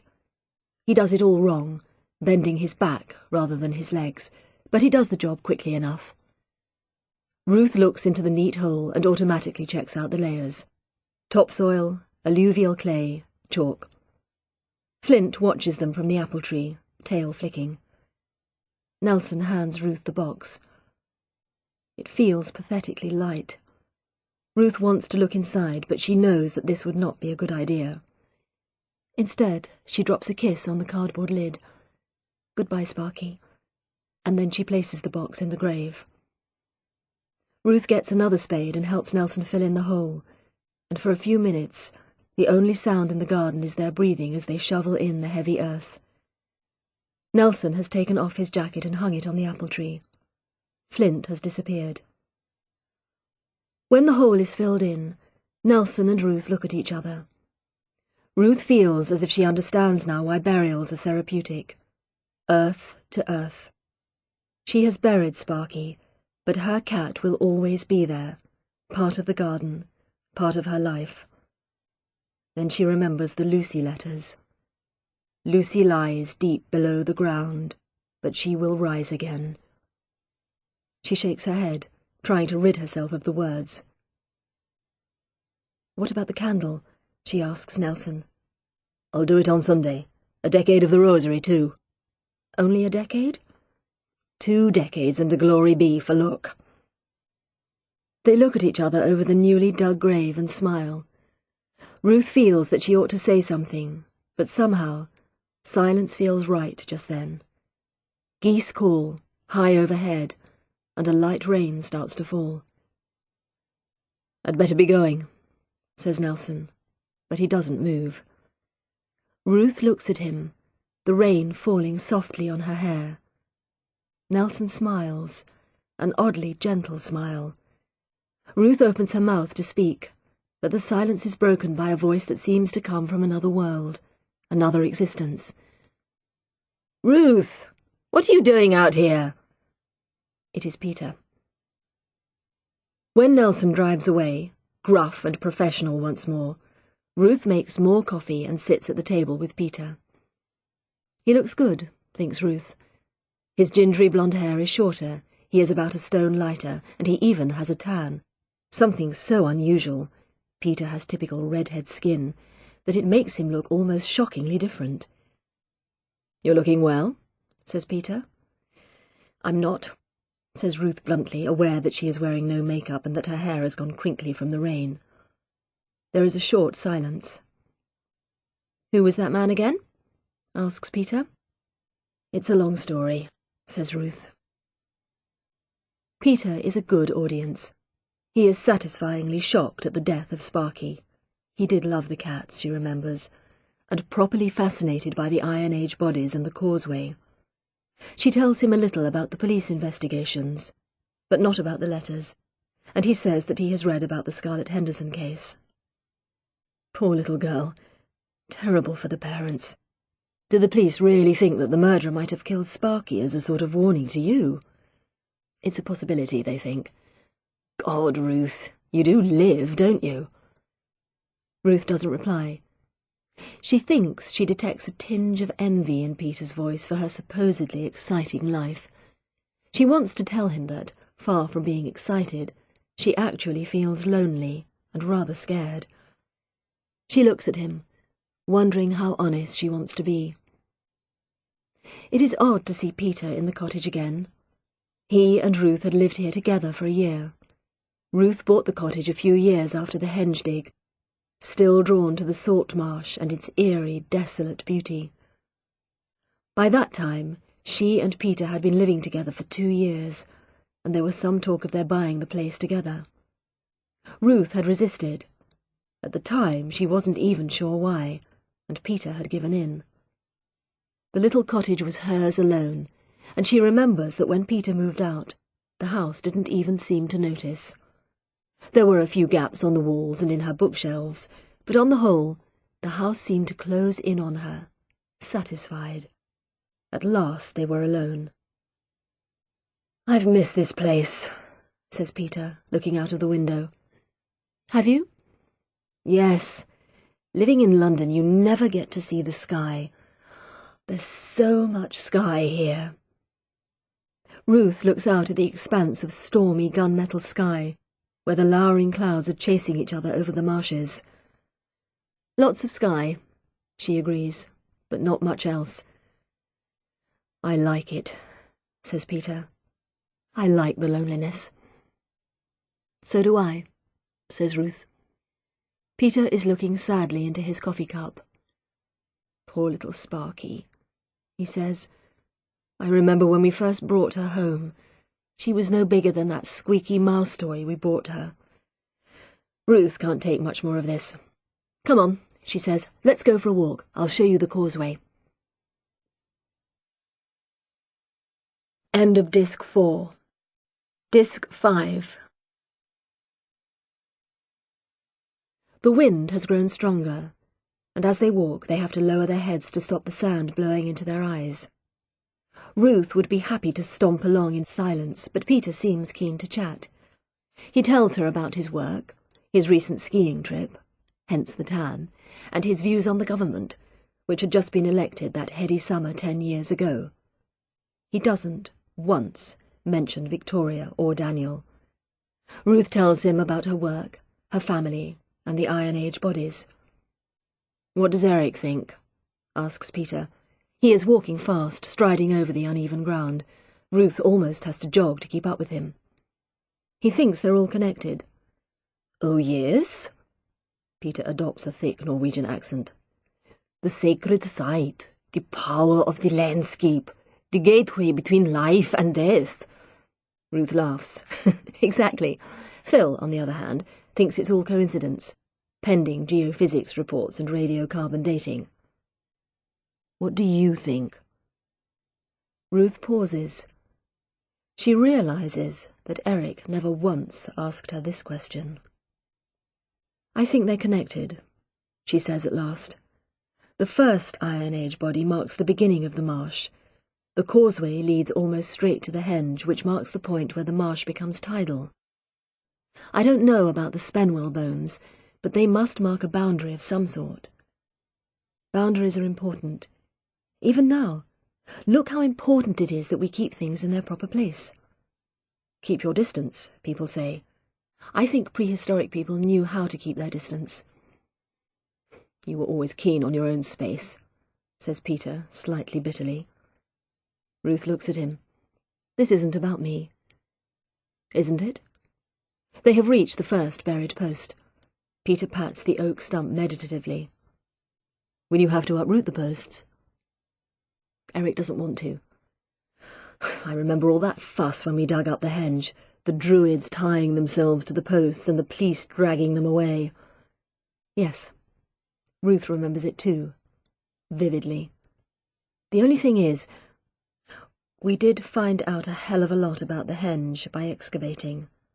The type of axe used to chop the wood down, for example. We even found some of the rope used to tow it. Honeysuckle rope, wasn't it? You've got a good memory. I remember everything about that summer. Seeing Peter looking at her intently, Ruth avoids his gaze. She stares at the sea, where the waves are breaking a long way out, white against the grey. A stone skims past her, jumping once, twice, 3 times. Ruth turns to look at Peter, who grins, flexing his arm. "You were always good at that," says Ruth. "It's a man thing." They are silent for a moment, watching the waves come closer and closer to their feet. There is always the temptation, thinks Ruth, to stay just a little bit too long, to stand on the water's edge until the spray actually gets you. And it's not always the wave you expect, the spectacular breakers hurling themselves against the shore. Sometimes it's the sneaky waves, the ones that come from nowhere, sucking the sand away from your feet. Sometimes it's these waves that take you by surprise. "Peter," says Ruth at last, "why are you here?" "I told you, to research my book." Ruth continues to look at him. The wind is whipping the sand up into a storm. It flies in their faces, like a fine, gritty rain. Ruth rubs her eyes, tasting salt in the air. Peter, too, brushes sand out of his eyes. When he looks back at Ruth, his eyes are red. "Victoria and we've split up. I suppose I just wanted to come back." Ruth takes a deep breath that is almost a sigh. Somehow, she thinks, she had known this all along. "I'm sorry," she says. "Why didn't you tell me before?" "I don't know." Peter speaks into the wind, so it is hard for her to catch his words. "I suppose I wanted everything to be like it was before." After a few minutes they turn round and walk back towards the house. Halfway back it starts to rain. Sharp, horizontal rain that seems to sting their faces. Ruth has her head down and doesn't realise that they have drifted right, northwards, until she sees the hide in front of her. She has never seen this hide before, although she remembers it from the map. It is on a shingle spit, almost at the tide mark. You would need to be an extremely determined bird-watcher, she thinks, to venture this far across the marsh. "Ruth!" Blinded by rain, Ruth looks up to see David standing by the hide holding a plastic bag, which looks as though it contains litter. She remembers Nelson shouting at his subordinate to bag up the litter from another hide the first time she met him. "Hello," says Ruth. "Clearing up?" "Yes." David's face is dark. "They never learn. There are notices everywhere and still they leave their crap all over the place." Ruth tuts sympathetically and introduces Peter, who comes forward to shake hands. "David is the warden of the bird sanctuary," she says, though she does not explain who Peter is. "Must be an interesting job," says Peter. "It is," says David with sudden animation. "This is a wonderful place for birds, especially in winter." "I came here years ago, for a dig," says Peter, "but I've never really got it out of my system. It's so lonely and so peaceful." David looks curiously from Ruth to Peter, and then he says, "I saw a police car outside your house, Ruth." "Yes," Ruth sighs. "You know I'm helping the police with an investigation, with the forensic side." "Ruth's cat was killed," Peter cuts in, to Ruth's annoyance. "The police think it might be significant." Now David looks really shocked.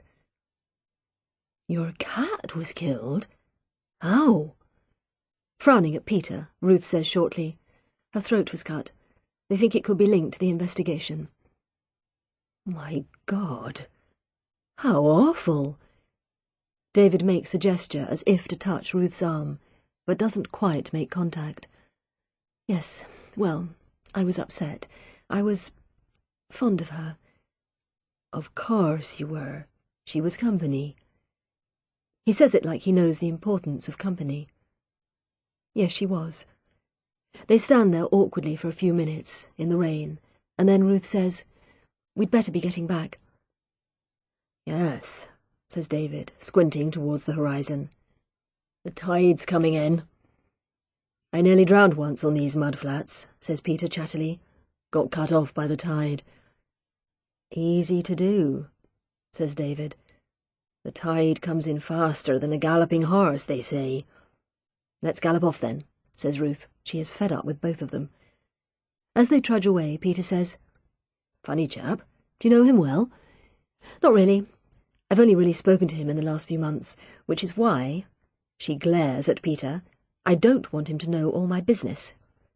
Peter laughs. "I was only being friendly. Remember that, Ruth? Friendly. Ruth is about to retort when her phone rings. For some reason, she knows it will be Nelson. It is a text, short and to the point. I've arrested Malone. His prints on letters. HN. Chapter 15. We've got to do something, says Eric. The police haven't got a suspect, so they're trying to frame Cathbad. We can't let them get away with it. Apparently his fingerprints were on the letters, says Ruth cautiously. Fingerprints? Huh? You think they can't fake evidence? You think they aren't capable of that? Ruth says nothing, and Eric gets up to pace angrily around the tiny office. They are at the university. Term has started, and Ruth has a student consultation in 10 minutes. However, Eric, who has been ranting against the police for the last half hour, shows no sign of leaving. What have the letters got to do with anything anyway? Writing a letter doesn't make him a murderer. There's nothing that links him to that little girl. Nothing. Ruth thinks back to the photo in the Hendersons' kitchen. She now knows that there is something that links Cathbad to the Hendersons. Something definitely tangible. Does this make him a murderer? His fingerprints were on the letters. Does this make him the author? Ruth thinks about the letters. Cathbad knows about mythology. He knows about archaeology. He is fanatically interested in the salt marsh. She has to admit he is a likely candidate.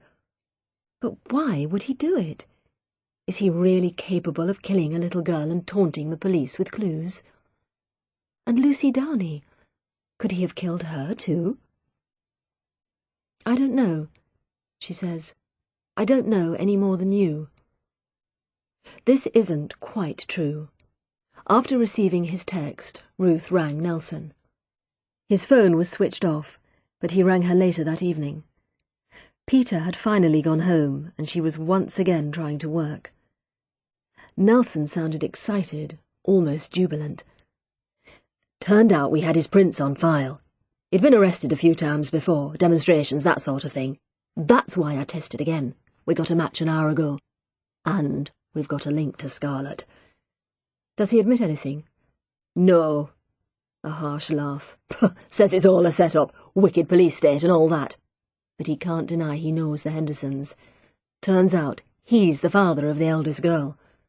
What? Yes? He knew Delilah Henderson when she was still at school. He was a student at Manchester. She lived nearby. They had an affair and the result was Madeleine. Apparently they lived together for a bit, but then she left him for another bloke. Alan Henderson? No, someone else. He came later. Anyway, she left Malone, and he claims he hasn't seen her to this day. Had no idea she was living nearby. He must have seen her on the TV, when Scarlett first went missing. Hasn't got a TV. Harmful rays, apparently, polluting the atmosphere. Hasn't got a mobile phone because of the radiation. Nutcase. Do you think he is bad? Don't you believe it. Cunning as a nest of snakes. How long can you hold him? 24 hours. But I'll apply for an extension. Will you tell the press? Not if I can help it. But someone did tell them, because that night on the 9 o'clock radio news, Ruth heard that a local man has been arrested in connection with the disappearance of 4-year-old Scarlett Henderson. She had switched on the TV news, and immediately Nelson's face, dark and forbidding, had filled the screen. Detective Chief Inspector Harry Nelson, intoned the newsreader, who up to now has had to admit no progress in the case of little Scarlett Henderson, was tonight unavailable for comment. As if to prove this, Nelson swept past the hovering reporters and bounded up the steps to the police station. Ruth watched, fascinated, feeling slightly smug despite herself that she knew what the inside of the station looked like, could imagine Nelson in his ungainly slice of room examining the evidence, shouting impatiently for coffee, looking again at the laughing face of Scarlett Henderson on the wall. The man is believed to be 42-year-old Michael Malone, a lab technician at North Norfolk University. Jesus, thought Ruth, they know his name. Now all hell will break loose. And it had. This morning, Ruth had been stopped at the university gates and asked to show her ID. Nodding her through, the policeman had told her to avoid the chemistry wing. Naturally, this had aroused her curiosity, and she had driven straight round to find the entrance to the chemistry department completely blocked by cars, trailers, even a portaloo. TV camera crews jostled to and fro, waving giant fluffy microphones. Anyone entering the building was greeted by a hysterical babble of questions. "Do you know Michael Malone?" "Who is he?" "What sort of—" Ruth heard French, Italian, even, she thought, an American accent. Hastily she backed away to the relative calm of the archaeology block. Eric had arrived an hour later, eyes blazing, white hair flying. "Have you heard? Have you heard?" "Yes." "What are you going to do about it?" "Me? What can I do?" "You're friendly with this policeman, this Neanderthal, aren't you?" "Not exactly friendly." Eric had looked at her narrowly. "That's not what Cathbad said. He said you and this Nelson turned up together to interview him. Very cosy. He said there was a definite chemistry between you." Bollocks. Unthinkingly, Ruth employs Nelson's favourite word. Eric didn't seem to have heard her. "It is obvious that this Nelson is using Cathbad as a scapegoat, and you, Ruth, you delivered Cathbad to him. On a plate." The sheer unfairness of this made Ruth gasp. "I didn't! I asked you if you remembered his name. You told me. And you told Nelson. He would have found him anyway." "Would he? He seems a complete incompetent to me. No, he used you to deliver Cathbad. He used you, Ruth." "What if Cathbad did do it?" Ruth countered angrily. "Don't you want the murderer to be found?" Eric smiled pityingly. "Ruth, Ruth, he really has got you, hasn't he? You're even thinking like a policeman." That had been an hour ago, and Ruth and Eric are still circling the topic furiously. Ruth is angry that Eric thinks her a patsy, a fool who has been used by the cynical Nelson in his attempt to pin the crime on Cathbad. But secretly, she does feel slightly guilty. She suggested Cathbad to Nelson. She pointed him in the direction of the henge and the dig 10 years ago. If Cathbad didn't do it, his life could be ruined by this notoriety. He could even go to prison for a crime he didn't commit. But what if he did do it? "I don't know what's going on," she says again. Eric looks at her, his blue eyes cold. "Then find out, Ruthie." Then, just as Ruth thinks it can't get any worse, Phil puts his head round the door. "I couldn't help overhearing. It's a teeny bit loud in here. How are you, Eric?" He puts out his hand. After a second's pause, Eric takes it. "Fine. Apart from an innocent man being under arrest." "Oh, that poor soul from the chemistry department. Do you know him?" "Yes. A former student of mine." "No!" Phil's eyes are round with interest. "Is he an archaeologist, then?" "He did a postgraduate degree at Manchester." "How did he end up here?" Eric gestures towards Ruth, who is sitting behind her desk as if for protection. "Ask Ruth. She knows." "Ruth, are you involved in all this? You knew I was helping with the case." "Just with the bones, I thought." This, Ruth realizes, is how Phil sees her. Only concerned with bones, a dull specialization, useful, but ultimately marginal. She is not a heroine type like Shona. She does not belong centre stage. "Ruth gave Cathbad's name to the police," says Eric spitefully. "Cathbad?" Phil looks confused. Eric knows Michael Malone as Cathbad. Ruth shoots back. They're old friends. Phil glances from Ruth to Eric, enthralled. "Are you?" he asks. "Old friends?" "Yes," hisses Eric. "And I'm going to clear my old friend's name." And he sweeps out, colliding in the doorway with Ruth's student, a polite Chinese man called Mr. Tan, who is most surprised to find himself at the receiving end of a stream of Norwegian invective. "I'll leave you to it, Ruth," says Phil. "Let's catch up later." Not if I can help it, thinks Ruth. She turns to Mr. Tan. "I'm so sorry. We were going to talk about your dissertation. What was it about again?" "Decomposition," says Mr. Tan. Ruth has to battle past the reporters again on her way home. The news reports gave no further developments in the case. Police have been granted another 24 hours to question the suspect, believed to be 42-year-old Michael Malone from Blakeney. Ruth switches off the radio. She still feels uneasy about Cathbad's arrest. Although she doesn't, like Eric, think that Cathbad is simply a scapegoat, equally it is hard to think of him as a murderer. Yet he could conceivably be the author of those letters. Eric hasn't read them. He can't hear the erudite, sinister, taunting voice. She lies where the earth meets the sky, where the roots of the great tree Yggdrasil reach down into the next life. She has become the perfect sacrifice. Blood on stone, scarlet on white. Thinking of Cathbad in his wizard's chair, the dream catchers glittering around him, Ruth can imagine him writing these lines.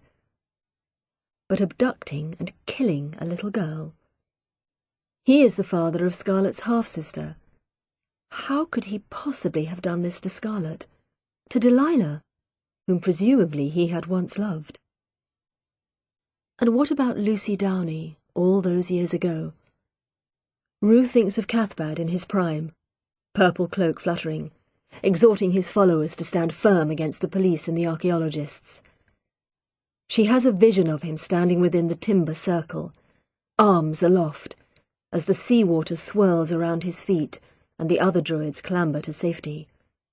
She had thought at the time that if conviction could stop the tide, the sea would surely turn in its tracks. But of course it hadn't, and 10 minutes later Cathbad too was scrambling for the higher ground, holding his sodden robe above his knees. Could this man, ridiculous, impressive, passionate, really be a killer? Is it possible that a few months after that stand at the henge, Cathbad had kidnapped Lucy Downey and killed her? When she reaches the salt marsh, the tide is out and the birds are coming in to feed, their white feathers catching the last of the setting sun. Watching them, Ruth thinks of David, his face transformed as he talked about the migrating birds, and of Peter, saying sadly that he just wanted to come back. Going back. When Ruth met Peter, she was not yet 30. She had been newly appointed to the job at North Norfolk University and was full of energy and enthusiasm. Peter, a history research fellow at the University of East Anglia, had heard on the academic grapevine about the dig. He had simply turned up one morning with his backpack and bedroll and asked if they wanted help. They had teased him for being a city boy, though he was actually from Wiltshire and had spent 5 years in the Australian outback. They laughed at the straw hat that he wore to keep the sun off his pale skin, at his lack of knowledge of archaeological terms. He had always referred to the Pleistocene as the Plasticine, and could never remember which came first, Bronze Age or Iron Age. Yet he was obsessed with the henge, and listened enthralled to Eric's tales of ritual and sacrifice. It was he who had found the first oak stump, exposed when a summer storm had blown the sand away from its base. Peter had been frantically digging around the stump when he had been caught by the tide and eventually rescued by Eric. It was that evening that she realized she loved him, Ruth remembers. They had always got on well together, teaming up on the dig, laughing at the same things. Eric's wife, Magda, had noticed, and often seemed to contrive to leave the two of them together.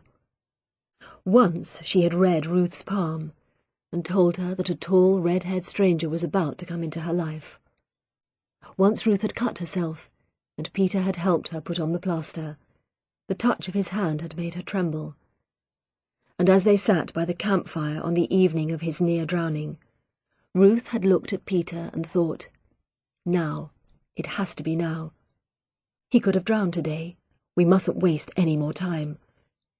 And she remembers smiling to herself because it seems such a momentous and yet such a joyful thought.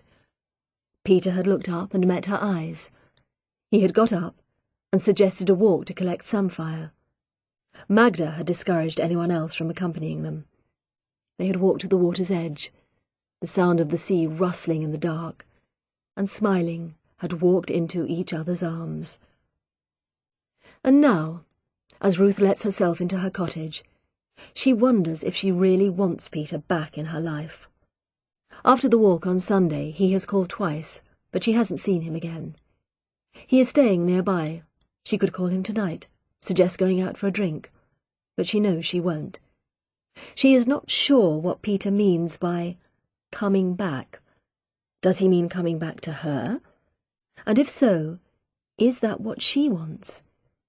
Having ended the relationship with so much heart-searching, does she really want them to get together again? And why does the new, slightly bitter Peter seem more attractive than the adoring Peter of 5 years ago? Inside the cottage, a clock ticks lugubriously, and the seabirds are calling from the marshes. Otherwise, all is silent. Flint, who is obviously nervous without Sparky, leaps down from the sofa back, making Ruth jump. There is something ominous in the silence, she realizes, as if the house is waiting for something. Her footsteps, as she goes to the kitchen to feed Flint, echo on the floorboards. The radio is no help. The reception is so bad that all she can hear are muffled crackles, as if the announcer has been gagged and is struggling for freedom. This is so disconcerting that she switches it off and the silence returns, heavier than ever. Ruth makes herself some tea and sits at her computer, meaning to do some work. But the silence is still at her back, making the hairs on her neck rise. She swings round. Flint is lying on the sofa again, but he is not asleep. He is watchful, alert, looking beyond her, towards the window and the twilight. Is there something out there? Summoning up all her courage, Ruth goes to the door and opens it noisily. Nothing. Only the birds wheeling and calling as they fly inland. A long way off she can hear the sea. The tide is turning. Ruth slams the door shut, and as an afterthought, puts on the security chain. Then she pulls the curtains and sits down to work. But the Lucy letters insist on running through her mind. The same phrases, over and over again. You are looking for Lucy, but you are looking in the wrong places. Look where the land lies. Look at the cursuses and the causeways. Ruth rubs her eyes. Flint jumps onto the table and rubs his head against her hand. Mechanically she strokes him. She is missing something. She knows it. It is as if she has all the evidence from a dig, all the pottery shards and flakes of flint, all the soil samples, and she can't put it together to make a proper picture. What did Eric say? The most important thing is the direction. Ruth gets out her map of North Norfolk. She traces a line from Spenwell, where the bones were found in the Hendersons' garden, to the bones at the edge of the salt marsh. She catches her breath.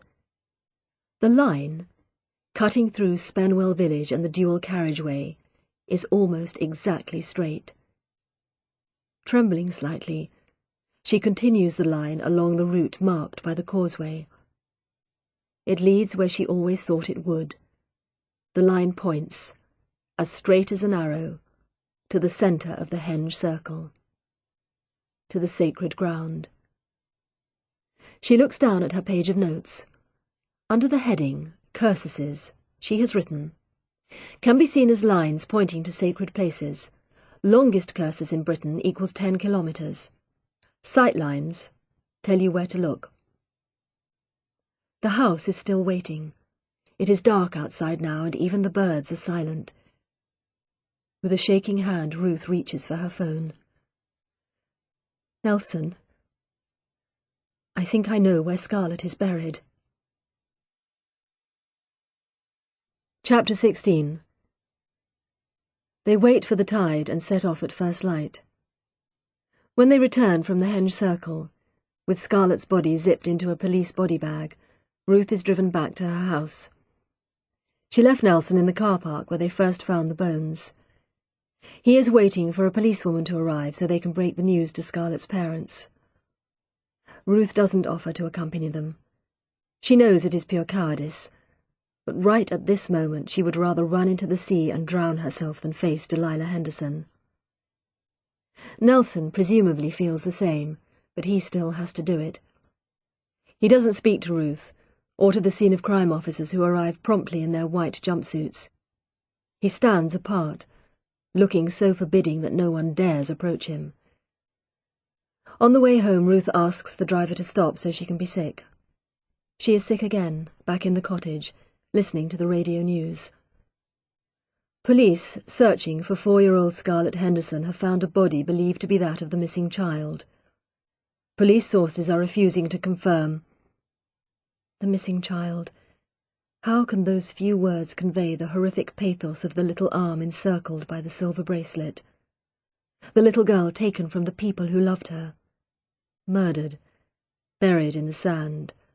Covered by the sea. When had he buried her? At night?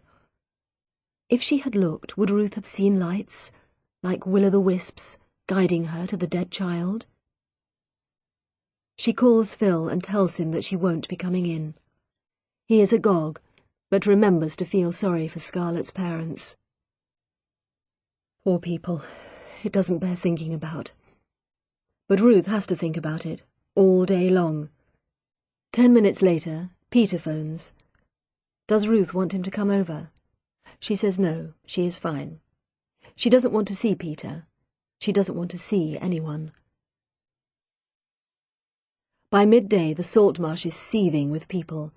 It has started to rain again, but still she can see little figures crawling over the sands, and in the distance, the lights of police boats out to sea. A new gaggle of journalists swarms past, screeching and cackling like flocks of feeding birds. Ruth sees David standing outside his house, binoculars in hand, looking thunderous. He must hate the salt marsh being invaded like this. The birds have been frightened away, and the skies are low and dark. Thank God Sammy and Ed have gone back to London so Ruth doesn't have to bear their curiosity and concern. She pulls the curtains. Thank God, too, that the press haven't caught up with her yet. Eric rings. He is conciliatory, concerned. Ruth wishes she didn't think that he is as much concerned with the archaeological site as with Scarlett's fate. The police are digging madly in the very centre of the Henge Circle. For Eric, as for David, the site will be contaminated forever. He can hardly say this, though, and after a few platitudes, he rings off. Despite everything, she is still shocked when she switches on the TV news and sees the salt marsh, rain-washed and grey, filling the screen. It was at this desolate spot, intones the newsreader, that police made the tragic discovery early this morning. No mention of Ruth. Thank you, God. The phone rings. Ruth's mother. Not such good work, God. Ruth, it's on TV, that awful place where you live. I know, Mum. They've found her, that poor little girl. Our Bible study group has been praying for her every night. I know. Daddy says he saw your house on TV AM. I'm sure he did. Oh, isn't it terrible? Daddy says be sure to lock your windows and doors. I will. Oh, that poor little girl. Such a pretty little thing. Did you see her picture on the news? Should Ruth tell her mother that she was the one who found the body? Who lifted up the little arm, miraculously preserved by the peat, and looked at the silver bracelet, decorated with entwined hearts? Should she tell her mother that she saw an identical bracelet on Delilah Henderson's wrist as they sat chatting in her kitchen? Should she tell her that she watched as the little body was lifted from its grave, and the hand dangled down, as if in farewell? Should she tell her mother that she knows the murderer, even if she does not know his name, that she hears his voice in her dreams, Should she tell her about Sparky, left bleeding on her doorstep as a threat or a warning? No, she won't tell her any of these things. Instead, she promises to lock her doors and to ring tomorrow. She feels too tired even to argue when her mother says she hopes the child was baptized and so can go to heaven. Who wants to go to heaven with all those Christians? Has always been Ruth's response. Now she thinks about Alan and Delilah Henderson. Do they think they will see Scarlett again? That they will be reunited in a better place? She hopes so. She really hopes so. The rain continues to fall, somewhat thwarting the journalists who tramp back along New Road, their mobile phones subdued by frustration. Ruth, who hasn't eaten all day, pours herself a glass of wine and switches on the radio. What does the death of little Scarlett Henderson tell us about our society? She switches it off again. She doesn't want to hear people who have never seen Scarlett, talk about lessons learned or the decline of morals or why children are no longer safe to play. Scarlett wasn't safe. She was snatched from her garden while she played on the makeshift climbing frame with her twin brothers. Neither of them had seen anything. 1 minute Scarlett was there, the next she wasn't. Delilah, inside the house with a fretful Ocean, had not even known that her daughter was missing until she called her in for tea, 2 hours later. Forensics will have to prove when Scarlett was actually killed. Ruth prays it was soon, while she was still happy from the game with her brothers, before she knew too much. It is dark outside now. Ruth pours herself another glass of wine. The phone rings. Ruth picks it up wearily. Peter? Eric? Her mother? Dr. Ruth Galloway? An unfamiliar voice, slightly breathless. Yes? I'm from the Chronicle, the local paper. I hear you were involved with the discovery of Scarlett Henderson's body. I've got nothing to say. Ruth slams down the phone, hand shaking. Immediately it rings again, and she takes it off the hook. Flint crashes in through the cat flap, making Ruth jump sky high. She feeds him and tries to get him to sit on her lap, but he is too twitchy, prowling round the room with his head low and whiskers quivering. It is 9 o'clock. Ruth, who has been up since 4, is exhausted, but feels too strung up to go to bed. Neither, for some reason, can she read or watch TV. She just sits there, in the dark, watching Flint circling the room and listening to the rain drumming against the windows. 10 o'clock, and a heavy knock on the door sends Flint running upstairs. Though she doesn't quite know why, Ruth is trembling from head to foot. She switches on a light and edges towards the door. Though the rational archaeologist in her tells her that it is probably only Peter, or Eric, or Shona, who surprisingly hasn't rung yet, the irrational side, which has been taking hold all day, tells her that something dreadful lurks outside the door. Something terrible arisen from the mud and the sand. What the sand gets, the sand keeps forever. "Who is it?" she calls out, trying to keep her voice steady. "Me, Nelson," comes the reply. Ruth opens the door. Nelson looks terrible, unshaven, red-eyed, his clothes soaking. He steps wordlessly into the sitting room and sits down on the sofa. It seems, at that moment, completely right that he should be there. "Do you want anything to drink?" she asks. "Tea? Coffee? Wine?" "Coffee, please." When she comes back with the coffee, Nelson is leaning forward on the sofa, his head in his hands. Ruth notices the amount of grey in his thick, dark hair. Surely he can't have aged in just a few months. Ruth puts the coffee on the table beside him. "Was it terrible?" she asks timidly. Nelson groans, rubbing his hands over his face. "Terrible," he says at last. "Delilah just..." just crumpled up like someone had squeezed all the life out of her. She just collapsed and lay there, curled up in a ball, crying, calling out for Scarlett. Nothing any of us could say was any good. How could it be? Her husband tried to hold her, but she fought him off. Judy, the DC, was very good, but what could anyone say? Oh, Jesus, I've broken bad news before in my time, but never anything like this. If I go to hell tomorrow, it can't be worse than this. He is silent again for a few moments, frowning into his coffee mug. Ruth puts her hand on his arm but says nothing. What can anyone say?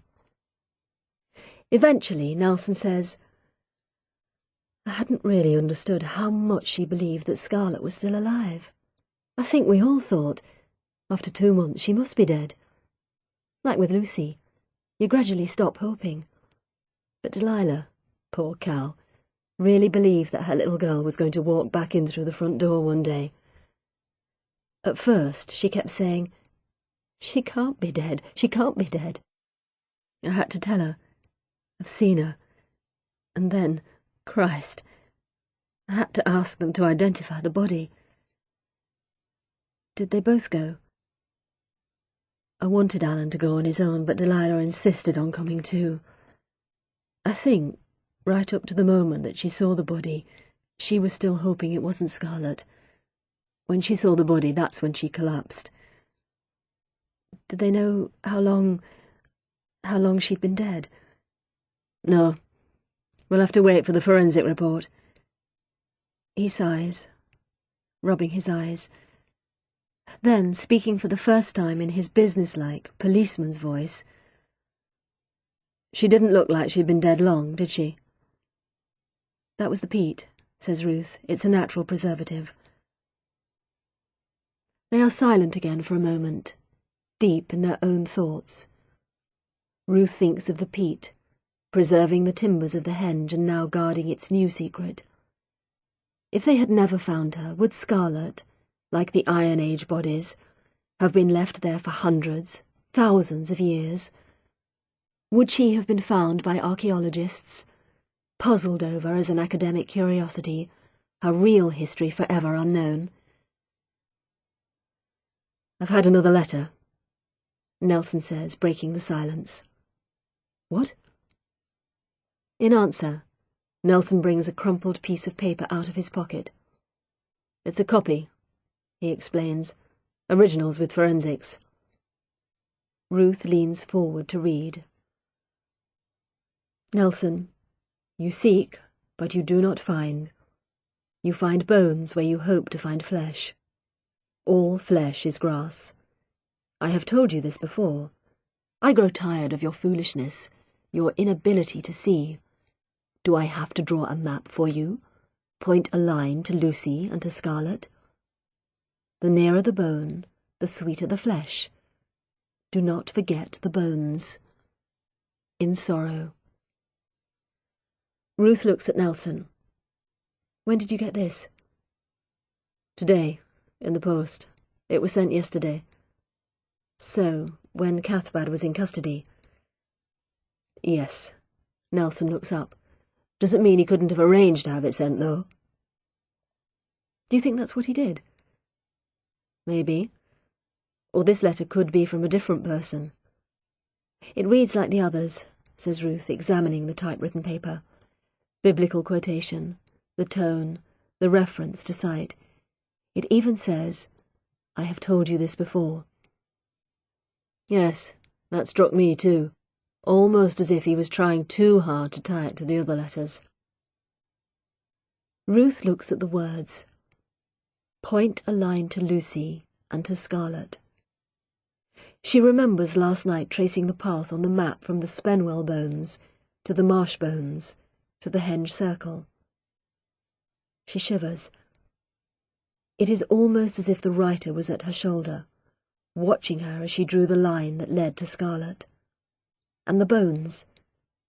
Do not forget the bones. There is a lot about bones in this letter. Bones are her speciality.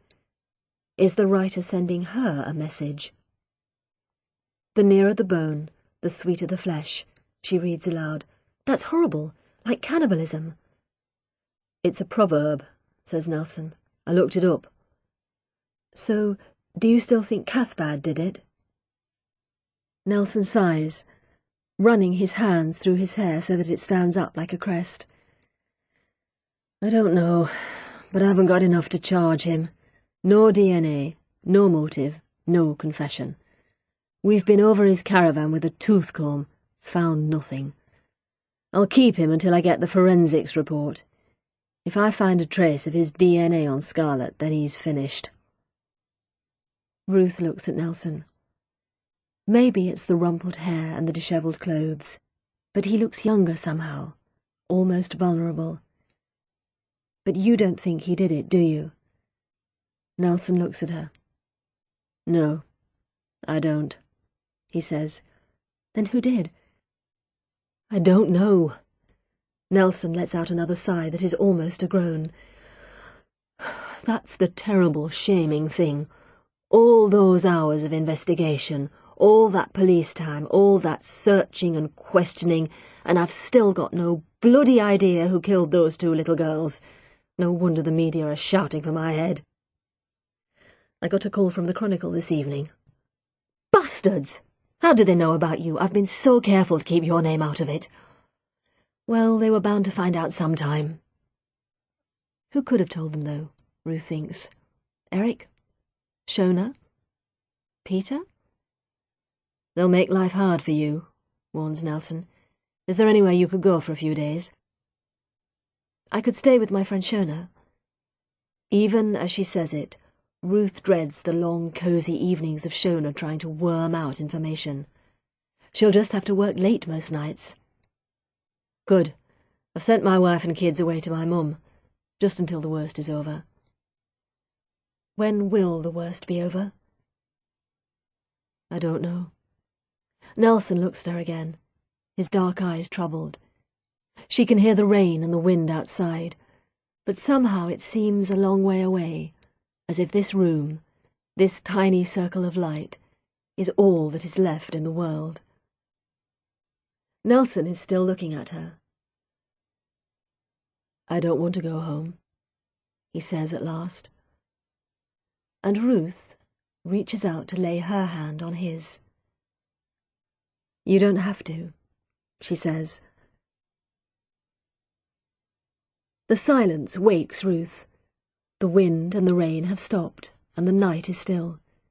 She thinks she hears an owl hooting, and very far off the faint sigh of the waves.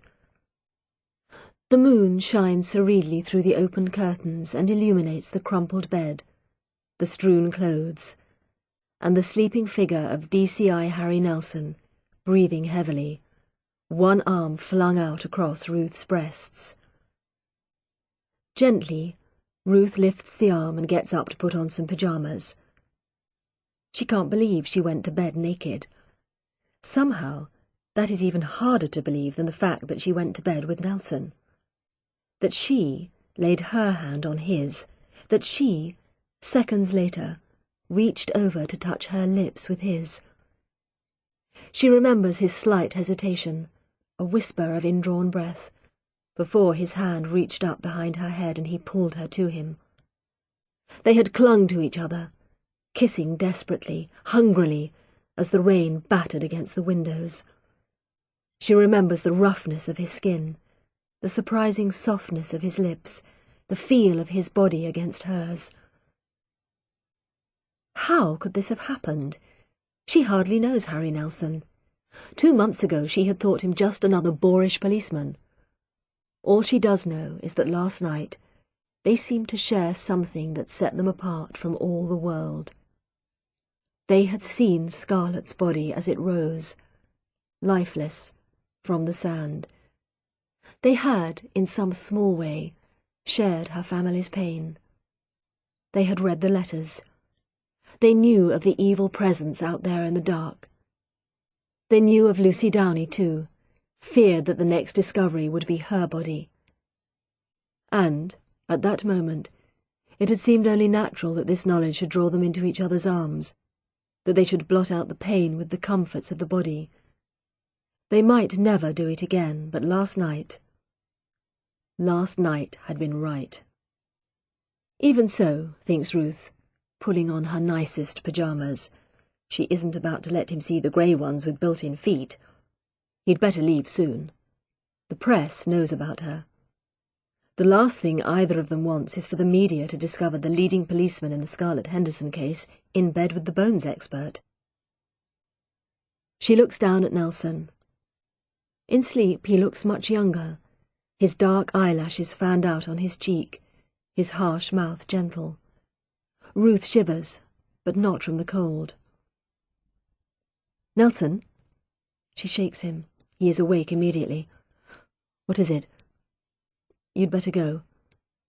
He moans. "What time is it?" "Almost 4. He looks at her for a moment as if wondering who she is, and then smiles. The surprisingly sweet smile that she has only seen once or twice before. "Good morning, Dr. Galloway." "Good morning, D.I. Nelson," says Ruth. "You'd better get dressed."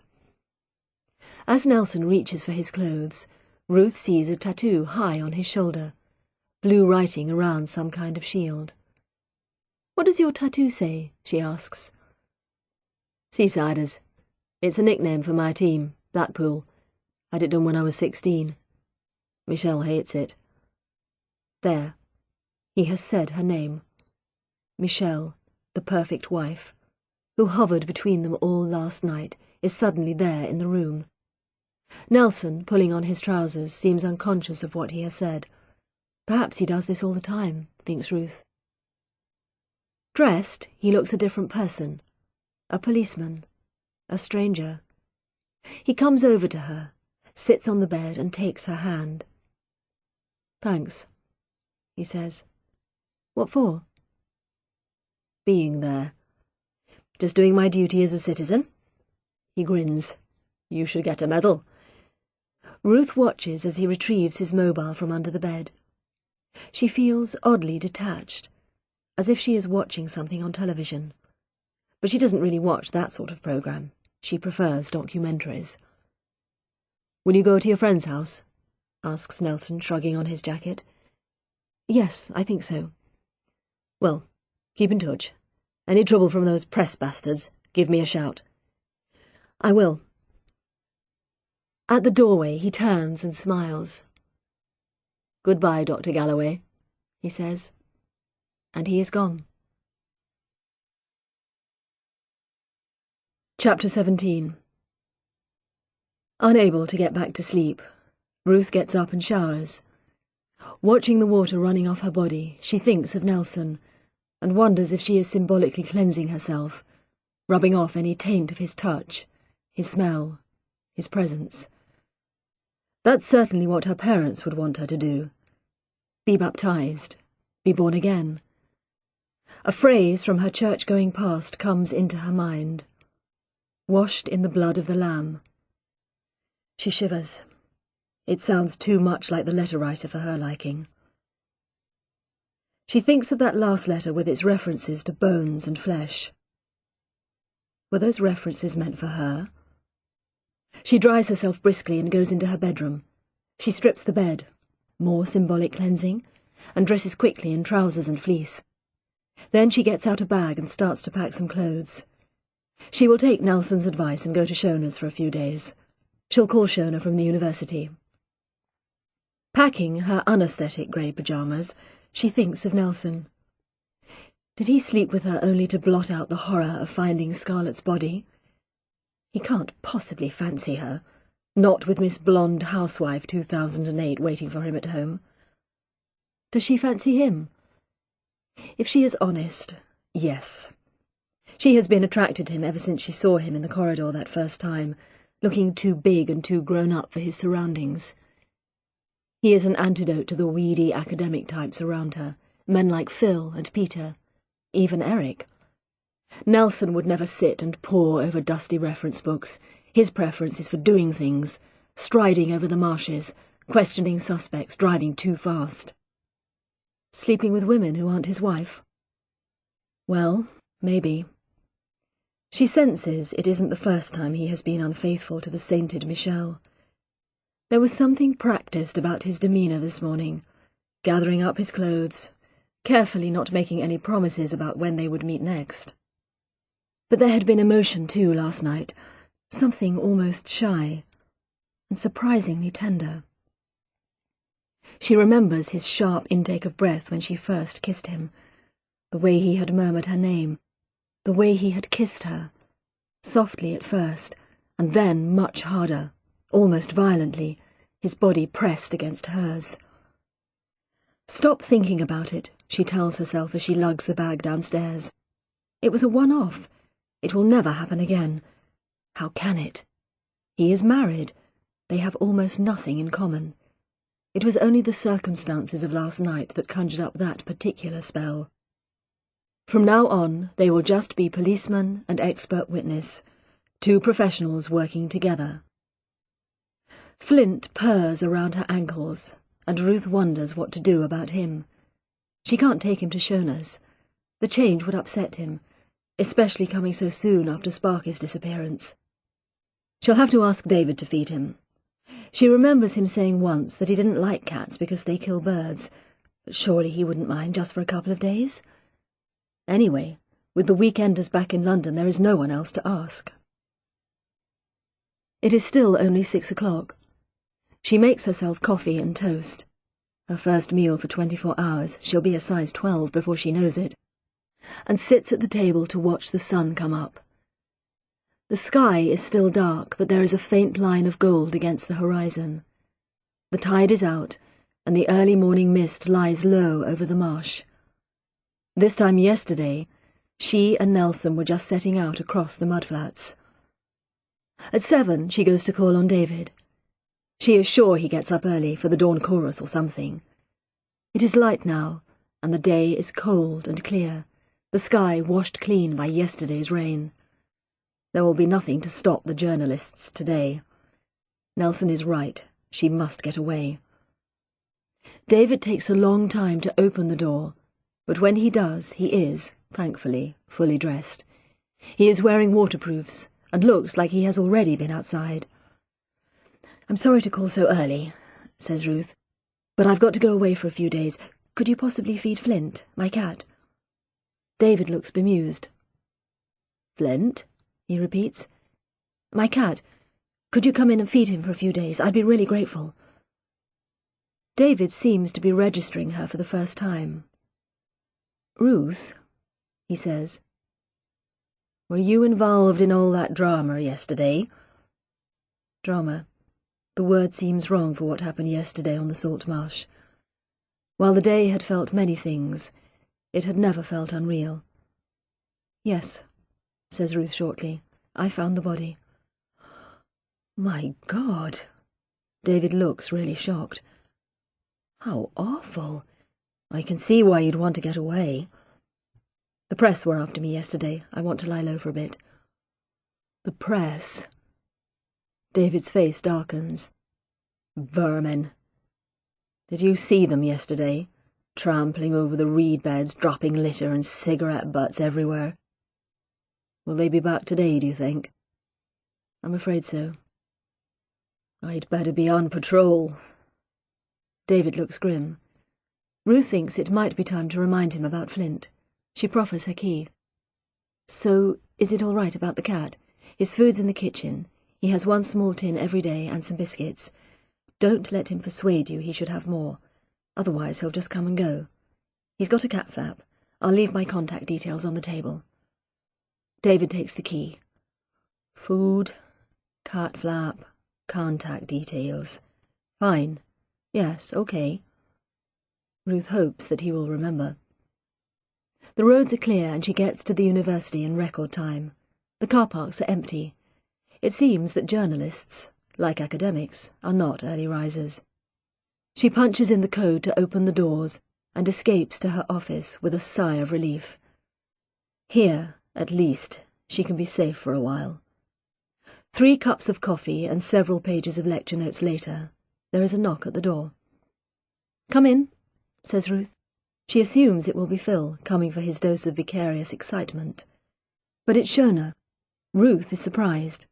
Shona hardly ever ventures over from the arts faculty. Ruth.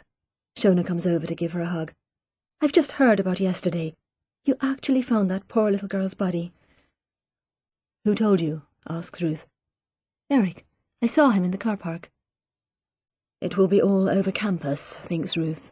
She realizes she was stupid to imagine that she could be safe, even here. Yes, I found her. She was buried in the peat, right in the centre of the henge circle. My God! Shona had been on the dig 10 years ago. She would know the significance of the place, the sacred ground. Does Eric know where she was found? Asks Shona, sitting down. Yes, I think he's more upset about that than anything. The police digging up the site, contaminating the context. Ruth surprises herself with the bitterness in her voice. Why are they still digging? Well, they think the other girl may be buried there, Lucy Downey. The one who disappeared all that time ago. 10 years ago, just after the henge dig. Do the police think they were killed by the same person? Ruth looks at Shona. Her face is soft, concerned. But Ruth also catches a trace of the slightly shamefaced curiosity that she recognizes all too well. In herself. I don't know, she says. I don't know what the police think. Are they going to charge that druid chap? Cathbad? I'm sorry, Shona, I just don't know. Eric says he's innocent. Yes, agrees Ruth. She wonders how much Eric has told Shona. What do you think? Persists Shona. I don't know, says Ruth, for what feels like the 100th time. It's hard to think of him as a murderer. He always seemed a harmless old thing, into peace and nature and all that. But the police must have some evidence, otherwise they wouldn't be able to hold him. That Detective Nelson sounds a real hard bastard. Briefly, Ruth thinks of Nelson. Sees, as if projected in technicolor onto the wall opposite, his face above hers. Feels his stubble against her cheek. I really don't know him that well, she says. Look, Shona, I've got a favour to ask you. Can I stay with you for a few days? You see, the press have got wind that I was involved. I think they might come round to my house, and I'd just like to get away for a bit. Of course, says Shona at once. You're more than welcome. Tell you what, we'll have a takeaway and a few bottles tonight. Have a real girls' night in. Forget about everything and just unwind. What do you think? End of Disc 5. Disc 6. She doesn't quite know why, but Ruth doesn't enjoy her girls' night in as much as she expected. For a start, she is exhausted, and after a few glasses of Pinot Grigio she feels her eyelids begin to droop. Then, for perhaps the first time in her adult life, she just isn't that hungry. Usually she loves takeaways, the flimsy silver cartons, the gloriously greasy food, the mystery dish that you're never sure whether you ordered. Usually she loves it all. But tonight, after a few mouthfuls of crispy aromatic duck, she pushes away her plate. The smell of soy sauce is starting to make her feel sick. What's up? Asks Shona, her mouth full. Dig in. There's loads. I'm sorry, says Ruth. I'm not very hungry. You have to eat, intoned Shona as if Ruth were an anorexic schoolgirl rather than an overweight woman in her late 30s. At least have another drink. She sloshes more wine into Ruth's glass. Come on, chill out. Shona lives in a terraced house on the outskirts of King's Lynn. It is near the centre of town, all very urban, the perfect antidote to the salt marsh. And at first Ruth had just stood in the tiny front garden listening to the traffic and breathing in the pungent aroma of garlic and cumin from the nearby Indian takeaway. Come in, Shona said. Stay outside too long and you'll get clamped. Christ, the parking round here. Ruth had come in and installed herself in Shona's spare room. Polished floor, pine bed, Egyptian cotton sheets, prints of Paris and New York. Now I can relax, she told herself. No one knows where I am. I can calm down, have a nice meal and a few glasses of wine. I'll be a new person tomorrow. But it hasn't quite worked out like that. She feels twitchy, ill at ease. She keeps checking her phone, though she isn't expecting anyone to call. She worries that David will forget to feed Flint. She misses her cottage and the desolate, doomed view over the salt marsh. She feels almost sick with tiredness, but she knows she won't be able to sleep tonight. As soon as she shuts her eyes, the whole thing will play again, like some X-rated movie on a continuous loop. The early morning trek over the mudflats, the discovery of Scarlett's body, the little arm hanging down, Nelson at her door, red-eyed and unshaven, Nelson's body moving against hers. Everything reminds her. Shona's ambient music playing softly in the background reminds her of the rain and the voices of the birds, suddenly stilled. The soft candlelight makes her think of the will-o'-the-wisps with their treacherous, flickering lights, leading unwary travellers to their deaths. When she looks at Shona's bookshelves and sees T.S. Eliot nestling next to Shakespeare, she thinks of the Lucy Downey letters. We who were living are now dying. So, do you think he will? Asks Shona, pouring more wine into Ruth's glass. What? Ruth has completely lost track of the conversation. Leave Anne. Do you think Liam will leave Anne? Not in a million years, thinks Ruth, just as Nelson will never leave Michelle. Maybe. I don't know. Are you sure you want him to? I don't know. If you'd asked me 6 months ago, I would have said yes. But now, I think I would be terrified, to be honest. There's something safe about going out with a married man. Is there? Yes. You always think, if it wasn't for his wife, he'd be with me. You don't have to face up to anything else that might be wrong with the relationship. And it stays exciting. You don't have a chance to get bored. Have you done this before, then? As far as Ruth knows, Liam is Shona's first married lover, but she is talking like a veteran of extramarital affairs. Like Nelson, she thinks cynically. Shona's face suddenly takes on a closed, watchful expression. She fills up her own glass, splashing wine onto the trendy rush matting rug. Oh, once or twice, she says, with what sounds like deliberate casualness. Before I met you. Now, for heaven's sake, drink up, Ruth. You're way behind. Ruth was right about not being able to sleep.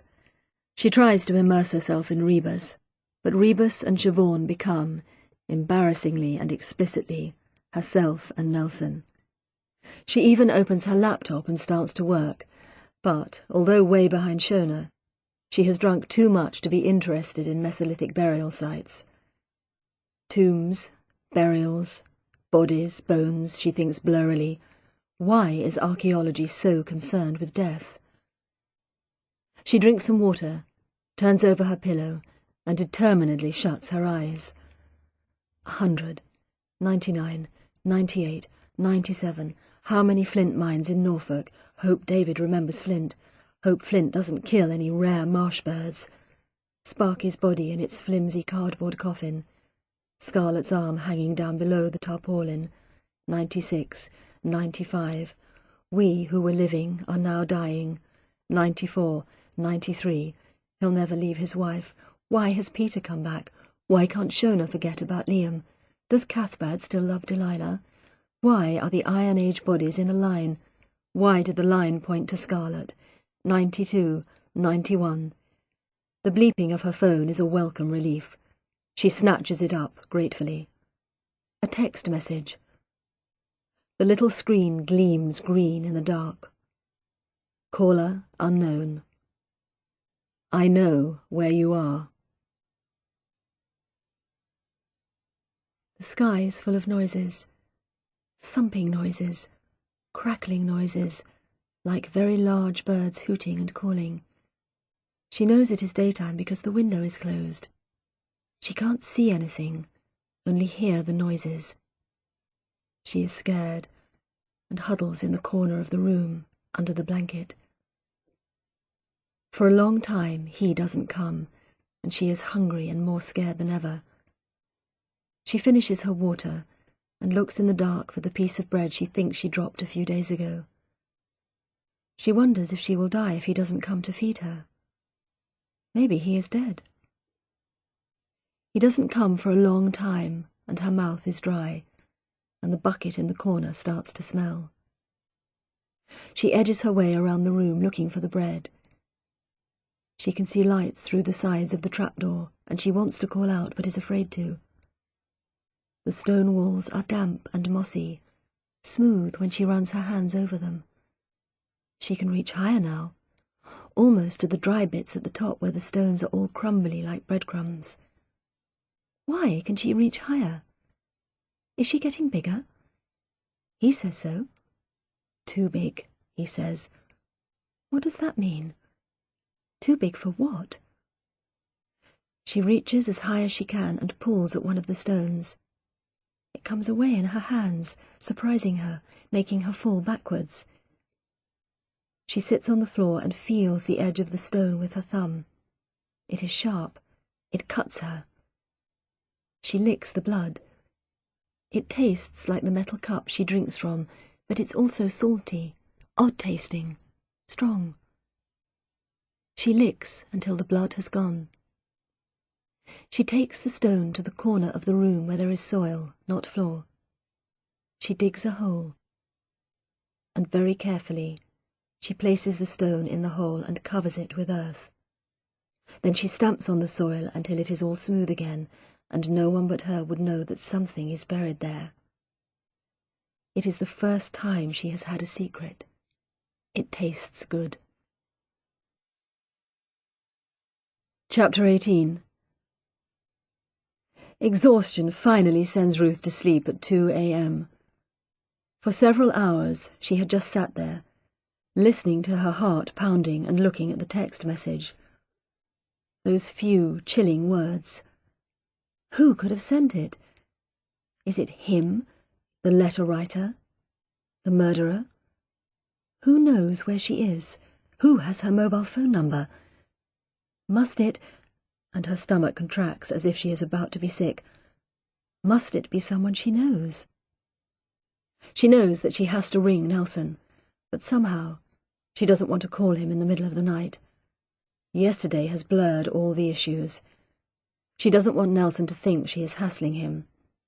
What is more important, she asks herself sternly, being murdered in your bed, or a man getting the wrong idea about you?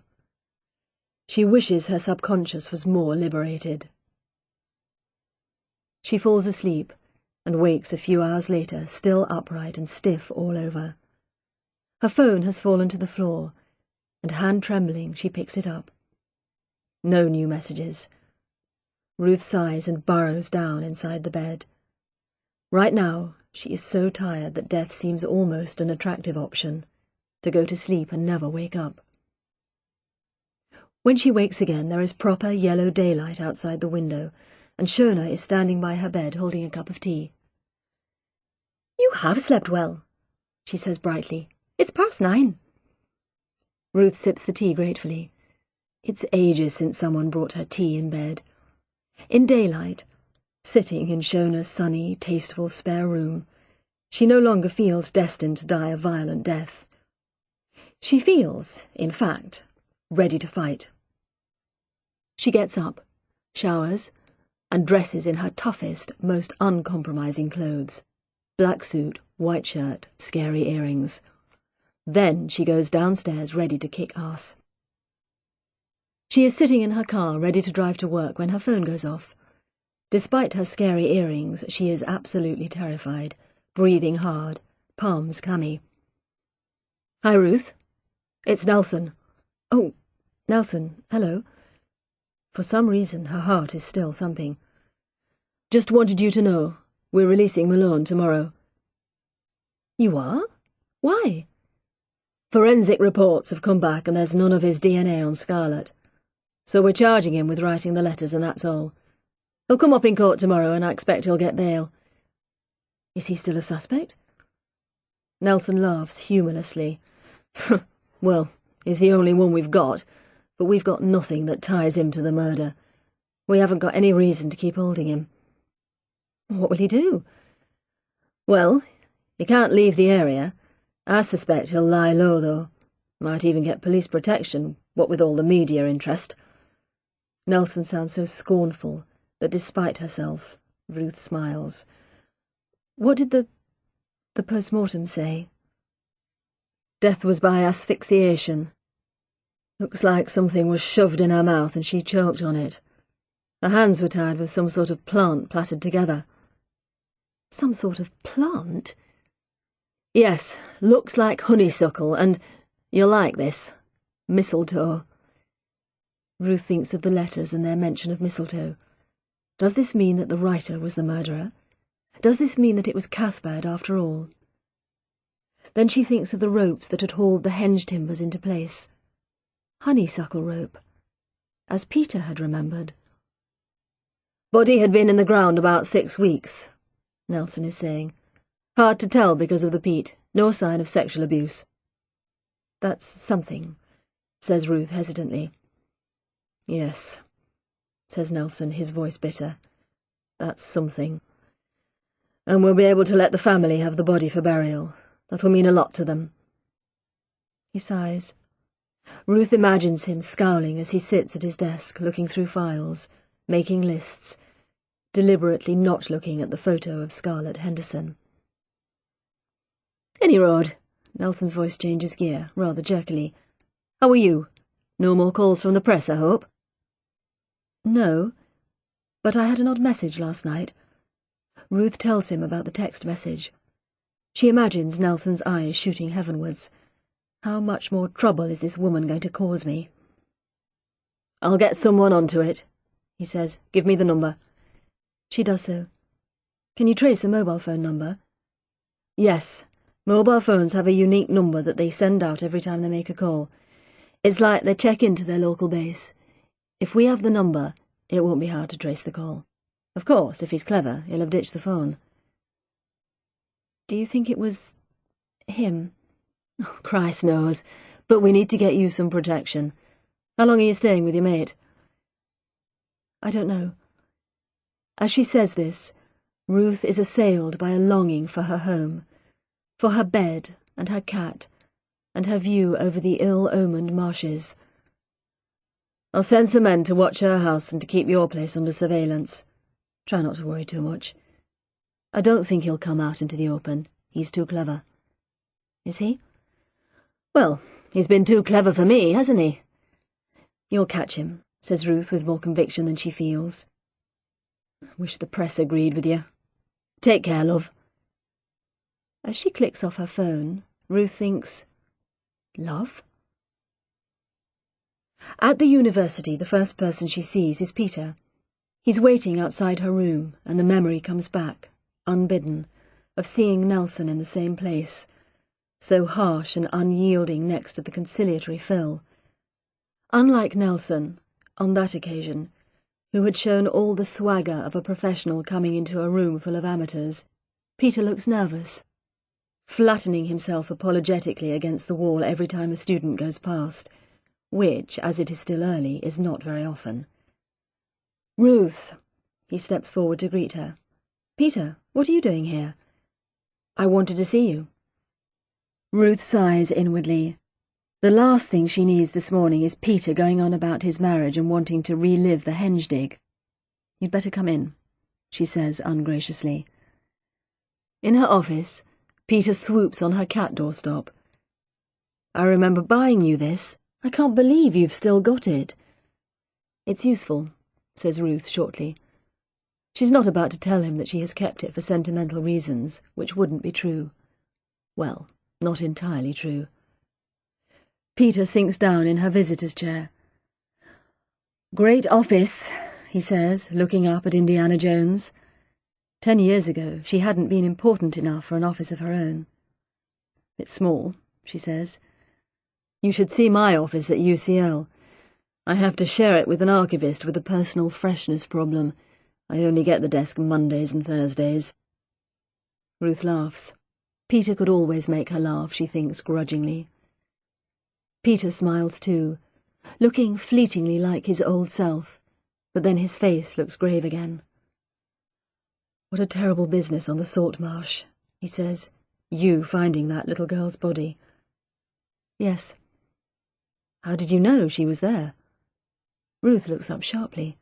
This seems an odd question. Who was to say that it wasn't the police who discovered the location? It was a hunch, she says at last. I was looking at the map and I saw a line leading from the Spenwell body to my Iron Age body to the henge. The posts that I showed you, the causeway, they seemed to mark the route. I thought of cursuses, underground paths that seemed to point to significant things in the landscape. I suddenly realised that the causeway was a cursus. And it led to the body? Yes. But are you saying it was deliberate? That someone buried her there knowing all about causeways and cursus what's-its? Cursuses. I don't know. The police think that maybe the murderer knows about archaeology. Do they? Peter is silent for a few seconds, obviously considering this. Then he looks up and says, "That reminds me. Eric set up a dig next week to look at the causeway." Has he got police permission? Apparently so. He spoke to your mate, Nelson. He says it's okay as long as they don't go into the henge circle, and obviously they've got to show the police anything they find. Eric has spoken to Nelson, whom apparently he dislikes and distrusts. Nelson has given permission for the dig. Ruth's head swims in a miasma of contradictions, loyalties, memories. "When did you see Eric?" she asks at last. "Yesterday. We had lunch together." "Did you?" Ruth tries to imagine the scene. Eric always liked Peter, seemed to approve of him as a partner for Ruth, but she can't quite imagine them sitting down for a cosy pizza together. "Where did you go?" "Oh, some sushi place he knows." "So, no pizza then. Did he say anything about Cathbad? Michael Malone?" "Only that the police had got the wrong man. He seemed quite heated about it. Kept going on about a police state. You know what an old hippie he is." Yet Eric was quite prepared to go to Nelson for permission to dig, thinks Ruth. Nothing comes in the way of the archaeology. "They're releasing Cathbad," says Ruth. "It'll probably be on the news today." "Well, Nelson didn't tell her to keep it a secret." "Really?" says Peter with interest. "Releasing him without charge." "There may be some charges, I don't know." "Come off it, Ruth. You seem to know everything." "I don't," snaps Ruth, unreasonably irritated. "Sorry." Peter looks contrite. It doesn't suit him. "So," he asks brightly, "how's Shona?" "Fine. The same. Going on about how she's going to give up men and become a nun." "Who is it this time?" "A lecturer. Married." "Is he promising to leave his wife?" "Naturally." Peter sighs. Poor old Shona. Perhaps he is thinking about his own marriage, because he seems to slump in his chair. Even his hair seems muted. I always thought she'd get married and have 10 children. The old Catholic upbringing coming out. Ruth thinks of Shona's 2 abortions, the defiant declarations of independence before, the endless tears afterwards. "No," she says. "No children." "Poor Shona," says Peter again. He sinks even further into his chair. It's going to take a rocket to shift him. "Peter," says Ruth, lighting the touch paper, "did you want something? I ought to be getting on." He looks hurt. "Just to see how you were. I wondered if you'd like to go out for a drink tonight." Ruth thinks of going back to another girls' night in. Pinot Grigio, Liam, takeaway, mysterious text messages. "Okay," she says. "That'd be nice." They go to a restaurant in King's Lynn, near the pub where Ruth had lunch with Nelson. This place, though, has pretensions. Lowercase menu, blonde wood floors, square plates, banks of flickering candles. Chasing a lone scallop over acres of white china, Ruth says, "Where did you find this place?" Then she adds hastily, "It's great." Phil recommended it. That figured. It's early, and there are only 2 other couples dining. 2 30-somethings who are clearly counting the minutes until they can be in bed together, and an elderly couple who do not exchange one word all evening. "Blimey, why don't they get a room?" mutters Ruth as the 30-something woman starts licking wine off the man's fingers. Probably married to other people. Why do you say that? If they were married to each other, they wouldn't be talking, let alone be performing sex acts on each other's fingers, says Peter in a low voice. Look at the old dears over there. 50 years of wedded bliss and not a word to say to each other. Ruth wants to ask if this was what his marriage was like. Say nothing, she tells herself, and he'll come out with it. Peter was never very good at silences. Sure enough, Peter sighs and takes a gulp of overpriced red wine. Like me and Victoria, we just drifted apart. I know it's a cliché, but it's true. We just ran out of things to say to each other. Woke up one morning and discovered that, apart from Daniel, we had nothing in common. Oh, we still like each other, it's all very friendly, but that something, that vital something, has gone. But that's what happened to us, Ruth wants to say. She remembers that feeling of looking at Peter, intelligent, kind, good-looking Peter, and thinking, is this it? Is this what I have to settle for? A nice man who, when he touches me, I sometimes don't even notice? But Peter has his rose-tinted spectacles on again. With us, we had so much in common, he says dreamily. Archaeology, history, books. Victoria's no intellectual. Her only serious reading matter is Hello magazine. That's very patronising, says Ruth. Oh, don't get me wrong, says Peter hastily. Victoria's a wonderful woman, very warm and giving. She's put on weight, thinks Ruth. I'm very fond of her, and we're both devoted to Daniel, but it's not a marriage anymore. We're more like flatmates, sharing childcare and housework, only talking about who's picking up Daniel the next day or when the Tesco delivery is coming. Well, what did you expect to be talking about? Renaissance architecture? The early poems of Robert Browning? Peter grins. Something like that. Well, we talked, didn't we? Do you remember the nights around the campfire talking about whether Neolithic man was a hunter-gatherer or a farmer? You said that women would have done the hunting, and you tried to creep up on that sheep to show how it could be done. And fell flat on my face in sheep crap, says Ruth dryly. She leans forward. It seems very important to make this clear to Peter.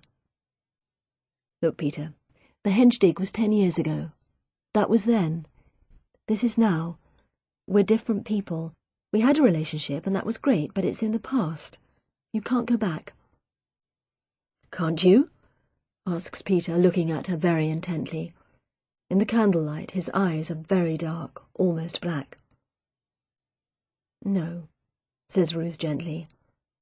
Peter stares at her in silence for a minute or two. Then he smiles. A different smile. Sweeter and much sadder. Well, let's just get pissed then, he says, leaning forward to fill up her glass. She doesn't get pissed, but she's probably slightly over the limit when she gets into her car. Drive carefully, says Peter as he heads towards a new-looking Alfa Romeo. Midlife crisis? I will. Ruth is glad that she doesn't have to negotiate the treacherous new road with the darkness of the marsh all around. It's only a few minutes' drive to Shona's. She should be all right. She drives slowly, following other, more decisive cars. On the radio, someone is talking about Gordon Brown. He wants to go back to the way things were. Don't we all, thinks Ruth, taking a left turn into Shona's road. Despite her tough words, she sympathizes with Peter and his yearning for the past. There is something very tempting about the idea of going back to Peter, accepting that the mysterious, perfect man is not going to turn up, that Peter is the best that she is going to get, probably a lot better than she deserves. What's stopping her? Is it the shadowy Victoria and Daniel? Is it Nelson? She knows that nothing will come of the night with Nelson. It is just that imagining herself in bed with Peter seems comforting and familiar.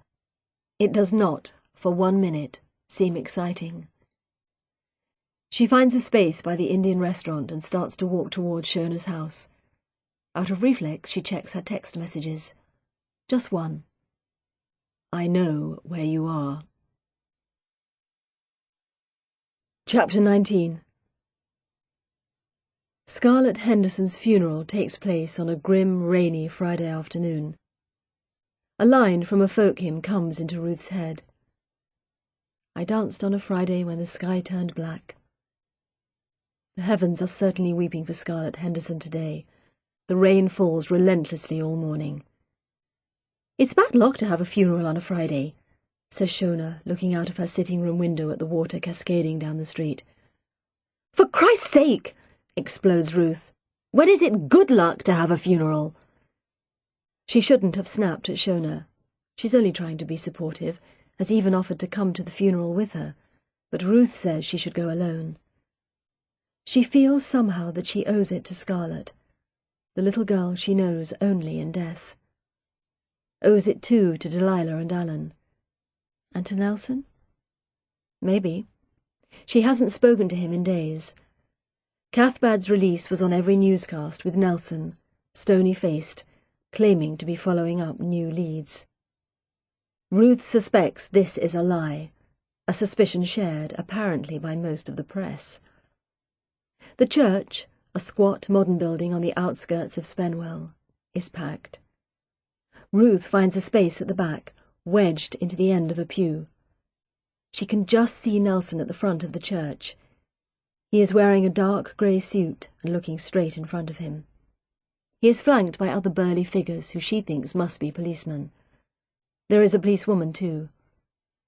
Ruth sees her searching in her bag for a tissue and wonders if this is Judy, who helped break the news to Scarlett's parents. The arrival of the tiny coffin, accompanied by a shell-shocked Delilah and Alan. The chrysanthemums spelling out the name, Scarlett. The siblings, cowed and wide-eyed in their dark clothes. The reedy singing of All Things Bright and Beautiful. All seem designed to break your heart. Ruth feels the tears prickling at the back of her eyes, but she does not let them fall. What right has she to cry over Scarlett? The vicar, a nervous-looking man in white robes, makes a few anodyne remarks about angels and innocence and God's right hand. Then, to Ruth's surprise, Nelson steps forward to do a reading. He reads very badly, stumbling over the words, eyes downcast. I am the resurrection and the life, says the Lord. Those that believe in me, even though they die, will live, and everyone who lives and believes in me will never die. Ruth is reminded uncomfortably of the letters. The writer of the Lucy Downey letters would love this. All his old favourites are here. Life, death, the certainty of the afterlife, and a comforting pall of mysticism thrown over the whole. Did Cathbad write those letters? And if so, why? To frustrate the police? She knows that Cathbad dislikes the police, and archaeologists too, for that matter. But is that enough of a reason? Where is Cathbad today? Did he want to come? To comfort the woman he once loved, to comfort his daughter, Delilah's eldest, now weeping silently into her mother's hair? At last it's over, and the little white coffin passes so close that Ruth could almost touch it. She sees, again, that image of the arm hanging down, almost imagines that she can see it reaching out of the coffin, asking for her help. She shuts her eyes and the vision fades. The last hymn is playing. People are getting to their feet. Outside the rain has stopped and the air is cold and clammy. The coffin, followed by Scarlett's family, is driven away for a private cremation. The remaining mourners seem visibly to relax, talking, putting on coats, a couple of people lighting cigarettes. Ruth finds herself next to the policewoman, who has a sweet, freckled face, and eyes swollen with tears. Ruth introduces herself, and the policewoman's face lights up with recognition. Oh, I know about you. The boss has talked about you. I'm Judy Johnson, Detective Constable Judy Johnson. You're the one who... Ruth stops, not knowing if she should go on. Who broke the news? Yes, I've had the training, you see. And they like a woman to go, especially if there's a child involved. Nelson, DCI Nelson, said you were very good. That's kind of him, but I'm not sure how much anyone could do. They are silent for a moment, looking at the undertaker's cars lining the road outside. Nelson is getting into one of the cars. He doesn't look round. See those people over there? Judy indicates a grey-haired couple walking slowly away from the church. They're Lucy Downey's parents. You know the Lucy Downey case? I've heard of it, yes. How do they know the Hendersons? When Scarlett went missing, Mrs. Downey contacted Delilah Henderson to offer support. They're lovely people. Makes it even worse somehow. Ruth watches the lovely people as they walk past the rain-sleek cars. The woman, Lucy Downey's mother, looks old, grey-haired and round-shouldered. Her husband is more robust. He has his arm around her as if he is used to protecting her. How must they feel, attending this funeral, when they have never been able to say goodbye to their own daughter? Do they, in some corner of their hearts, still think she is alive? "Can I give you a lift home?" asks Judy. Ruth looks at her, thinking of the drive back to Shona's house. Shona's solicitude, lightly tinged with curiosity, the night in the tasteful spare room. "No, thank you," she says. "I've got my car. I'm going straight home." And she does. She drives straight back to the new road. She knows she will have to go back to Shona's house to pick up her clothes, but at this moment, all she wants to do is go home. The marshes are grey and dreary under the lowering skies, but Ruth is still unaccountably glad to be back. She parks in her usual spot beside the broken fence and lets herself in, shouting joyfully for Flint. He must have been waiting for her because he comes running in from the kitchen, looking ruffled and hard done by. Ruth picks him up, breathing in the lovely outdoor smell of his fur. The house is as she left it. David has obviously collected her post and put it in a neat pile. Flint seems fine, so he must have remembered to feed him. The empty bottle of white wine is still on the table next to Nelson's abandoned coffee mug. The sofa cushions are on the floor. Blushing, Ruth picks them up and bashes them back into shape. The post is mostly boring. Bills, overdue library books, a flyer from a local theatre where Ruth went to see a play 6 years ago, charity appeals, a postcard from a friend in New York. Ruth leaves most of it unopened and goes into the kitchen to make a cup of tea. Flint jumps onto the work surface and meows loudly. He must have been getting into bad habits. Ruth puts him back on the floor, whereupon he immediately jumps up again. Stupid cat. What are you playing at? Cats aren't stupid, says a voice behind her. They have highly developed mystical powers. Ruth starts and swings round. A man wearing a muddy cloak over jeans and an army jacket stands smiling, quite at ease, at her kitchen door. Cathbad. Ruth backs away. "How did you get in?" she asks. "I came in when that man came to feed the cat. He didn't see me. I can make myself invisible, didn't you know? I've been watching the house for a while. I knew you'd be back. This place has got quite a hold over you, hasn't it?" The statement is disturbing on so many levels that for a moment Ruth can only stand and stare. Cathbad has been watching her house. He guesses quite rightly that the salt marsh has a hold over her. What else does he know? "What are you doing here?" she says at last, trying to make her voice steady. "I wanted to talk to you. Have you got any herbal teas?" He gestures towards her mug. "Caffeine's a poison." "I'm not making you a cup of tea." Ruth hears her voice rising. "I want you to get out of my house." "It's natural for you to be upset," says Cathbad kindly. "Have you been to the funeral? Poor little girl. Poor undeveloped soul. I've been sitting here sending positive thirst to Delilah. I'm sure she was very grateful."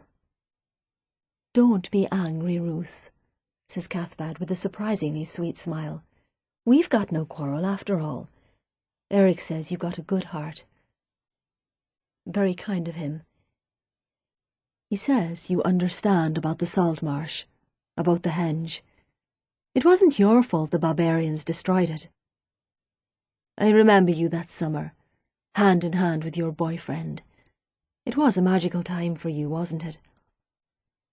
Ruth lowers her eyes. Yes, she admits. It was for me, too. It was the first time I'd felt really at one with nature, knowing that the ancients built that circle for a reason, feeling the magic still there after all those centuries, and being able to experience it just for a short time before it was gone forever. Ruth remembers something that always annoyed her about the Druids, even in the old days. They felt that the henge was theirs alone, that they were the only heirs of its creators. We are all descended from them, Ruth wanted to say. It belongs to all of us. She still has no idea what Cathbad is doing here. What do you want? She says. To talk to you, says Cathbad again. He stoops and picks up Flint, who disgusts Ruth by purring loudly. This is a very wise cat, he announces. An old soul. He's not that bright, says Ruth. My other cat was cleverer. Yes. I'm sorry about what happened to her. How did you know? Asks Ruth. How did you know about my other cat? Eric told me. Why? Did you think I did it? Ruth doesn't know what to think. Is she trapped in the kitchen with a cat killer, or worse, a child murderer? She looks at Cathbad as he stands there, holding Flint in his arms. His face is open, slightly hurt-looking. He doesn't look like a killer, but then, what does a killer look like? I don't know what to think, she says. The police have charged you with writing those letters. Immediately Cathbad's face darkens. The police! That bastard Nelson has it in for me. I'm going to sue him for wrongful arrest. Did you write them? Cathbad smiles and puts Flint gently back on the floor. I think you know I didn't, he says. You've read them, after all. How did you... Nelson's not as clever as he thinks he is. He gave it away, yakking on about archaeology terms. There's only one person who could have told him all that. You're very friendly, you two, aren't you? There's definite energy between you. Ruth says nothing. Cathbad may not, as Eric claims, be magic, but there is no denying that some of his shots hit the mark. I know you, Ruth, says Cathbad chattily, hitching himself up to sit on the work surface. I watched you fall in love with that red-haired fellow all those years ago. I know what you're like when you're in love. You were in love with Eric too, weren't you? Of course not. Oh, yes, you were. I felt sorry for you because you didn't get a look in, what with his wife and girlfriend both on the dig. Girlfriend? What do you mean? That beautiful girl with all the hair. Looks like a Renaissance picture. Primavera or something. Teaches at the university. She was sympathetic to us, I remember. Joined in the protests. Well, until it started to get serious. Shona? Ruth whispers. That's not true. No? Cathbad looks at her, head on one side, while Ruth shuffles quickly through her memories. Shona and Eric always liked each other. Eric called her the Lady of Shalott after the Waterhouse portrait. An image comes to her, clear as a film flashback, of Shona plaiting Eric's grey ponytail. Like a horse, she is saying, a Viking cart horse, and her hand rests lightly on his cheek. Cathbad smiles, satisfied. I need you to clear my name, Ruth, he says. I thought the police didn't press charges. Oh no, they didn't charge me with the murders, but if they never find the killer, it'll always be me, don't you see? Everyone will always think I did it, that I killed those 2 little girls." "And did you?" asks Ruth, greatly daring. Cathbad's eyes never leave her face. "No," he says, "and I want you to find out who did." He has come back. When she sees him climbing in through the trapdoor, she doesn't know if she is pleased or sorry. She is hungry, though. She tears at the food he has brought. Crisps, sandwiches, an apple, stuffing another mouthful in her mouth before she's finished the first. "Steady," he says. "You'll make yourself sick." She doesn't answer. She hardly ever speaks to him. She saves talking for when she is alone, which, after all, is most of the time, when she can chat to the friendly voices in her head, the ones that tell her it is darkest before dawn. He gives her a drink in a funny orange bottle. It tastes odd, but she gulps it down. Briefly she wonders if it is poison like the apple the Wicked Witch gave Snow White, but she is so thirsty she doesn't care. "I'm sorry I couldn't come before," he says. She ignores him, chewing up the last of the apple, including the pips and core. "I'm sorry," he says again. He often says this, but she doesn't really know what it means.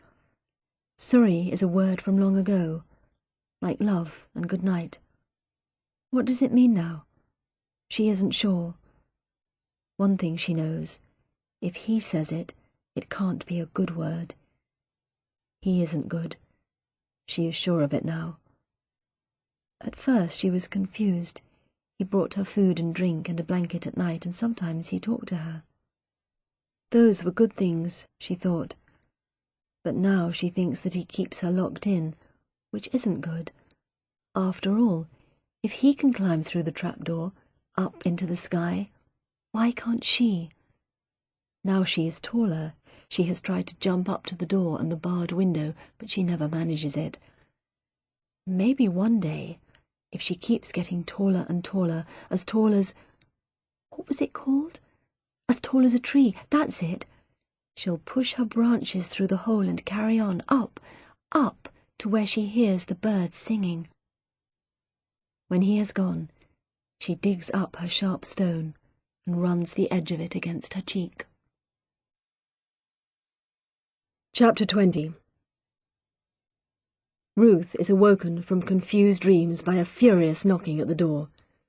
She staggers downstairs, groggy with sleep, to find Eric, dressed in army surplice and a bright yellow sou'wester, standing on the doorstep. Good morning, he says brightly, like some crazed holiday rep.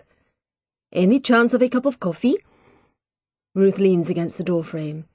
Is he mad, or is she? "Eric," she says weakly, "what are you doing here?" Eric looks at her incredulously. "The dig," he says. "It starts today." Of course, Eric's dig, the one approved by Nelson, the dig that aims to answer the riddle of the Iron Age body in the buried causeway, to find out whether the salt marsh has any more secrets. "I didn't know it was today," says Ruth, backing into the house.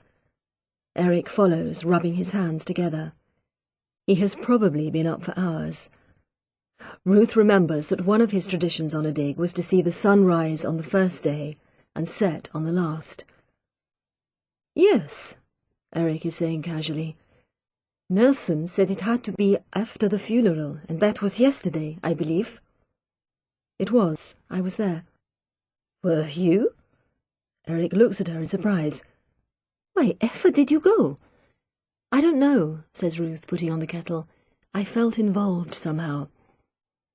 "Well, you aren't involved," says Eric shortly, removing his sou'wester. "High time you stopped all this detective nonsense and concentrated on archaeology. That's what you're good at. Very good. One of my very best students, in fact." Ruth, who bridles with indignation at the start of this speech, softens somewhat by the end. Even so, she isn't about to let Eric get away with this. "Archaeologists are detectives," she says. "That's what you've always said." Eric dismisses this with a shrug. This is different, Ruthie. You must see that. You've given the police the benefit of your professional advice. Now leave it at that. There's no need to become obsessed. I'm not obsessed. No? Eric smiles in an irritating, knowing way that reminds Ruth of Cathbad. Have they been discussing her? No, says Ruth shortly, turning away to pour the coffee. She also puts some bread in the toaster. No way is she going to dig on an empty stomach.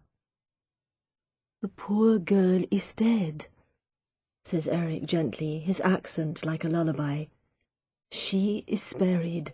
She is at peace. Leave it at that.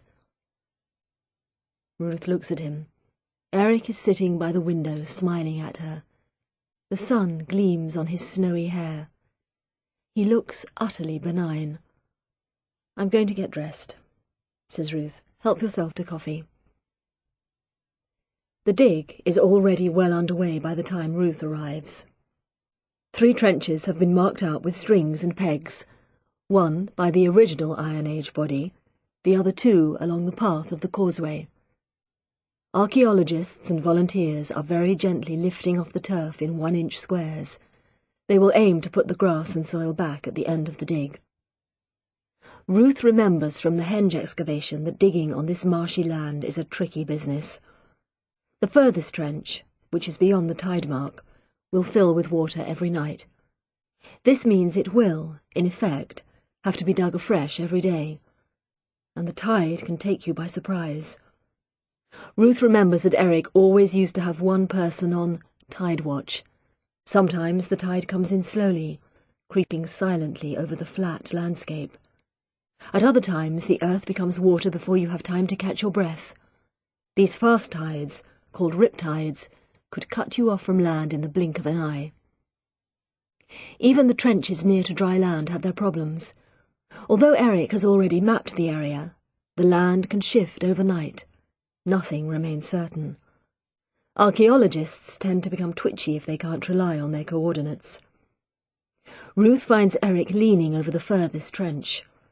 Because of the shifting ground, the trench is narrow and reinforced with sandbags. 2 men are standing in the trench, looking nervously at Eric. Ruth recognizes one of them as Bob Bullmore, the forensic anthropologist. Ruth kneels beside Eric, who is examining one of the posts. "Are you going to take it out?" asks Ruth. Eric shakes his head. "No. I want to keep it in place, but I'm worried the waves will loosen it if we dig too far down." "Don't you need to see the base?" "Yes, if possible. Look at this wood, though. It looks as if it has been sawn in half." Ruth looks at the post. The other, softer wood has been worn away by the constant movement of the tides. What's left is the hard centre of the wood, ragged and somehow menacing-looking. "It looks like the same wood that was used for the henge posts," says Ruth. Eric looks at her. "Yes, it does. We'll have to see what the dendrochronology says." Tree dating, or dendrochronology, can be amazingly exact. A tree lays down a growth ring each year, more in wet years, fewer in dry years. By looking at a graph showing growth patterns, archaeologists can chart the growth fluctuations. This process is called wiggle watching. Peter always used to find this hilarious. Wiggle watching, combined with radiocarbon dating, can tell you the actual year and the actual season when a tree was felled. Ruth goes to help with the trench where the Iron Age body was discovered. She still has a fellow feeling with this girl who was fed mistletoe and tied down to die. She sees her as somehow linked to Lucy and Scarlet. She can't help thinking that if she solves the riddle of the Iron Age girl, she might just throw some light on the deaths of the other 2 girls. More than anything, though, it is wonderful to be digging again. Like the day when she helped Nelson fill in Sparky's grave. It is a relief to forget the heartache and terror and excitement in uncomplicated physical labour. Ruth settles down to troweling, getting into a rhythm, ignoring the twinges in her back, and concentrating on moving the soil in neat cross-sections. After yesterday's rain, the ground is sticky and sodden. Cathbad eventually left last night after Ruth promised to help clear his name. She would have promised almost anything to get him out of the house. He was giving her the creep sitting there in his wizard's cloak with his knowing grin. But, despite herself, as she digs, she can't stop his words running on a continuous loop in her head. I felt sorry for you because you didn't get a look in, what with his wife and girlfriend both on the dig. Did Eric and Shona have an affair on the henge dig? Shona is very gorgeous, and Ruth knows that no man is impervious to beauty. Look at Nelson with Michelle. But Eric has a beautiful wife of his own, and one, moreover, who seemed to share his interests and enthusiasms. Ruth thinks of Magda, whom she has always liked and admired. Magda has almost been a surrogate mother, one who won't say threateningly that she is praying for her, or buy her an Oxfam goat for Christmas. Magda, with her sea-blue eyes and ash-blonde hair, her voluptuous figure in fishermen's jumpers and faded jeans, her gleam of Nordic jewellery at the neck and wrists. Ruth remembers once reading about the goddess Freya, the patroness of hunters and musicians, with her sacred necklace and persuasive powers, and thinking, that's Magda. Easy to imagine Magda, both youthful and ageless, holding the sacred distaff of life, the power of life and death. How could Eric have risked all this for an affair with Shona? Is she jealous? Ruth asks herself as she trowels and sifts. Not sexually jealous. She has always known that Eric could never be interested in her, but she had thought that she was special to him. Hadn't he written on the title page of The Shivering Sand, "To Ruth, my favourite pupil"? But it turns out that she hadn't been his favourite after all. Ruth digs her trowel into the soil with unnecessary venom, causing a mini landslide and earning her a shocked look from the dreadlocked girl next to her. "Ruth!" Eager to be distracted from her buzzing, unpleasant thoughts, Ruth looks up. Standing in the trench, she sees the newcomer from the bottom up. Walking boots, waterproof trousers, mud-coloured jacket. David. David kneels down on the edge of the trench. "What's going on?" he asks. Ruth pushes a lock of sweaty hair out of her eyes. "It's an archaeological dig," she says. "We're excavating the Iron Age grave in the causeway." "Causeway?" "Those buried posts you showed me. We think it's a Bronze Age causeway, a kind of pathway possibly leading to the henge." Ruth looks down, hoping David won't realise that it was she who told the archaeologists about the posts. But David has other things on his mind. "Well, mind you don't go near the hide, the furthest one.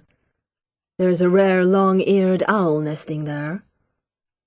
The long-eared owl sounds like he made him up, but Ruth can see that David is genuinely worried.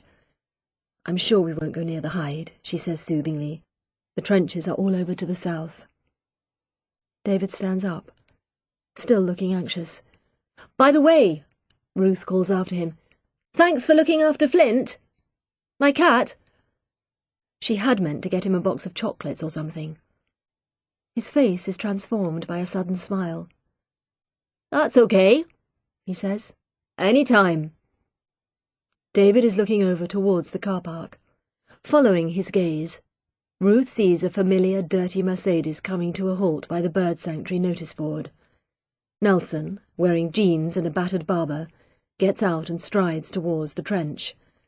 Unconsciously, Ruth rubs her muddy hands on her trousers and tries to smooth her hair. "Hello, Ruth." Ruth is fed up with looking at people. She heaves herself out of the trench. "Hello." "Bit of a circus, isn't it?" says Nelson, looking round disapprovingly at the archaeologists swarming over the site. The dreadlocked girl chooses this moment to start singing a high-pitched folk song. Nelson winces. "It's all very organised," says Ruth. "Anyway, you gave permission for the dig." "Yes, well, I need all the help I can get." "Did you find anything at the henge circle?" "Not a thing. Nelson is silent, looking out, past the pegged-out trenches and the neat mounds of soil towards the sea. He is thinking, she is sure, of the morning when they found Scarlett's body. "I saw you yesterday," says Nelson. "At the funeral." "Yes," says Ruth. "Good of you to go." "I wanted to." Nelson looks as if he is going to say something else, but at that moment a familiar, lilting voice cuts in. "Ah, Chief Inspector." It is Eric. As far as Ruth knows, this is a promotion for Nelson, but he doesn't offer a correction. He greets Eric fairly cordially, and after a few words with Ruth, the two men walk away talking intently. Ruth feels unaccountably irritated. By lunchtime, she is tired and fed up. She is considering sneaking off back to her cottage for a cup of tea and a hot bath, when two slim hands wrap themselves over her eyes. "Guess who?" Ruth breaks free. She has recognized the perfume anyhow. Shona. Shona flops down on the grass next to Ruth. "Well?" she asks, smiling. "Found anything interesting?" As usual, Shona looks stunning, because of? Looking as if she hasn't tried. Her long hair is caught up in a messy bun, and she is wearing jeans that make her legs look like pipe cleaners, and a puffy silver jacket which only emphasizes her slimness. "I'd look like a walking duvet wearing that," thinks Ruth. "Just some more coins," she says. "Nothing much." "Where is Eric?" asks Shona, slightly too casually, Ruth thinks. "Talking to Nelson." "Really?" Shona raises her eyebrows at Ruth. "I thought they couldn't stand each other." "So did I, but they seem matey enough now." "Men," says Shona lightly, pulling her jacket more tightly round her. "It's bloody freezing. How long are you going to stay?" "I was just thinking of going back to the house for a cup of tea." "What are we waiting for, then?" End of Disc 6. Disc 7. Chapter 21. On the way back to the house, Ruth wrestles with her conscience. Shona has really been very kind to her, letting her stay with her at a moment's notice. Ruth hasn't even thanked her properly, just disappeared yesterday leaving a brief answer phone message. She needs to go back and pick up her things. Shona has been a good friend to her over the years. When Ruth split up with Peter, she provided a shoulder to cry on, plus several vats of white wine. They have spent countless evenings together, laughing, talking, crying. They even went on holiday together, to Italy, Greece and Turkey. Is Ruth really going to let Cathbad's spiteful rumours get in the way of this friendship? "I'm sorry about taking off like that," she says at last.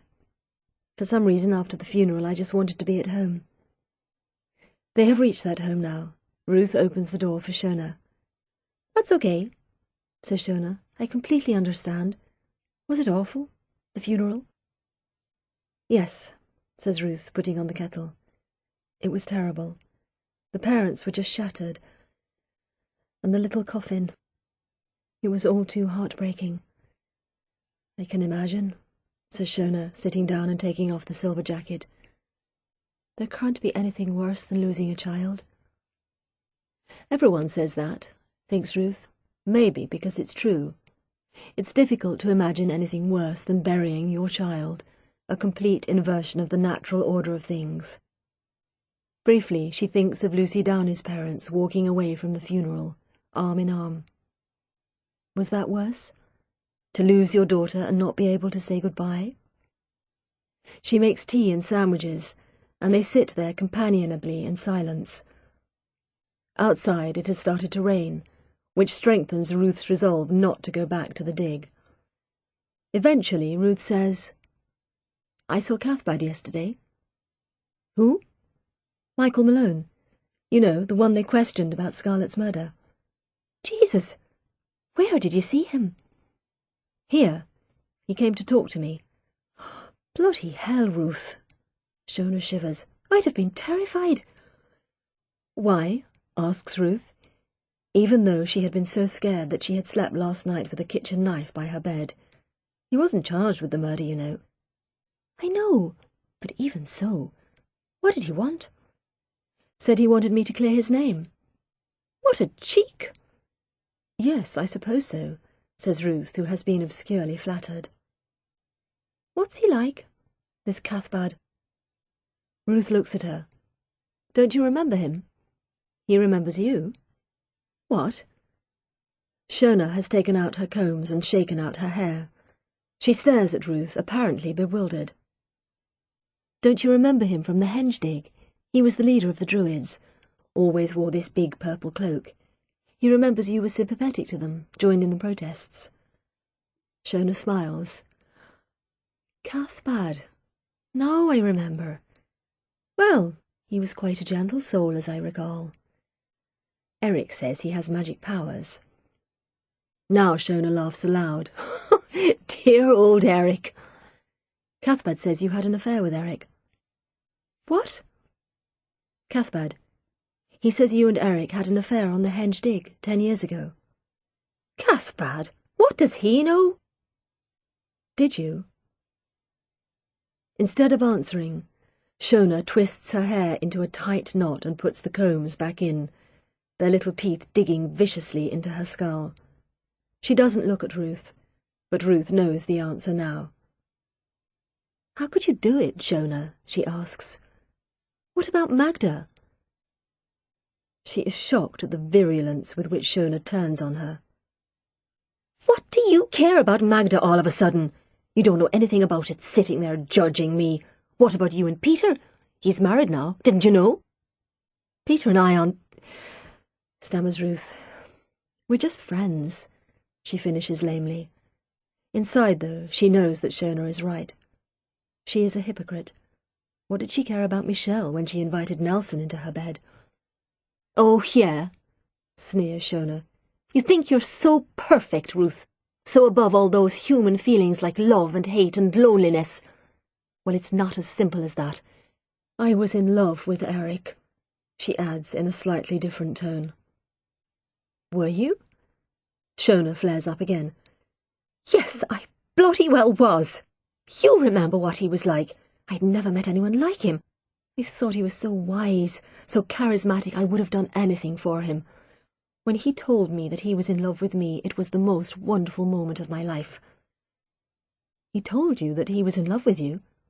Yes. Does that surprise you? Did you think he had the perfect marriage with Magda? Jesus, Ruth. They both have affairs all the time. Did you know about Magda's toy boy back home in Norway? I don't believe you. Ruth, you're such an innocent.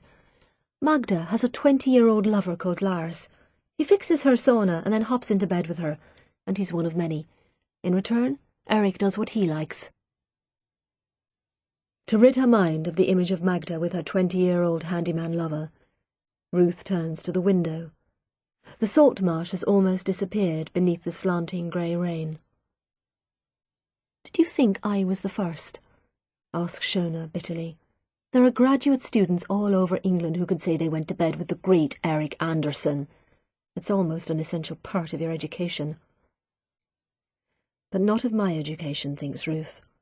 Eric treated me as a friend, a colleague, a promising student. He never once said a single word that could be construed as a sexual invitation. If you knew he was like that, she asks at last, why did you go to bed with him? Shona sighs. All the anger seems to seep out of her, leaving her limp, like her silver jacket lying collapsed on the floor. I thought I was different, of course. Like all the other silly little cows, I thought I was the one he really loved. He said he'd never felt like that before. He said he'd leave Magda, that we'd get married, have children. She stops, biting her lip. And then Ruth remembers Shona's first abortion, just a few months after the henge dig. The baby, she begins, was Eric's, says Shona wearily. Yes, I think it was then that I realised he didn't mean any of it. When I told him I was pregnant, he just went mad, started pressuring me to have an abortion. Do you know, I actually thought he'd be pleased. Ruth says nothing. She thinks of Eric talking about his grown-up children. You have to set them free. Well, he hadn't wanted this one set free. As a fervent believer in a woman's right to choose, Ruth doesn't condemn Shona for having an abortion. But she does condemn Eric for his deceit, his hypocrisy, his... Poor Ruth, says Shona, looking at her with a strange, dispassionate smile. All this is worse for you. You always admired him so much. Yes, says Ruth hoarsely. Yes, I did. He's still a great archaeologist, says Shona. I'm still friends with him, and with Magda, she adds with a slight laugh. I guess it's just the way he is. I guess so, says Ruth tightly. Shona rises, picking up her silver jacket. At the door she turns. Don't blame either of us too much, Ruth, she says. When Shona has gone, Ruth sits down at the table. She is amazed to find that she is shaking. What is so surprising about finding out that two grown-up people have had an affair? All right, Eric was married, but these things happen, as she knows all too well. Why does she feel let down, angry, betrayed? She supposes that she must really have been in love with Eric all these years. She remembers when she first met him as a graduate student in Southampton, the way that he seemed to take her mind apart, shuffle it and put it back together a different shape. He changed her view of everything: archaeology, landscape, nature, art, relationships. She remembers him saying, "The human desire is to live, to cheat death, to live forever. It is the same over all the ages. It is why we build monuments to death, so that they live on after we die." Did Eric's desire to live simply mean that he could do whatever he wanted? And when she met Magda, she had been so pleased. She had thought nobody could be good enough for Eric, but Magda was. She had loved their relationship, that affectionate companionship, so different from her parents' stilted formality. She could never imagine Eric and Magda calling each other Mummy and Daddy, or driving to a garden centre on a Sunday afternoon. They lived the perfect life, climbing mountains, sailing, spending the winters writing and researching, and the summers digging. She remembers the log cabin by the lake in Norway, the meals eaten on the deck, the hot tub, the evenings eating, drinking, and talking. Talking, that's what she remembers most about Eric and Magda. They had always talked, argued sometimes, but always they had listened to each other's views. Ruth remembers many times listening to Eric and Magda, as glasses of wine in their hands and the northern light shining above them, they had fitted their differing theories together so that they came up with something new, better, more complete. Not for them the moment described by Peter. We just ran out of things to say to each other. Ruth is not stupid. She knows that she created idealized parents in Magda and Eric, and that is why she feels so let down now. And if she was also secretly in love with Eric, well, that just makes a perfect Freudian hole-in-one.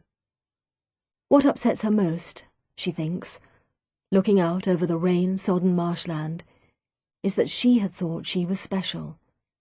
Even if Eric had not fancied her, he had thought her an especially talented student.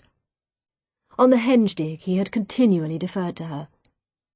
"Ruth will understand this even if the rest of you don't," implied that he and she shared a special understanding. Ruth, he had said, had an archaeologist's sense, a quality which, apparently, cannot be taught. Eric's approval has carried Ruth through many difficult years, insulated her against Phil's patronizing indifference, comforted her when she never quite seemed able to get that book proposal down on paper. She knows it is childish, but Ruth feels that she needs to be reminded of Eric's good opinion, so she takes down her copy of his book, The Shivering Sand. She opens it at the title page. There it is, in black and white. To Ruth, my favourite pupil. Ruth looks at the words for a long moment. It is as if she has suddenly seen a gross, misshapen shadow on the wall. the horns and the tail and the cloven hoofs. Blindly, almost staggering, she gets up and goes to the desk where she keeps her copies of the Lucy Downey letters. Hands shaking, she leaves through the letters until she gets to the 2 that are handwritten. She lays them on the table next to Eric's dedication. The handwriting is the same. Chapter 22. For what seems like hours, she just stands there, unable to move, almost unable to breathe. An icy paralysis seems to have taken over her whole body. Think, Ruth, think. Breathe. Can Eric really have written these letters? Is it possible that Eric, as well as being a hypocrite and a serial seducer, is also a murderer? The worst thing is that she can almost believe it. Eric knows about archaeology. He knows about Norse legends and Neolithic ritual and the power of the landscape. She can hear his voice, that beloved sing-song voice telling campfire stories of water spirits and shape-changers and the creatures of the dark. With a sudden, fresh chill, she remembers his words that very morning. The poor girl is dead. She is buried. She is at peace. Almost an exact echo of one of the letters. Can it possibly be true? Eric was still living in England when Lucy Downey vanished. It was just after the henge dig. He could have sent those early letters. He didn't go back to Norway until 8 years later. But could he have sent the recent letters about Scarlett Henderson? He has only been back in England since January. Nelson showed her a letter dated last November. He hasn't forgotten, said Nelson. Could Eric have sent that letter? Or arranged to have someone else send it? It's crazy, Ruth tells herself, moving stiffly to stroke Flint, who is purring round her ankles. Eric would not be capable of writing those evil, taunting, warped letters. He is a humanitarian, the first to support striking miners or victims of natural disasters. He is kind and thoughtful, comforting Ruth in the shock of Peter's marriage, grieving with Shona when her father died. But he is also, thinks Ruth, the man who speaks approvingly of human sacrifice. Isn't the same thing happening in Christian Holy Communion? Who advised Ruth to forget Peter with another lover. It's the easiest way. And who presumably was sleeping with Shona and encouraging her to abort their child whilst weeping with her about her father. Eric is amoral. He is somehow outside normal human rules. That is one of the most attractive things about him. But is it also something that makes him capable of unimaginable evil? If he wrote the letters, did he kill the 2 little girls? Mechanically feeding Flint, Ruth realizes that she has poured the cat food right over the sides of the bowl. Flint pushes furrily past her to get at the food. She remembers a conversation she had with him about her Iron Age body. How could anyone do that? She had asked. Kill a child for some religious ritual. Look at it this way, Eric had said calmly. Maybe it's a good way to go. Saves the child the disillusionment of growing up. He had smiled as he said it, but Ruth remembers feeling chilled. Could Eric have killed the 2 girls to save them the disillusionment of growing up? She can't bear it any more. Grabbing her coat and bag, she rushes out into the rain. She is going to speak to Shona.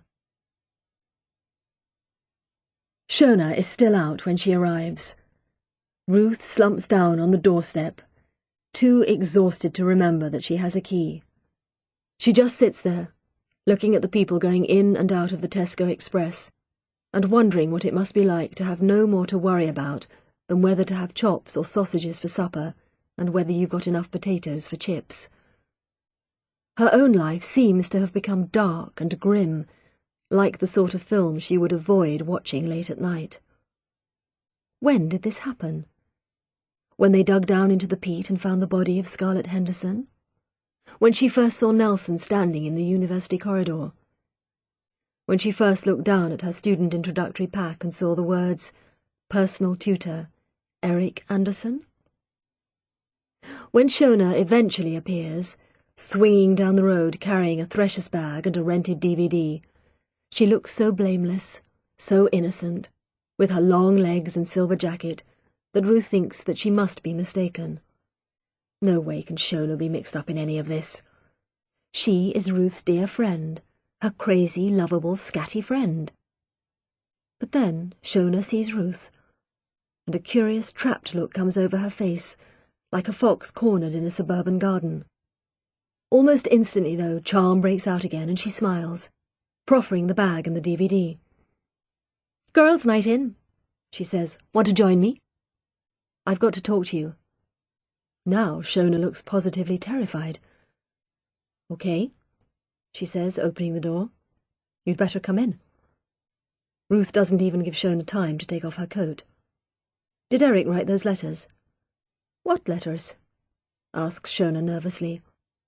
Ruth looks around the room, at the sanded floor and the trendy rugs, at the photos in decorated frames, almost all of Shona herself, she notices now, at the patchwork throw over the sofa, at the new novels stacked on the table, at the bookshelves with their battered copies of the classics, from T.S. Eliot to Shakespeare. Then she looks back at Shona. "Jesus," she says, "you helped him, didn't you?" Shona seems to look around for a means of escape, the trapped fox again. But then, as if finally surrendering, she collapses onto the sofa and covers her face. Ruth comes nearer. "You helped him, didn't you?" she says. "Of course, he'd never have thought of all that T.S. Eliot stuff by himself, would he? You're the literature expert. Your Catholic background probably helped too. He supplied the archaeology and the mythology, you did the rest. Quite the perfect little team."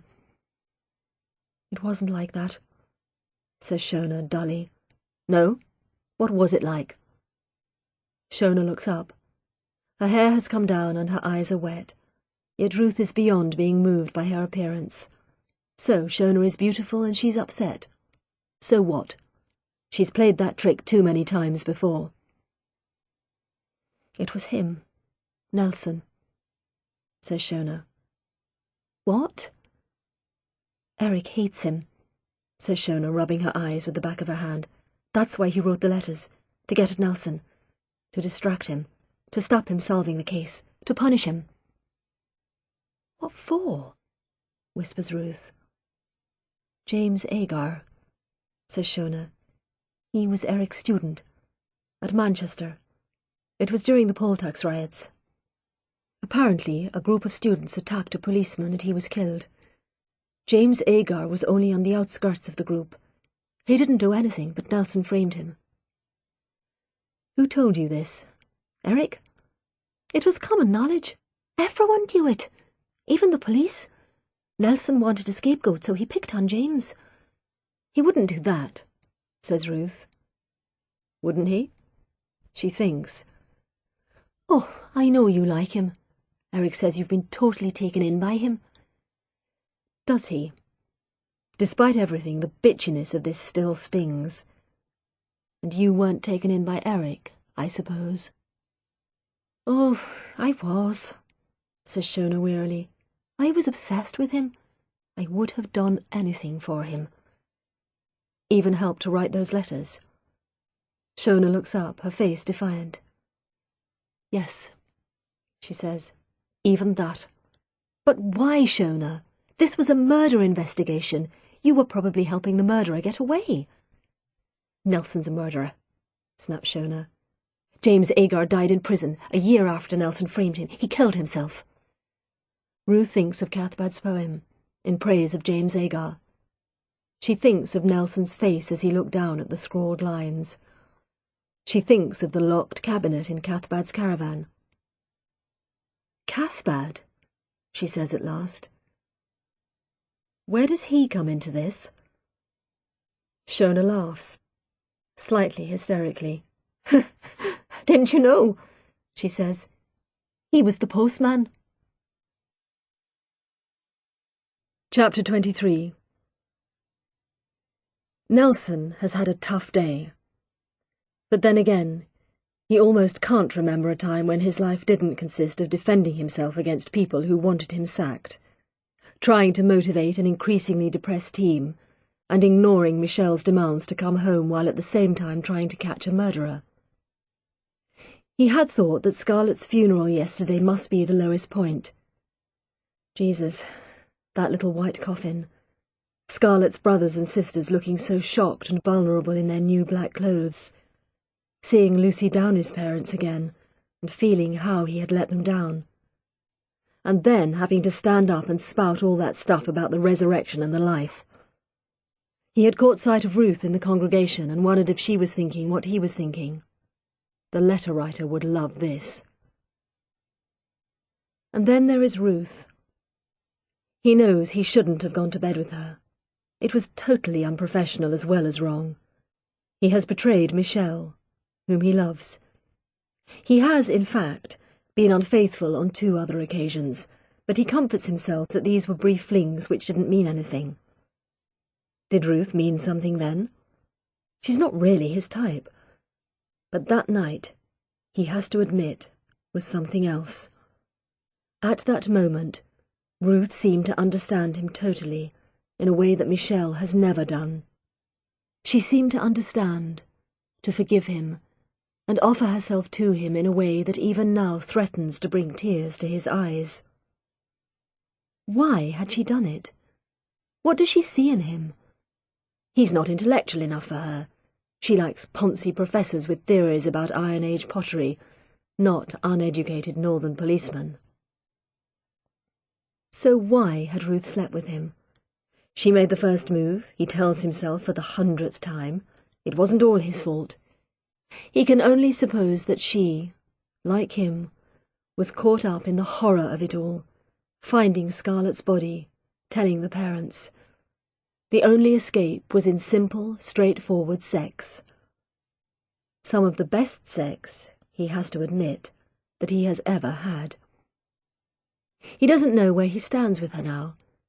She's not the sort who will go all soppy, declaring undying love and begging him to leave Michelle. He has spoken to her on the phone a few times, and she has always seemed fine, professional and calm, despite having some scary stuff to cope with. He admires that. Ruth is tough, like him. When he saw her yesterday at the dig, she had been very cool. He'd watched her as he approached. She was totally absorbed in her work. He was sure she had no idea that he was there. He doesn't know why, but suddenly he wanted her to look up, to wave, smile, even to rush over and fling her arms round him. Of course, she hadn't done any of these things. She had simply carried on with her job, just as he was carrying on with his. It was the sensible, adult way to behave. He had quite a good chat with that Eric Anderson bloke at the dig. Of course, he's an old hippie, way too old to have his hair in a ponytail and wear all those leather bracelets. But still, he had told Nelson some interesting things. Turns out, there's a prehistoric forest buried underneath the salt marsh. That's why you sometimes find odd-looking stumps of trees and bits of timber. They even found some wood that had come all the way from North America. Anderson had also talked about ritual. Think of a burial, he'd said.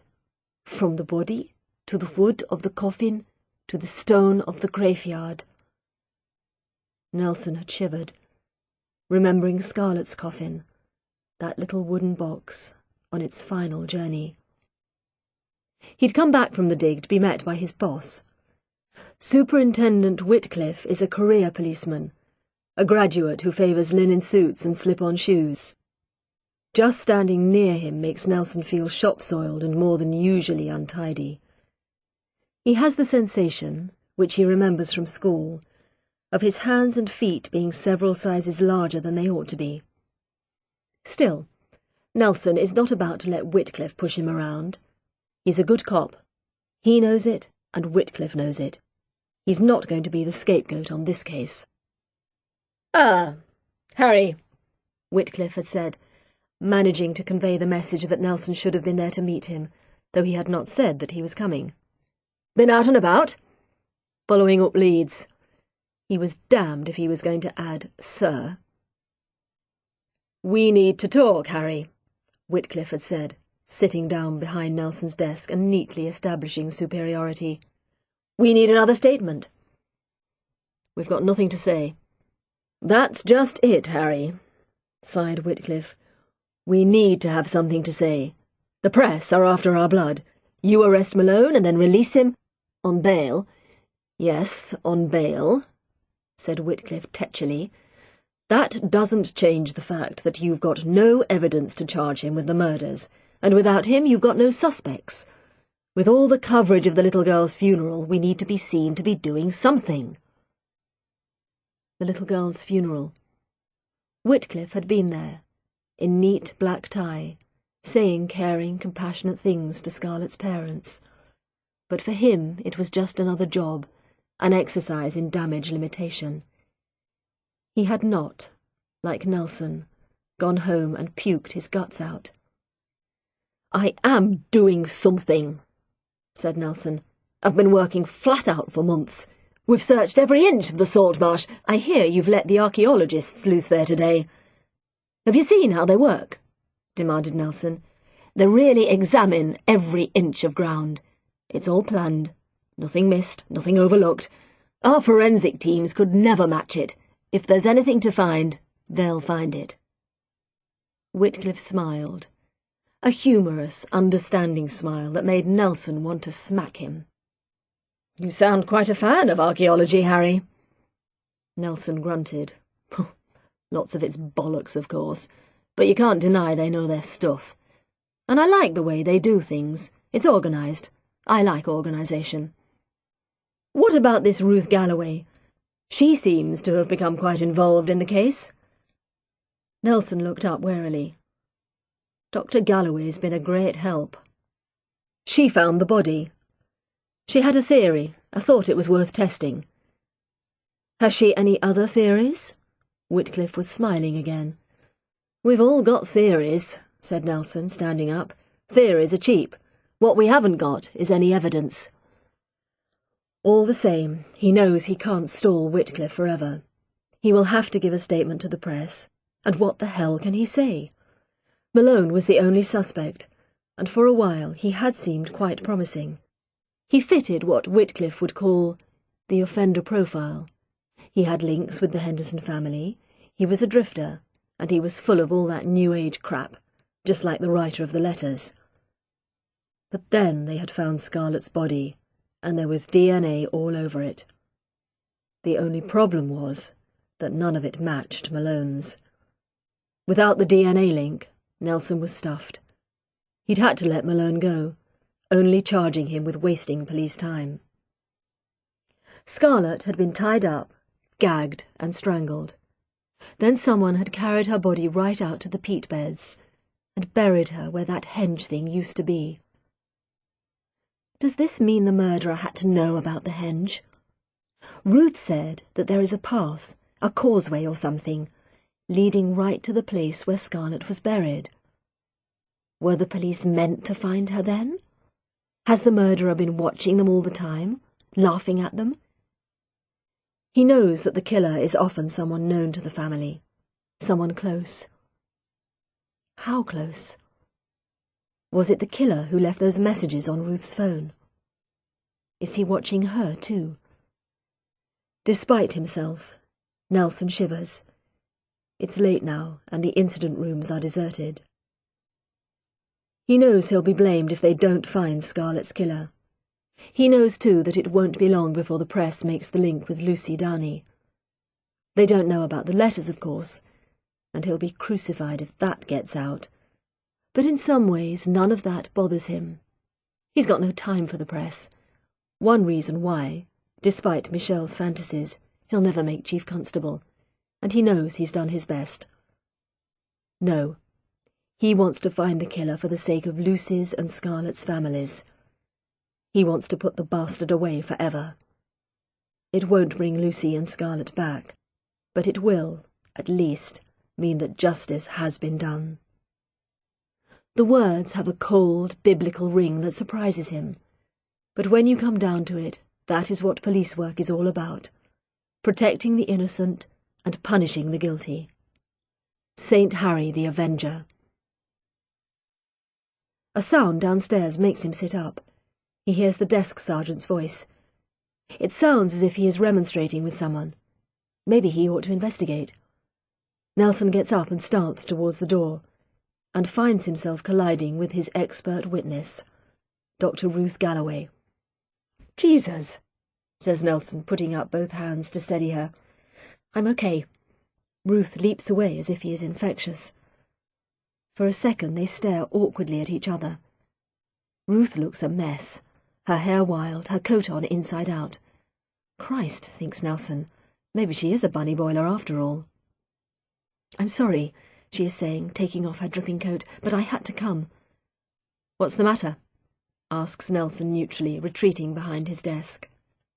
In answer, Ruth slams a book and a piece of paper down on his desk. He recognizes the paper instantly as a copy of one of the letters. The book means nothing to him, though Ruth has opened it, and is pointing at some writing on the first page. "Look," she is saying urgently. To humour her, he looks. Then he looks again. "Who wrote this?" he asks quietly. "Eric. Eric Anderson." "Are you sure?" "Of course I'm sure," and his girlfriend confirms it. He wrote the letters. "His girlfriend?" "Shona, my colleague at the university. She's his girlfriend. Well, ex-girlfriend, if you like. Anyway, she admits he wrote the letters and she helped him." "Jesus. Why?"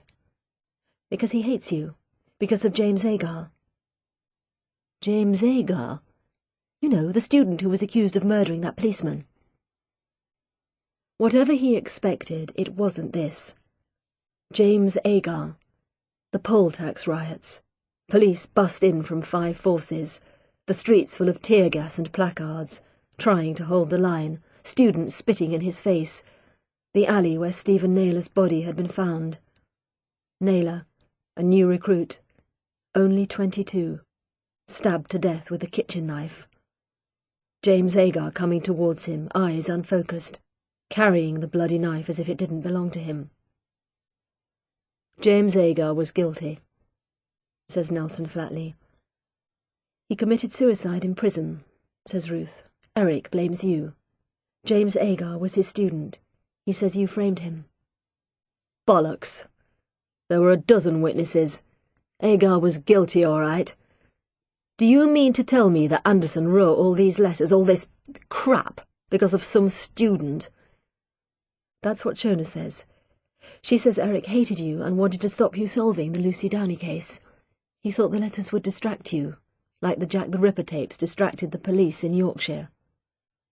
"He wanted the murderer to go free." "He sees you as a murderer." Ruth says this without emphasis, giving no clue what she actually thinks. Suddenly Nelson feels angry, thinking of Ruth and Eric and this Shona, all academics together, siding, as bleeding heart lefties always do, with the villains rather than the police. "I'm sure you agree with him," he says bitterly. "I don't know anything about it," says Ruth wearily. She does look tired, Nelson realizes, her face white, her hand shaking. He relents slightly. "What about Malone?" he asks. "He wrote a poem about James Agar. Do you remember? He even offered it as an example of his handwriting." "Cathbad was James Agar's friend," says Ruth. "They were students together at Manchester." "Was he involved in writing the letters?" "He posted them," says Ruth. "Eric wrote the letters, with Shona's help, and Cathbad posted them from different places. Remember, he told us he was a postman?" "What about the recent letters? I thought Anderson had been out of the country." "Eric emailed them to Cathbad. He printed them out and posted them." Have you spoken to Anderson? No. Ruth looks down. I went to see Shona, and then I came to you. Why not go direct to Anderson? Ruth looks up, meeting Nelson's gaze steadily. Because I'm scared of him, she says. Nelson leans forward and puts his hand on hers. Ruth, do you think Anderson killed Lucy and Scarlett? And Ruth answers, so quietly he can hardly hear her. Yes. There are the sounds again, but this time she is ready for them. She crouches, holding her stone, prepared to spring if the trapdoor opens. When he comes down with her food, she watches the back of his head as he puts the plates on the floor. Where would be the right place? On top, where the hair is going all straggly. At the back of his neck, horribly red and raw-looking. He turns to look at her, and she wonders if this isn't the best way, right in the face, between the eyes, in his awful gaping mouth, across his horrid gulpy neck. He examines her, which she hates, looks into her mouth, feels her arm muscles, makes her turn round and lift up her feet one after the other. You're growing, he says. You need some new clothes. Clothes. The word reminds her of something. A smell, that's it. A soft, comforting smell. Something held against her face, silky, smooth, rubbing between her thumb and forefinger. But he is talking about what's on her body, a long, scratchy top thing, and trousers that seem suddenly to be too short. She can see quite a bit of her legs sticking out at the bottom. They look white, like the inside of a twig. They look like they can't possibly work, but they do. She has been practicing running, round and round this little room, on the spot, up and down. She knows that soon she will have to run for real. He cuts her nails with a funny red knife he keeps in his pocket. She'd like a knife like that. If she had one, she'd... But her head gets all red and buzzy, and she has to stop thinking. Don't worry about the noises outside, he says. It's just... animals. Animals. Pony, dog, cat, rabbit. Incy-wincy spider climbing the waterspout. She says nothing, feeling the stone in her pocket. She likes it when it cuts her, just a little bit. He looks at her. Are you all right? He says. She doesn't answer. Instead, she hangs her head down so she can't see him. Her hair is long, it smells of dust. Sometimes he cuts her hair with the little knife. She remembers a story where someone escapes by climbing on hair. Does she have enough hair to make a ladder? It doesn't sound possible. It's one of those things that only happens in stories. Escape. Does that only happen in stories too? So she says nothing. And when he goes, the quiet fills the room, beating against the sides, making her head ache. Chapter 24. Ruth sits in Nelson's office, a cup of undrinkable coffee in front of her. It is cold in the high-ceilinged room. She is still wearing her digging trousers, baggy army surplice, but stupidly had taken off her thick jumper back at her house. It seems like days ago. Her coat is still dripping and is anyway far too thin. She wishes she had worn her sou'wester or an anorak. She wraps her hands around the plastic cup. At least it is hot. Nelson has disappeared to round up some officers to arrest Eric. Arrest Eric. The words have an impossible sound. That Eric should be a suspect in a murder case. That Ruth should be the one to direct the police to his door. It seems crazy, like a nightmare. It seems that one minute she was sitting in her little house by the salt marsh, preparing her lectures, grumbling about her mother and listening to Radio 4. and now she is in the middle of this drama of murder and betrayal.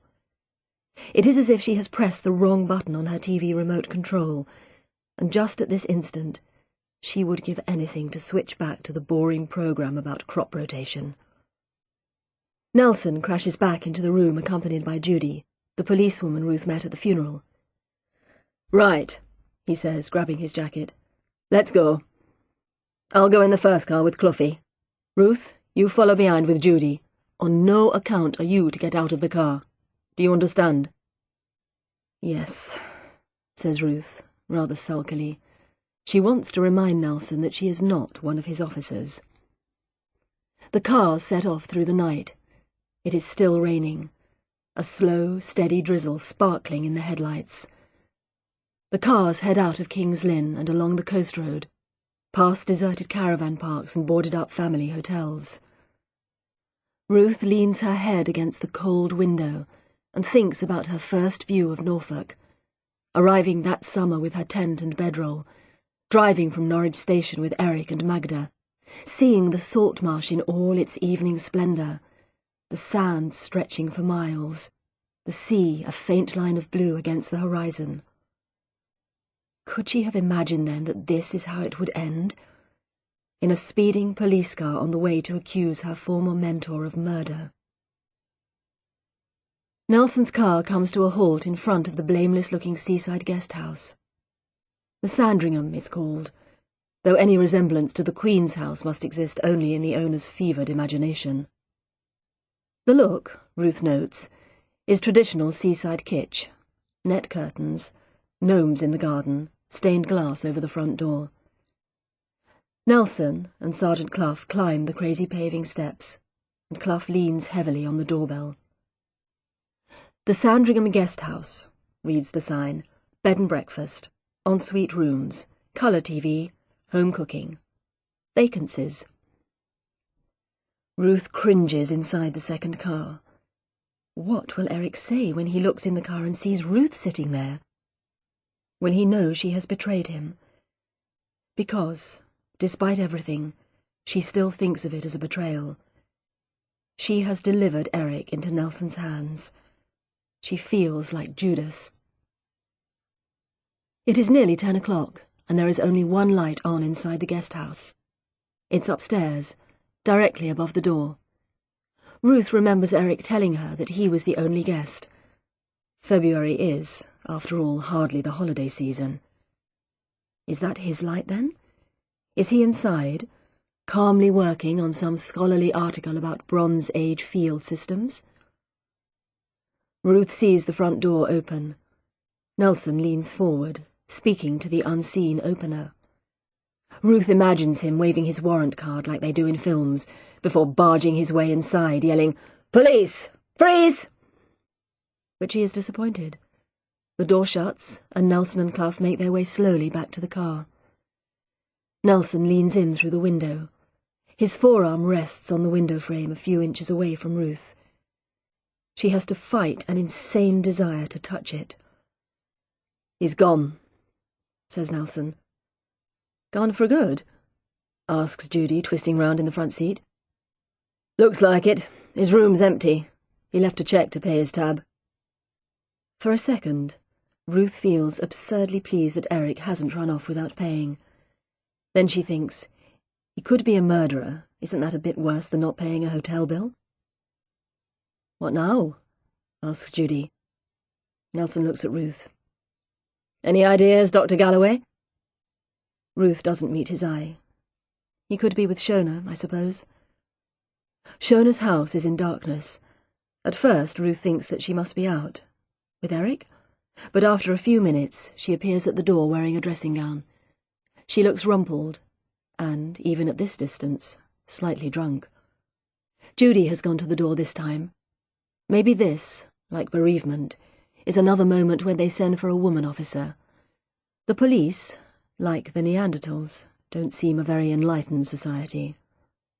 Shona steps back to allow Judy to enter. Alone in the car, Ruth starts to shiver. She jumps when the passenger door opens. Nelson leans in. "Are you okay?" "Fine," she says, setting her jaw to stop her teeth chattering. You're freezing. Hang on. He pulls off his heavy police jacket and hands it to her. Put this on. But it's yours. He shrugs. I'm not cold. Keep it. Ruth pulls on the jacket gratefully. It smells of garages, and very faintly of Nelson's aftershave. Nelson, in his shirt sleeves, certainly does not seem cold. He jogs slightly on the balls of his feet, impatient for Judy to come back. Ruth is reminded of the first time that she saw him, and the way he had almost run up the hill towards the buried bones. At last, Judy is coming out of the house. Nelson goes to meet her. They confer quickly, and then Judy gets back in the car. He's not there, she tells Ruth. She says she hasn't seen him. I'm putting a call out to all units. The boss says I've got to take you to a safe house. Ruth watches Nelson getting into the other car. He gave me his jacket, she thinks, but he can't be bothered to say goodbye. Suddenly, she feels incredibly tired. Is there anyone you could stay with? Asks Judy. Ruth looks back at Shona's house. The lights are off. No more girls' nights in for her there. A friend? Prompts Judy. Family? There is someone, says Ruth. The house is one of a row of fishermen's cottages on the seafront near Burnham Overy. Squat, whitewashed, used to withstanding the wind and rain from the sea. Ruth stands irresolute on the doorstep, listening to the waves crashing against the sea wall. What if he isn't there? Will she have to sleep under her desk at the university, to be woken at 9 by Mr. Tan and her other students? At the moment, it seems quite an attractive proposition. Ruth looks back at the police car, which is discreetly waiting in the street. She wonders if the neighbours are watching behind their curtains. Ruth! She swings round to see Peter silhouetted in a rectangle of light. Ruth opens her mouth to tell him about Eric and Shona and to ask him for a place to sleep. But to her intense embarrassment, she starts to cry. Huge, gulping, unromantic sobs. Peter reaches out and draws her inside. It's okay, he says. It's okay. And he shuts the door behind them. Chapter 25. I'm sorry, says Ruth, sitting down on Peter's sofa. As in all rented houses, the furniture looks the wrong shape for the room. The sofa is mysteriously uncomfortable. What's going on? Asks Peter, still stranded in the doorway. You'd better sit down, says Ruth. She tells him about the letters, about Shona and Eric, and finally about the match with Eric's handwriting. Jesus. Peter lets out a long sigh. Are you sure? Yes, says Ruth, and Shona admits it. They wrote the letters because they wanted to disrupt the investigation. Why would they want to do that? Because one of Eric's students was accused of murdering a policeman. He was found guilty and committed suicide in jail. He blames Nelson, the policeman in charge of the Scarlett Henderson case. Why? Nelson gave evidence against the student. James Agar, his name was. And the police are now after Eric? Yes, but he seems to have disappeared. What about Shona? She says she doesn't know where he is. Peter is silent for a moment, and then he looks at Ruth, his face troubled. Do the police think that Eric could have murdered the little girl? They think it's a possibility. And what do you think? Ruth hesitates before answering. If she is honest, she no longer knows what she thinks. She believed that Eric was omnipotent and that Shona was her friend. Now neither of those things seem to be true. I don't know, she says at last, but I think it must be a possibility. The letter writers seem to leave clues about where Scarlett's body was buried. Could that just be a coincidence? Ruth thinks of the cryptic, teasing tone of the letters. It could be. The letters hint at all sorts of things. It's easy to read things into them. Why would Eric want to kill her? Ruth sighs. Who knows? Maybe he thought he needed to make a sacrifice to the gods. You don't believe that, surely?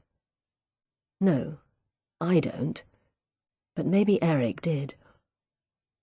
Peter is silent once more. Peter makes omelettes and opens a bottle of red. Ruth eats hungrily. Lunch with Shona seems centuries ago. They both drink a good deal, keen to blot out the evening's revelations.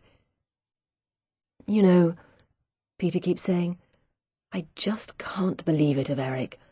He always seemed a real new ager to me, into peace and love and free dope for all. I just can't imagine that he would kill a little girl. But what if he really believed all that stuff, about sacrifices and offerings to the gods? Maybe he felt he needed to make an offering to appease the gods for taking the henge away. You're saying that he's mad. Ruth is silent, swirling the red wine round in her glass. Who are we to say what is mad and what is sane? You're quoting Eric. Yes. Ruth tucks her feet under her on the sofa. Despite everything, she is beginning to feel very sleepy. You loved him, didn't you? Says Peter in a different voice. What? You loved him. All the time I thought it was me, but it was Eric. He was the one you really loved. No, protests Ruth. I did love him, but as a friend, as a teacher, I suppose. I loved Magda too. It was different with you. Was it? Peter crosses the room and kneels in front of her. Was it, Ruth? Yes. Peter kisses her, and for a second she feels herself dissolving into his arms. Would this be so wrong, she asks herself? He is separated from his wife, she is single. Who would they be hurting? God, Ruth, Peter murmurs into her neck. I've missed you so much. I love you. That does it. Ruth sits up, pushing Peter away. No. What? Peter is beside her on the sofa now, his arms around her. You don't love me. I do. It was a mistake marrying Victoria. You and I were always meant to be together. No, we weren't. Why not? Ruth takes a deep breath. It seems very important to get this right. To have one thing that is clear and straight and unambiguous. I don't love you, she says. Is it okay if I sleep on the sofa? She wakes in the morning to find herself covered with Nelson's jacket and with a duvet. Grey light is streaming in through the thin curtains. The time on her mobile is 7:15. No new messages. Ruth sits up. Her head hurts and her eyes feel gritty. How much did she have to drink last night? 2 empty bottles lie on the floor. Not much by undergraduate standards, perhaps, but more than she has drunk for years. She can't even remember going to sleep. She remembers Peter slamming out of the room after she told him that she didn't love him. He must have come back, though, to put the duvet over her.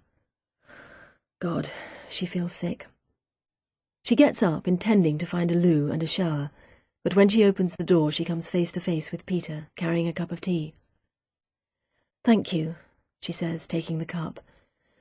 I feel terrible. Peter smiles. So do I.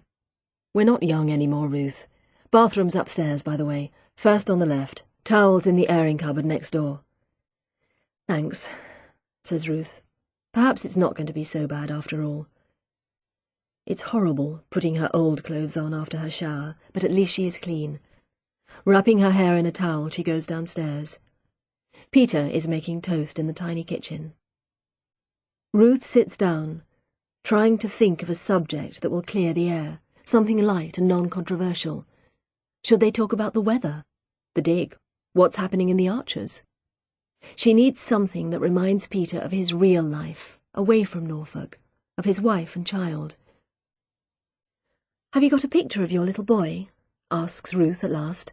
I haven't seen him since he was a baby. Peter looks surprised, but he gets out his phone, a sleek black affair, and pushes it across the table to Ruth.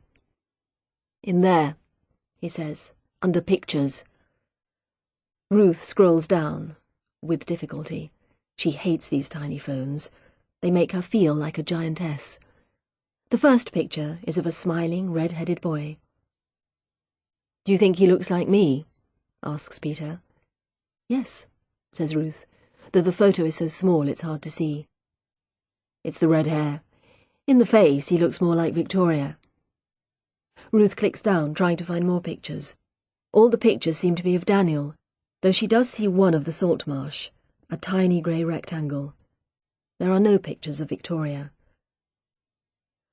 "What are you going to do now?" asks Peter, putting toast in front of her. "Go into work, tidy things up there, then maybe go away for a bit. See my parents."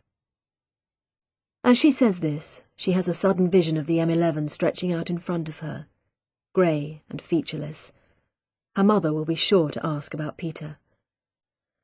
"Blimey, things must be desperate." Ruth smiles, but when she looks at Peter, his face is suddenly dark. He looks, for a second, like a stranger.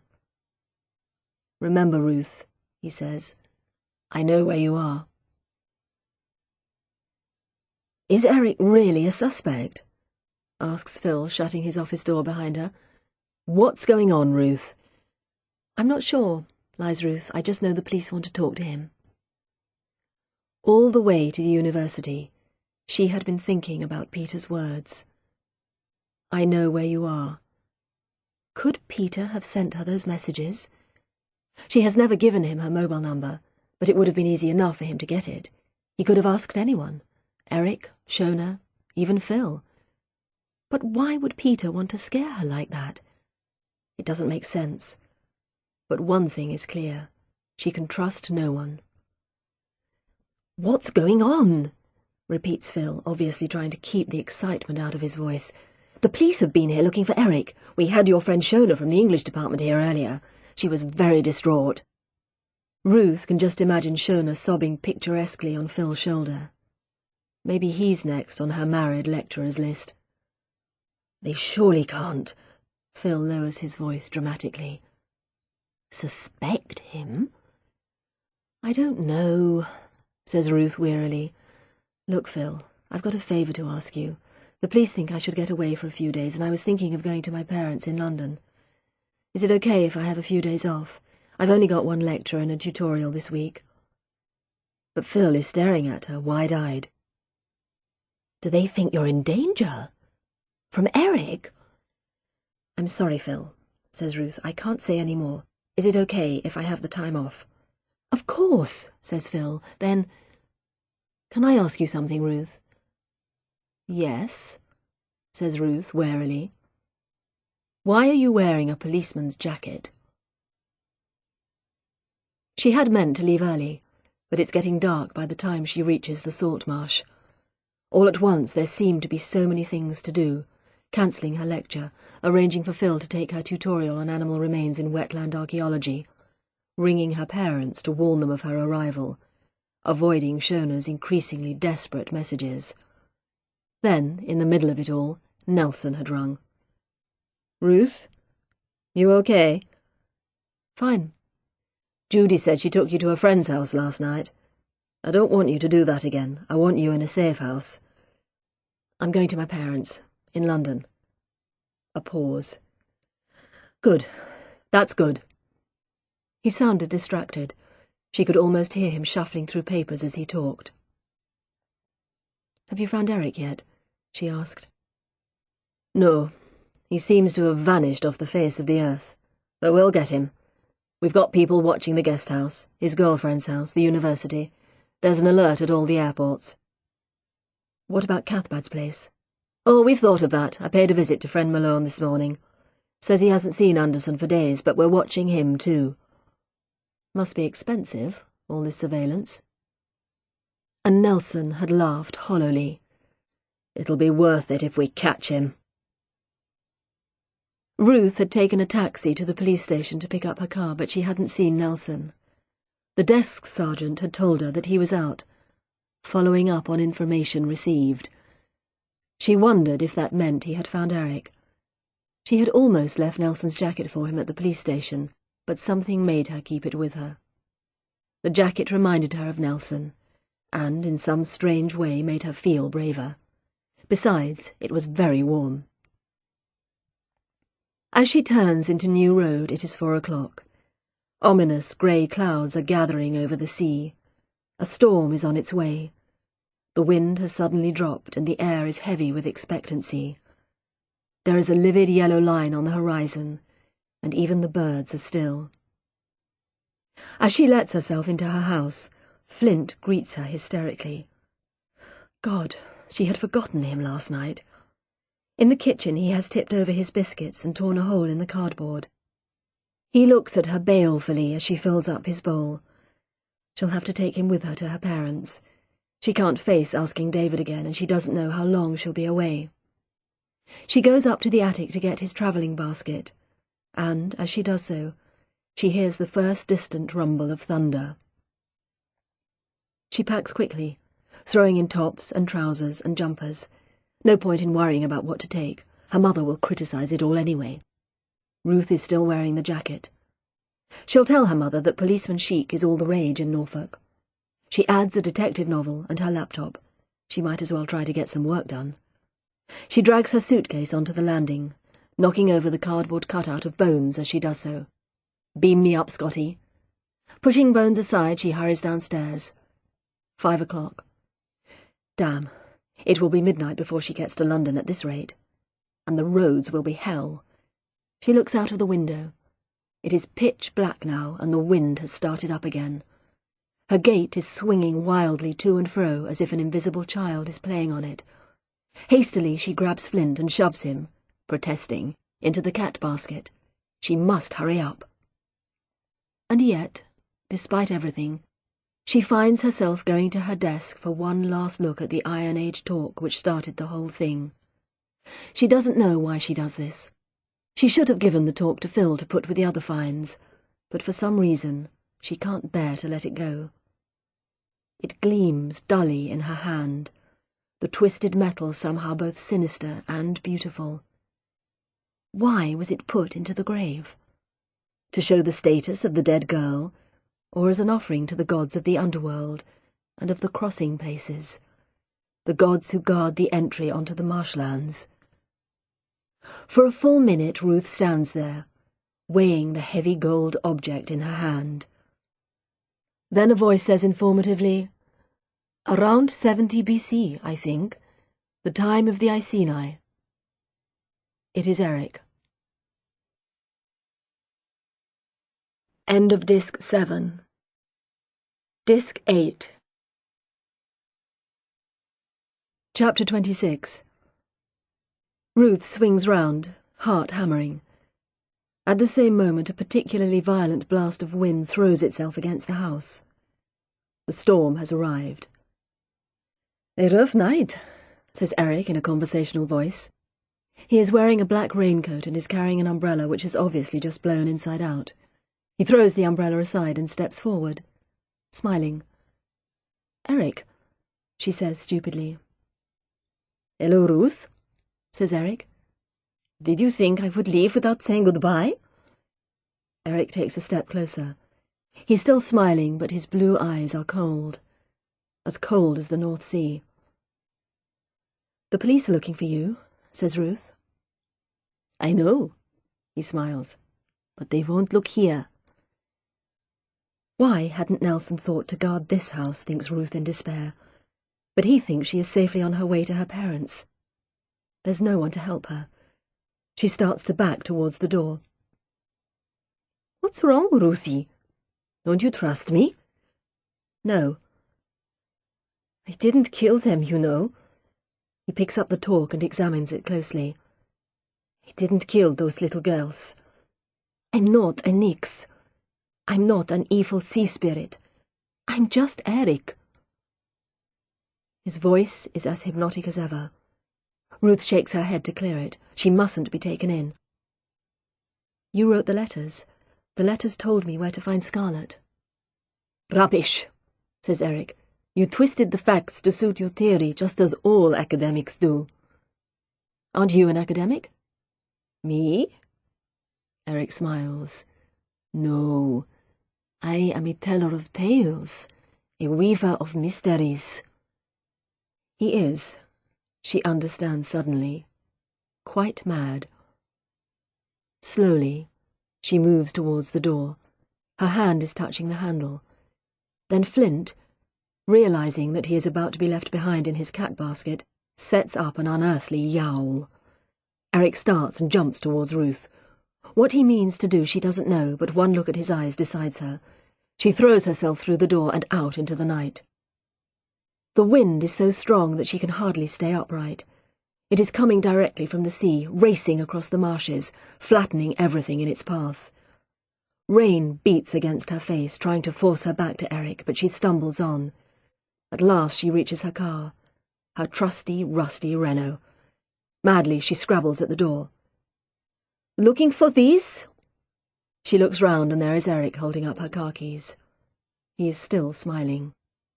With his white hair flattened by the rain, he looks like a wizard. Not a comfortable Harry Potter wizard, but a creature from the wind and the rain. An elemental. Ruth runs. She darts across New Road, jumps over the ditch, already full of rushing water, that leads to the marshes and sets out into the dark. Ruth! She can hear Eric behind her. He too is across the ditch, and she can hear him stumbling over the coarse grass and low bushes. Ruth stumbles too, falling heavily on the muddy ground, grazing her hands on loose stones. But she keeps going, panting, gasping, weaving through the stunted trees, with no idea where she's going except that she must escape from Eric. He will kill her, she knows. He'll kill her just as he killed those two little girls. For no reason. For the reason that he is mad. She can hear him behind her. Despite his age, he's fit. Much fitter than her. But desperation drives her on. She falls into a shallow stream and knows she must be getting near the tidal salt marshes. The wind is even louder now and the rain stings her face. She stops. Where is Eric? She can't hear anything now except the wind. Exhausted, she sinks down on the ground. It is soft and reed stalks brush against her face. Where is the sea? She mustn't wander onto the mudflats or that will be the end of her. The tide comes in like a galloping horse, David said. It is easy to imagine wildly galloping hooves in the noise of the wind, the white horses of the waves storming in across the marshes. She crouches amongst the reeds, trying to gather her wits about her. She must ring Nelson, get help, but as she scrambles for her mobile, she realizes that she has packed it in her bag. The wind screams around her, and in the background she hears another, even more sinister noise. A roaring, rushing, relentless sound. She is lost on the salt marsh, and the tide is coming in. Chapter 27. Nelson's mood is dark as he drives back to the station. The so-called information received has turned out to be a load of bollocks. A man answering Eric Anderson's description has been spotted at a King's Lynn pub. But when Nelson arrived at the pub, it turned out to be folk music night, which meant that every man in the place answered to Eric Anderson's description, grey ponytail, smug expression and all. He glowers out at the rain as he edges through the Sunday night traffic. Then he thinks, sod it, and puts on his siren. The traffic parts for him in a way that he never ceases to find satisfying as he heads back to the station. Christ, he hopes Ruth is okay. Still, she should be safely on her way to London now. Not that he thinks Eric will try to contact her. Privately, he's sure that he has already left the country, leapt on a late flight last night and is happily on the way to... Where's a place in Norway? Oslo, that's it. He'll be sitting in a cafe in Oslo now, drinking whatever Norwegians drink and laughing his bearded head off. The desk sergeant tells him that Ruth collected her car an hour ago. Nelson frowns. That's too late for his liking. Whatever was she doing, hanging about all day? He'd spoken to her at lunchtime. She should have left straight away. At his office door he is stopped by a WPC. He doesn't know her name, but he composes his face into something like a smile. She is young. They get younger all the time. And looks nervous. There's someone to see you, Detective Chief Inspector. Yes? He says encouragingly. He's in your office. He wouldn't leave a name. Why the hell hadn't he been stopped downstairs, thinks Nelson irritably. He pushes open the door and the first thing he sees is a swirl of purple cloak. He shuts the door behind him, very quickly indeed. Cathbad is sitting, quite at his ease, on Nelson's side of the desk. He has his feet, encased in muddy trainers, actually on the desk. Nelson can see mud on one of his beautiful, clean to-do lists. "Get your feet off my desk!" he bellows. "Really must watch that anger, Detective Chief Inspector," says Cathbad. "I'm sure you must have air is rising." But he takes his feet off the desk. "Now, get out of my chair," says Nelson, breathing heavily. "We own nothing in this world," counters Cathbad, getting up fairly quickly all the same. "Did you come here just to spout New Age rubbish at me?" "No," says Cathbad calmly. "I've come to give you some information about Eric Anderson. I thought I would bring you the news in person, so I slipped out when your two, guards were otherwise occupied." Nelson's hands clench into fists as he thinks of the officers sent to watch Cathbad. They've made a fine job of surveillance. What the hell were they doing? Sheltering in their car, probably, unwilling to face a cold night on the beach in Blakeney. Goons! "What information? If you've come to tell me he's at a folk music gig, you're wasting your breath." Cathbad ignores this. "Eric telephoned me an hour ago. He told me that he was on his way to see Ruth Galloway." Nelson's heart starts to beat faster, but he forces himself to speak calmly. "Why are you so keen to help the police all of a sudden?" "I dislike the police," says Cathbad loftily, "but I abhor all forms of violence. Eric sounded distinctly violent to me. I think your friend Dr. Galloway could be in danger." Ruth lies in the reed bed, listening to the roar of the tide and the howling of the wind, and thinks, "What the hell am I going to do now?" She can't go back to the house, and every moment that she stays on the salt marsh adds to the danger. Soon the tide will come in, and she has no idea if she is already on the tidal mudflats. But Ruth has no intention of cowering in the mud, waiting to die. She has to find a way out. At any rate, she may as well run as lie here waiting for Eric to catch her. She starts to zigzag through the reeds, head down against the wind. A mighty crack of thunder almost throws her off her feet. It's a deafening industrial sound, like two express trains colliding. Immediately, another lightning blast turns the sky white. Christ, the storm must be right overhead. Is she going to be struck by lightning? Another explosion of thunder sends her instinctively down amongst the reeds, with her arms over her head. She is lying in a shallow stream. This is dangerous. Water conducts electricity, doesn't it? She can't even remember if she is wearing rubber soles. She edges forward on her stomach. This is how she imagines the First World War, face down in the mud while mortar shells explode into the sky. And this is no man's land, all right. Hand over hand, she crawls slowly forward. Jaw clenched, Nelson drives like a maniac towards the salt marsh. Next to him, humming softly, sits Cathbad. There is no one whose company Nelson desires less, but there are two important reasons why Cathbad is currently occupying the passenger seat of Nelson's Mercedes.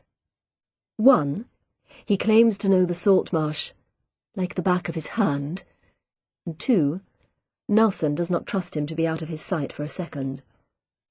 Clough and Judy are following in a marked police car. Both cars have their sirens blaring, but there is little traffic as they scorch through the country lanes. The storm, raging unnoticed above them, has driven everyone inside.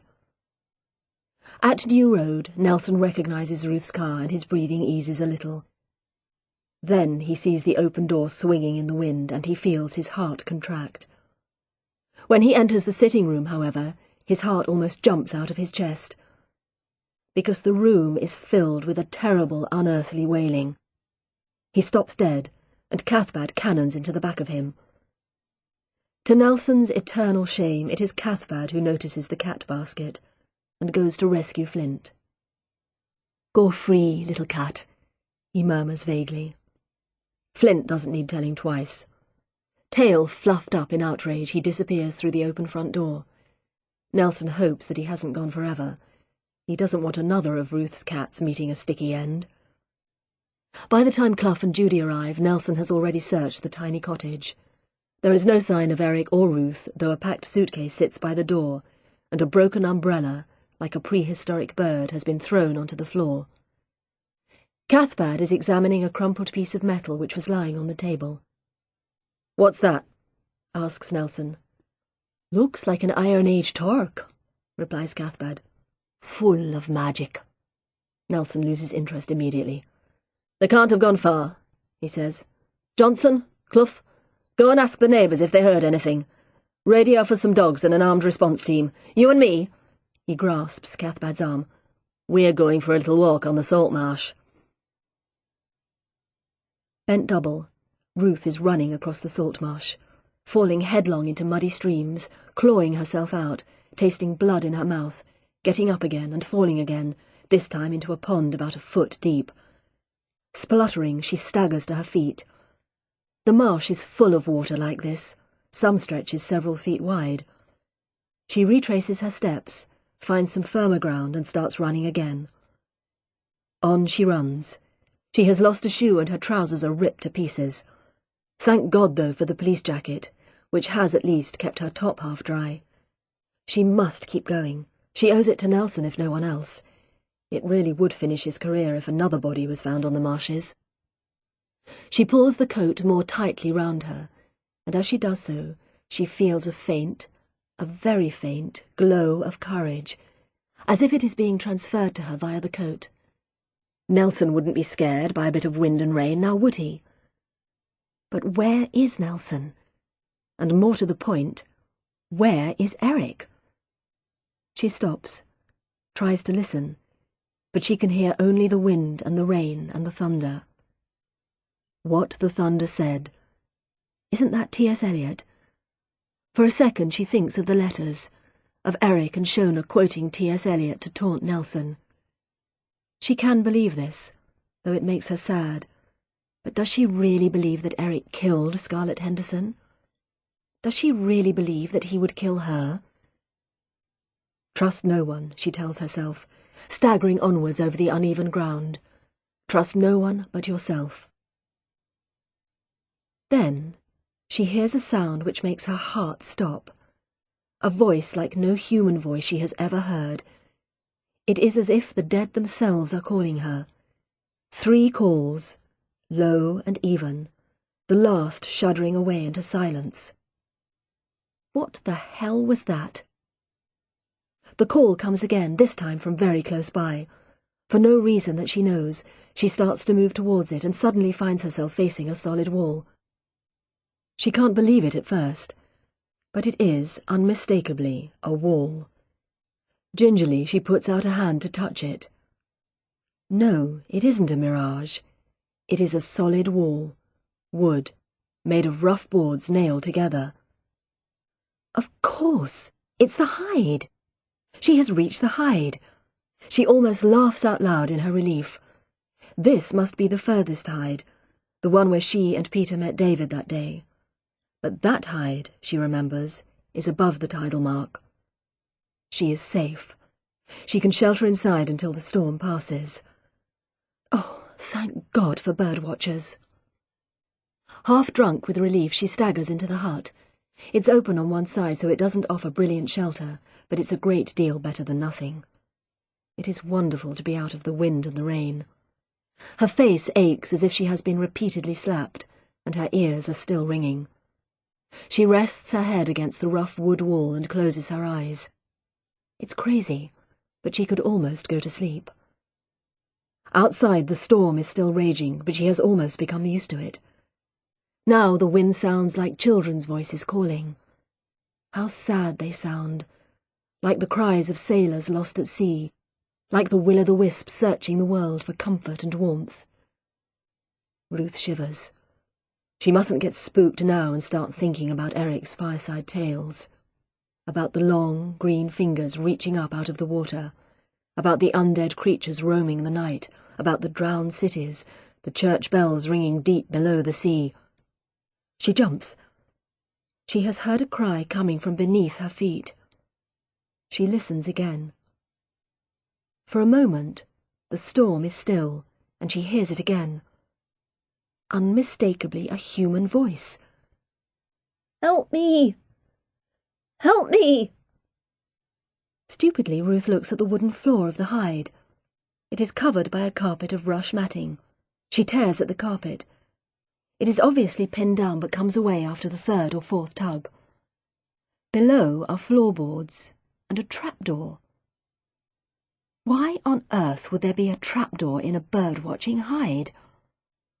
And there is the voice again, calling from beneath the floor. Hardly knowing what she is doing, Ruth bends down and puts her face to the trapdoor. "Who's there?" she calls. There is a silence, and then a voice answers, "It's me." The simplicity of this response strikes Ruth to the heart. It presupposes that Ruth knows the owner of the voice, and almost at once she feels as if she does. "Don't worry," she shouts. "I'm coming." There is a bolt on the trapdoor. It slides back easily as if it is used regularly. Ruth opens the door and peers down in the darkness. At the same time, a flash of lightning illuminates the surroundings. A face looks back up at her. A girl, a teenager perhaps. Painfully thin with long, matted hair. She's wearing a man's jumper and tattered trousers and has a blanket round her shoulders. "What are you doing here?" asks Ruth stupidly. The girl just shakes her head. Her eyes are huge, her skin grey with pallor. "What's your name?" asks Ruth. But all of a sudden, she knows. "Lucy," she says gently. "You're Lucy, aren't you?" Chapter 28. Judy and Clough report that there is no response from either of Ruth's neighbours. "Houses look shut up, sir." Nelson tells them to stay and wait for the dog handlers. He will search on the salt marsh. "In this?" says Clough, gesturing towards the dark expanse of the marsh, where the trees are almost blown flat by the wind. "You'll never find them." "There's quicksand," says Judy, as a particularly savage blast almost knocks her off her feet. "And the tide comes in really quickly. I used to live around here. It's not safe." "I know a way," says Cathbad. They all look at him. His cloak is flying out in the wind. His eyes are bright. Somehow he doesn't look quite as ridiculous as usual. "There is a hidden way," Cathbad goes on. "I discovered it 10 years ago. It's a sort of shingle spit. It leads from the lowest hide right up to the henge circle. Solid ground all the way." That must have been the path Ruth took to find Scarlett's body, thinks Nelson. "Can you find it in the dark?" he asks. "Trust me," says Cathbad, which none of them finds very reassuring. The sound of her name seems to have a devastating effect on the girl. She starts to cry loudly, a child crying rather than a teenage girl. "Let me out!" she sobs. "Oh, please, let me out!" "I will," says Ruth grimly. She reaches down and grabs the girl's arm. It feels brittle, as if it might snap. Then she hauls, but she is not strong enough to take the girl's weight, skinny as she is. Oh, why hadn't she kept going to the gym? "I'm coming down," she says at last. "Then I'll give you a leg up." The girl backs away, but Ruth is determined. She jumps in through the trapdoor and falls heavily onto the concrete floor below. The girl is standing against the opposite wall, her teeth bared like an animal at bay. In her hand she holds a stone. A flint, decides Ruth. giving it a sharp professional look. A sharp one. Ruth tries a smile. "Hello," she says. "Hello, Lucy. I'm Ruth." The girl lets out a small, frightened sound, but doesn't move. Ruth looks around. She is in a small, square, underground dungeon. Looking up, she sees the trapdoor in the ceiling, and a barred window which also has a wooden cover. The room is empty apart from a low bed, a bucket, and a plastic box which seems to contain a baby's toys. The walls and the floor are all concrete, rough in places, and there is moisture running down the walls. The whole place smells of damp and urine and fear. My God, thinks Ruth in horror, has Eric really kept her a prisoner all this time? What about when he was in Norway? Cathbad. That must be the answer. This is the link between Eric and Cathbad. Cathbad is his jailer. And now they must escape. Ruth turns to the girl, who is still cowering against the wall. "Come on." She holds out her hand again. "I'm going to help you get out of here." But the girl, Lucy, just whimpers and shakes her head. "Come on, Lucy," says Ruth, trying to keep her voice as calm and gentle as possible, trying to make it sound as if they have all the time in the world and there isn't a madman on their trail and a raging tempest outside. "Come on, I'll take you home. You'd like to go home, wouldn't you, Lucy? See your mum and dad?" She'd expected Lucy to react to the words mum and dad, but the girl is still looking terrified. Ruth edges slowly towards her, dredging her mind for every soothing platitude she can think of. There. It's okay. Don't worry, it'll be all right. What were some of the meaningless things her mother used to say to her? Annoying little catchphrases, but nevertheless as soothing as a cup of cocoa when you can't sleep. Ruth has never had children, so it is her own childhood she must conjure up.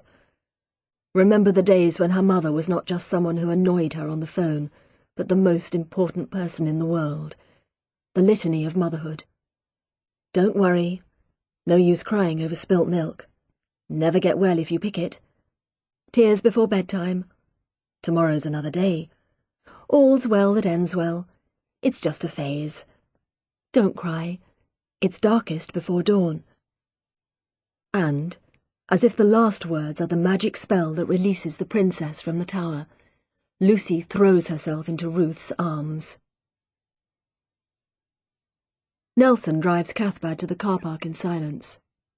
The only sounds are the overloaded windscreen wipers swishing to and fro, and Nelson's fingers drumming impatiently on the steering wheel. Perhaps fortunately for his continued well-being, Cathbad does not comment on this typically Scorpio impatience. The trees around the car park are blown into a frenzy. The boarded-up kiosk looms eerily out of the dark, promising ghostly cornetos and calippo shots. Grimly, Nelson gets a rope and a heavy-duty torch out of the boot. Cathbad hums serenely. They walk up the gravel track to the first hide. Nelson is in the lead, shining the torch in front of him. He doesn't think of himself as imaginative, but the noise of the wind howling across the marshes is starting to give him the creeps. The thunder rumbling overhead just adds to the cliched horror film atmosphere. Behind him, Cathbad sighs with what sounds like happiness. They pass the hide first, and Cathbad pushes in front. "The path," he says calmly. "It's near here." Nelson hands him the torch. If they get lost, he will kill Cathbad first and arrest him afterwards. After a few yards, Cathbad veers off the gravel track and starts to head out over the marsh. Despite the torch, it's pitch black.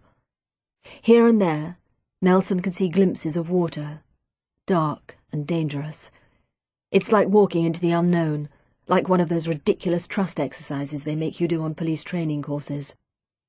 Except that Nelson doesn't trust Cathbad. Not one little bit. Following Ruth across the marshes, even in the daylight, had been difficult enough. It takes all his self-control now not to elbow Cathbad out of the way and insist on turning back to the track. Suddenly Cathbad stops. "Here it is," he murmurs. Nelson sees him shine the torch onto the ground. A bolt of lightning turns the sky white. Cathbad grins at him. "Follow me," he says. About a mile away, across the black marshland, Ruth holds Lucy in her arms. It feels strange, cuddling this thin, vulnerable body. Ruth doesn't know many teenagers, and those she does know are hardly likely to fling their arms around her and sob into her shoulder. "There, there," says Ruth in her mythical mother persona. "It'll be all right. Come on, Lucy." But Lucy just cries and cries, her entire body shaken with the force of her sobbing. "Come on," Ruth is forced to say at last. "Come on, before he gets back." That does the trick all right. Lucy breaks away, her eyes round with fear. "Is he coming?" she whispers. "I don't know," says Ruth. "Who knows where Eric is?" Hopefully, he is lost out there on the dark marshes. But knowing Eric, he probably has a sea sprite's sixth sense that will allow him to walk unharmed through the storm and arrive just as they are trying to escape. She doesn't say this to Lucy, though. Taking advantage of the girl's loosened grip, she propels her gently below the trapdoor. "I'm going to give you a leg up. You know," she adds desperately, "like on a pony?" She has never ridden a pony, but she is hoping that Lucy has. "A pony," Lucy repeats carefully. "Yes, I'm going to push you up through that hole and then climb up myself, okay?" she finishes brightly. Almost imperceptibly, Lucy nods. "Put your arms up," says Ruth. Lucy does so. Clearly she is used to obeying orders. In the event, Ruth does not give her a leg up. Instead, she clasps Lucy round the waist and lifts her. It is surprisingly easy. Either Lucy weighs almost nothing, or Ruth has developed superhuman strength. To her amazement, Lucy grasps the edge of the trapdoor and deftly swings herself up. Then she peers down at Ruth, her lips curved in something like a smile. "Well done, Lucy! Well done!"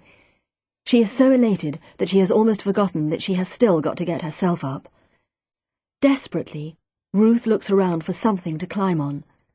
She spots the plastic box of toys and pulls it over to the space below the trapdoor. She stands on top. Still not high enough. So she gets the bucket, tipping its pungent-smelling contents into the corner, and puts it upside down on top of the box. Now she balances precariously on the bucket. Yes! She is able to grab the rim of the trapdoor. Then, using every ounce of superhuman strength, she struggles to pull herself up. Her fingers scrabble madly on the hide's wooden floor, and amazingly, she feels something else pulling determinedly at her hand. It is Lucy. Lucy trying to help her. Whether or not this makes a difference, suddenly her torso is up through the trapdoor. One final heave, and her legs are up too. Ruth lies panting on the floor of the hide. Lucy is watching her. When she leans forward, her voice is again that breathy little whisper. "Are we going home?" Yes. Ruth struggles to her feet and takes Lucy's hand. She can hear the rain drumming on the roof, but the thunder seems to have stopped. She looks at Lucy's thin, shivering body. How is she ever going to get her home? Ruth takes off the policeman's jacket and wraps it around Lucy. It comes to below her knees. "There," she says in her bright mother voice. "Now you'll be fine." But Lucy is looking beyond her, staring at the entrance to the hide. She has heard something, and now Ruth hears it too. Footsteps. A man's footsteps. Coming quickly towards them. City lights are blazing neon, underworld whispers in the night.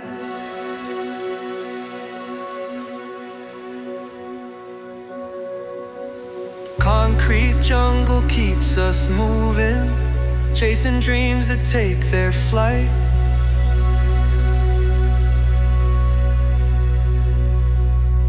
We paint the town with stories bold, every step a tale unfold. In the shadows, truth we find, street poetry blows our mind. Graffiti preachers drop their wisdom, buskers play their unsung hymns.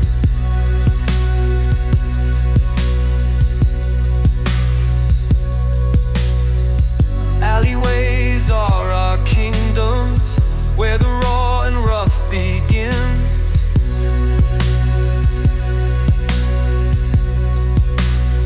We paint the town with stories bold, every step a tale unfold. In the shadows, truth we find, street poetry blows our mind.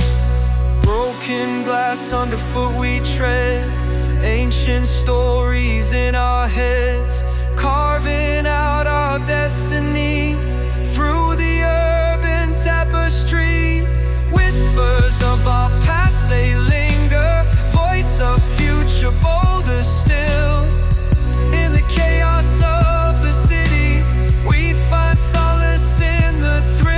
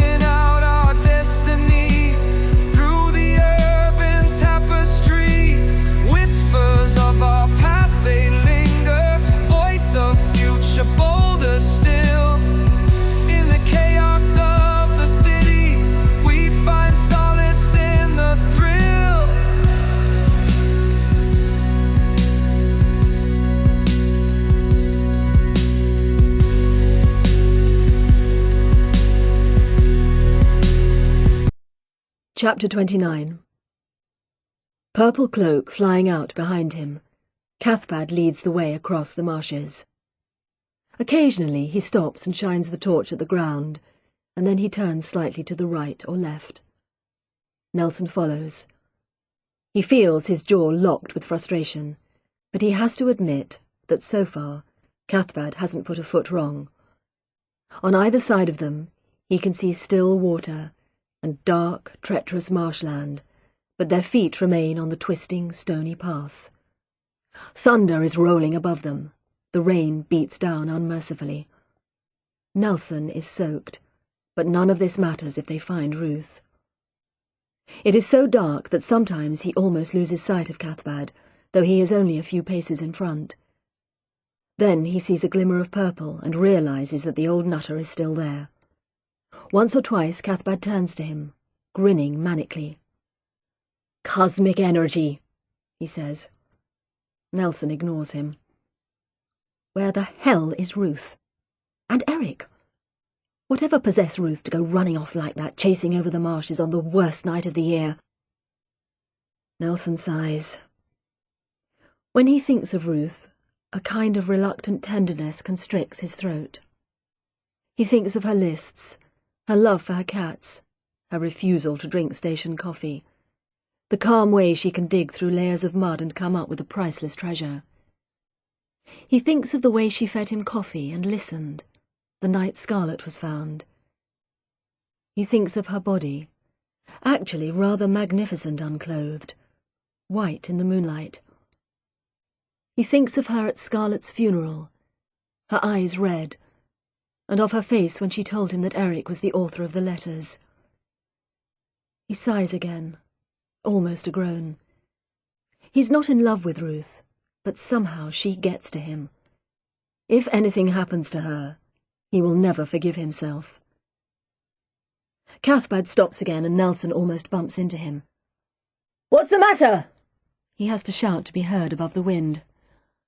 I've lost the path! You're joking! Cathbad sweeps the beam of the torch over the ground. Some of the posts are submerged, he mutters. I think this is it. He takes a step forward and disappears. He doesn't even have time to scream. He just vanishes, swallowed up by the night. Nelson jumps forward and is just in time to catch a handful of cloak. He pulls. The cloak tears, but now he has got hold of Cathbad's arm.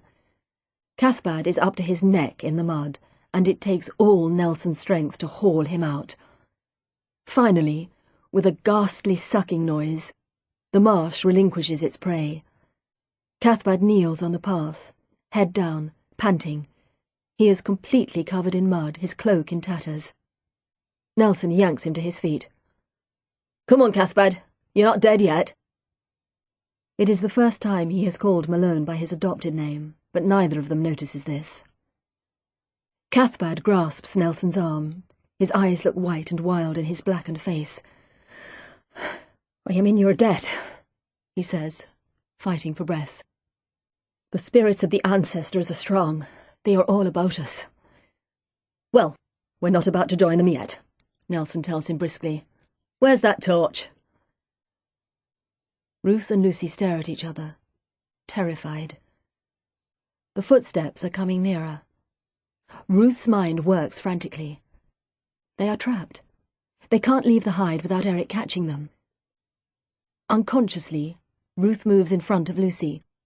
Will Eric attack them both? How can she defend herself, defend Lucy? She looks wildly around the hide, but it is completely empty. If only she had a stone or a piece of wood. Where is the stone that Lucy was carrying? The footsteps come nearer, and at the same moment the moon slides out from behind the clouds. A man's figure approaches, wearing yellow waterproofs. Hang on. Wasn't Eric in black?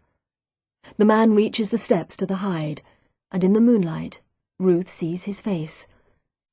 It isn't Eric. It is David. David! Shouts Ruth. Thank God! David has come to save her again. David, who knows every step of the marshes. David, who, she realizes, is the only person who really loves the place. She feels giddy with relief. But behind her, Lucy starts to scream. Nelson hears the scream. He grabs Cathbad's arm. Where did that come from? Cathbad points over to the right. From over there, he says vaguely. Come on. Nelson sets out, running, staggering over the waterlogged ground. No! Shouts Cathbad. You're off the path! But Nelson keeps running. Lucy screams, and in that second, Ruth understands everything. You! She stares at David. It was you! David looks calmly back at her. He looks no different from the kind, diffident, slightly eccentric David she thought she knew. Christ! She had even, for a minute or two, almost fancied him. Yes, he says. Me. You killed Scarlet. You kept Lucy a prisoner here for all these years? David's face clouds. I didn't mean to kill Scarlet. I brought her as company for Lucy. Lucy was growing up. I wanted a younger one. But she struggled. I tried to make her be quiet, and She died. I didn't mean to do it. I buried her in the sacred place. Eric told me it was the right thing to do. Eric? So he knew about this? David shakes his head. He didn't know, but he talked to me, all those years ago, about burial places and sacrifices. He told me that in prehistoric times they buried children on the marshland as an offering to the gods. So I buried Scarlet where the wooden circle used to be. But you dug her up again. His face darkens. You killed my cat! Bursts out Ruth. She knows she shouldn't mention Sparky. She shouldn't be antagonizing David, but she can't help herself. Yes, I hate cats. They kill birds. He takes a step closer. Ruth grabs hold of Lucy, who is shaking violently. Keep away from her. Oh, he can't let you go now, says David in a sweet, reasonable voice. She'd never survive in the wild. She's been in captivity too long. They'll have to kill you both. And then Ruth sees that he is holding a knife. A very serious-looking knife. The moonlight gleams on the jagged blade. Run! She yells, and dragging Lucy after her, she sprints past David and into the night. Chapter 30. Holding Lucy's hand tightly, Ruth runs. She doesn't know where she is going. She doesn't give a thought to the tide or the marshes. She hardly notices the wind and the rain. All she knows is that they are running for their lives. A murderer is after them, a man who has killed once before and who is intent on silencing them. Beside her, Lucy runs surprisingly well, hardly making a sound. Ruth hangs grimly onto her hand. She mustn't let Lucy go. Alone, in the dark, on the tidal marsh, she would have no chance at all. Ruth can hear David behind them. He is wading through the stream they have just crossed. She must change direction, head for home. But where is home? She makes a random left turn and finds herself facing a pool of water. She runs on and finds the ground getting softer and softer. Oh God, she must be on the mud flats. She has a sudden vision of Peter, 10 years ago, calling for help as the tide advanced. Eric had saved him, but he is not going to save Ruth.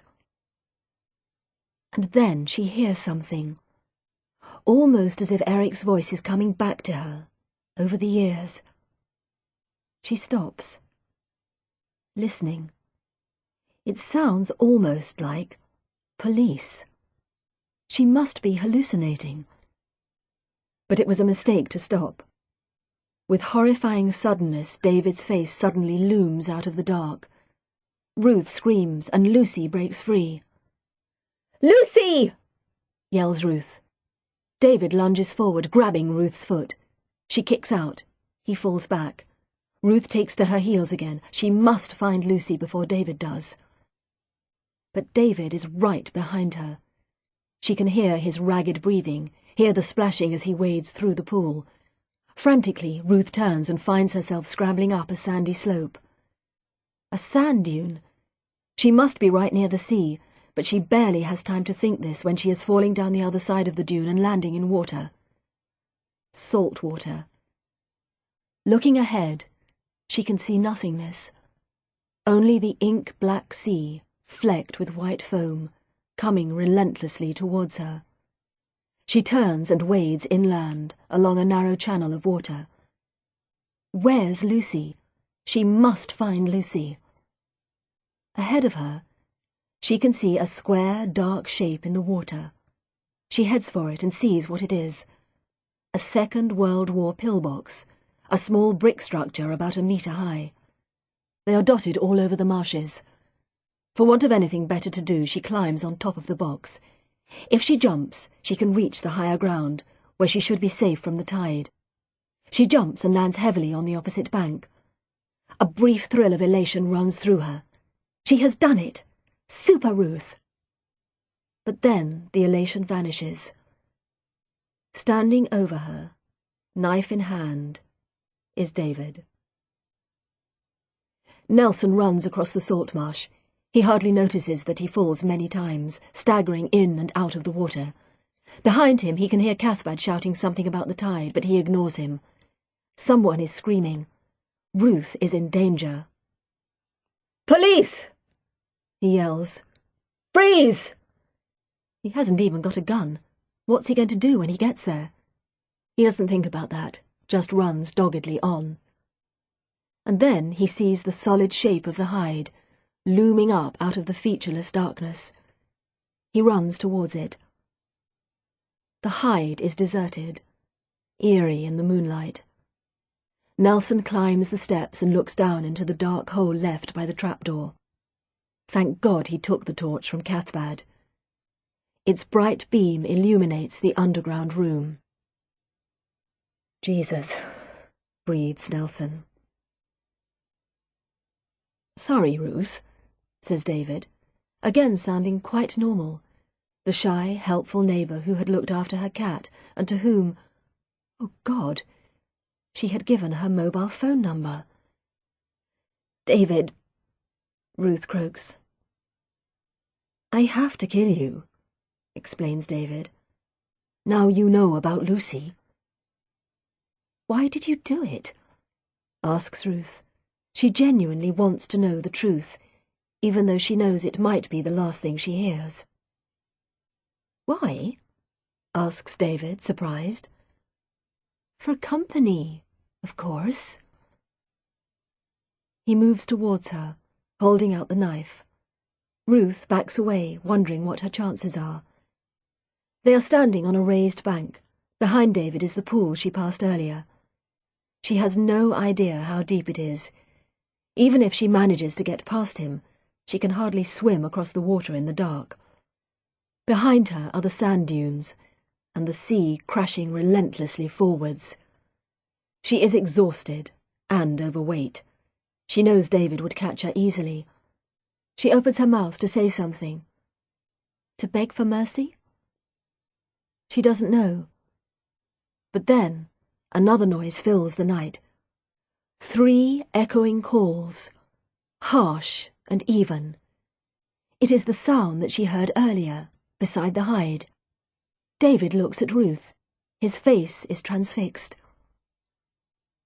"Did you hear that?" he whispers. Without waiting for an answer, he turns his back and starts walking away from her, towards the sound. It comes again, calling across the black marshes. Is it the voice of a dead child? The will-o'-the-wisps? At this moment, Ruth will believe anything. She too starts to move towards the sound. What happens next is like a dream, or a nightmare. Moving as if hypnotized, David walks straight into the pool. He is waist deep, but does not even seem to notice. Ruth sees his yellow jacket moving steadily through the inky water. Then the clouds move, and Ruth sees a figure on the opposite bank. A figure wearing a dark jacket that comes to below its knees. Lucy. There is something in her stance, something poised and purposeful that is almost terrifying. Suddenly, Ruth has no doubt that it is Lucy who is making the strange, unearthly call. David, though, is beyond thought. He walks on through the water, head up, pulled as if on invisible strings. And then, so suddenly that no one has time to cry out, a huge, white-edged wave comes crashing over the sandbank and into the pool. David loses his balance and disappears under the water. Another wave follows, turning the pool into a cauldron of foamy water. Ruth feels spray on her face and shuts her eyes. When she opens them again, the pool is still, and David has vanished. Now Ruth screams, but she knows that no one can hear her. She knows too that there is nothing anyone can do for David, and is surprised at the strength of her impulse to save him. It seems that even the death of a murderer can provoke pity. Another figure appears on the opposite bank. A tall, thick-set figure. Nelson. He is shouting something, but Ruth can't make out the words. She starts to make her way towards him, around the edge of the pool. As she does so, the sky is filled with a sound like the beating of enormous wings. A police helicopter appears overhead, its rotors churning up the black waters. It circles the pool and then heads out to sea. The water is still once more. On hands and knees, Ruth crawls along the shingle bank on the south side of the pool. It is further than it looks, and she is beyond exhausted. The sound of the helicopter fades away, and now she can hear human voices, and in the distance, dogs barking. By the time she has reached the far bank, the police dogs have arrived. Actual bloodhounds, straining at their leashes, and uttering low, booming barks that seem to come from another century. Ruth reaches Nelson just as he is looking, with dawning wonder, into the face of the girl next to him. "Nelson," says Ruth, "meet Lucy Downey." Chapter 31. Ruth is walking along the sand. It is early March, and although the wind is cold, there is a faint promise of spring in the air. She is barefoot, and the clamshells cut into her feet. She is near the henge circle. The sand, rippling like a frozen sea, stretches far in front of her. She thinks of Ozymandias. The lone and level sands stretch far away. There is something grand and terrible about the great expanse of sea and sky. Something terrifying, yet at the same time exhilarating. We are nothing, Ruth thinks, nothing to this place. Bronze Age man came here and built the henge. Iron Age man left bodies and votive offerings. Modern man tries to tame the sea with walls and towers and bridges. Nothing remains. Man dwindles into dust, less than sand. Only the sea and sky stay the same. Yet she walks jauntily, with a spring in her step, stepping lightly over mortality. She is due to meet Nelson, who is going to give her the latest news of Lucy. This is one legacy of that terrible night, 3 weeks ago. Ruth feels bound to Lucy, and knows that this connection will last forever, whether Lucy wants it or not. Ruth may soon fade in Lucy's mind. Indeed, she hopes many things will fade from Lucy's mind. One day, she will become just the strange, large lady who comes with presents at Christmas and birthdays, bringing with her a faint memory of a dark night, a wild sea, and the end of a nightmare. But for Ruth, that moment when she held Lucy in her arms was a turning point. She knew then that she would do anything to protect Lucy. She knew then what it is to be a mother. Nelson told her about Lucy's reunion with her actual parents. "We called them. Didn't tell them what was up. Just asked them to come to the station. It was 4 in the morning, God knows what they thought. The mother thought we'd found Lucy's body. I could see it in her eyes. We had a child psychologist standing by. Nobody knew what would happen. Would Lucy even recognise her parents? She was very calm. Just sat there, huddled in my jacket, as if she was waiting for something. We made her a cup of tea, and she screamed. Hadn't expected it to be hot. Probably hadn't had a hot drink for 10 years. She screamed and dropped the drink on the floor. Then she cringed away from me, as if she expected me to hit her. That bastard ill-treated her, I'm sure of it. So I left her with Judy. Then, when I came in with the parents, she made this noise, this little cry, like a baby. Then the mother said, 'Lucy?' And Lucy just howled, 'Mummy,' and flung herself into her arms. Jesus, there wasn't a dry eye in the house. Judy was weeping buckets and Cluffy and I were both sniffing away. But the parents, they hugged her as if they'd never let her go. Then the mother looked at me over Lucy's head and said, 'Thank you,' Thank you. Jesus. Will she be all right, do you think? Well, she's obviously seeing an army of psychiatrists, but they say she's remarkably resilient. She has to learn to be a teenager, not a little girl. In some ways, they say she's stuck at 5 years old, but in others she's amazingly mature. I think she understands a lot more than we give her credit for. And Ruth, remembering the way that Lucy had used the bird call, the call, she is sure, of the long-eared owl, to lure David to his death, believes him. They have not found David's body. It must have been washed out to sea and carried by the tide to another shoreline. Perhaps they will never find it, and David's remains will one day join the Neolithic bones and relics that lie beneath this shallow sea. They did find Eric, though. The great shaman, who knew the marshes like the back of his hand, had drowned in a marshy pool just a few hundred meters from Ruth's cottage. Ruth went to Norway for Eric's funeral. Despite everything, she found that she still had some love left for him, and for Magda. Eric had always said that he wanted a Viking's funeral. Ruth remembers him, by the campfire, in full storyteller mode. The ship, its sails full in the evening light. The dead man, his sword at his side, and his shield on his breast. The flame, that burst of purifying fire that will send him to Valhalla, to sit with Odin and Thor until the world is renewed. So they had taken his ashes and put them in a wooden boat built specially by Lars, Magda's lover. They had set fire to the boat and sent it sailing out onto the lake, where it burnt all through the night and was still smouldering in the morning. You know, Magda had turned to Ruth, her face lit by the glow from the boat. We were happy. I know, said Ruth. And she did know. Magda and Eric were happy, despite Shona and Lars and all the others.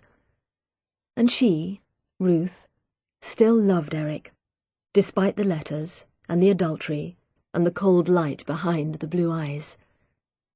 She seemed to have learnt a lot about love over the last few weeks. After Norway, she went home to Eltham, where she went shopping with her mother, played Scrabble with her father, and even attended church with them.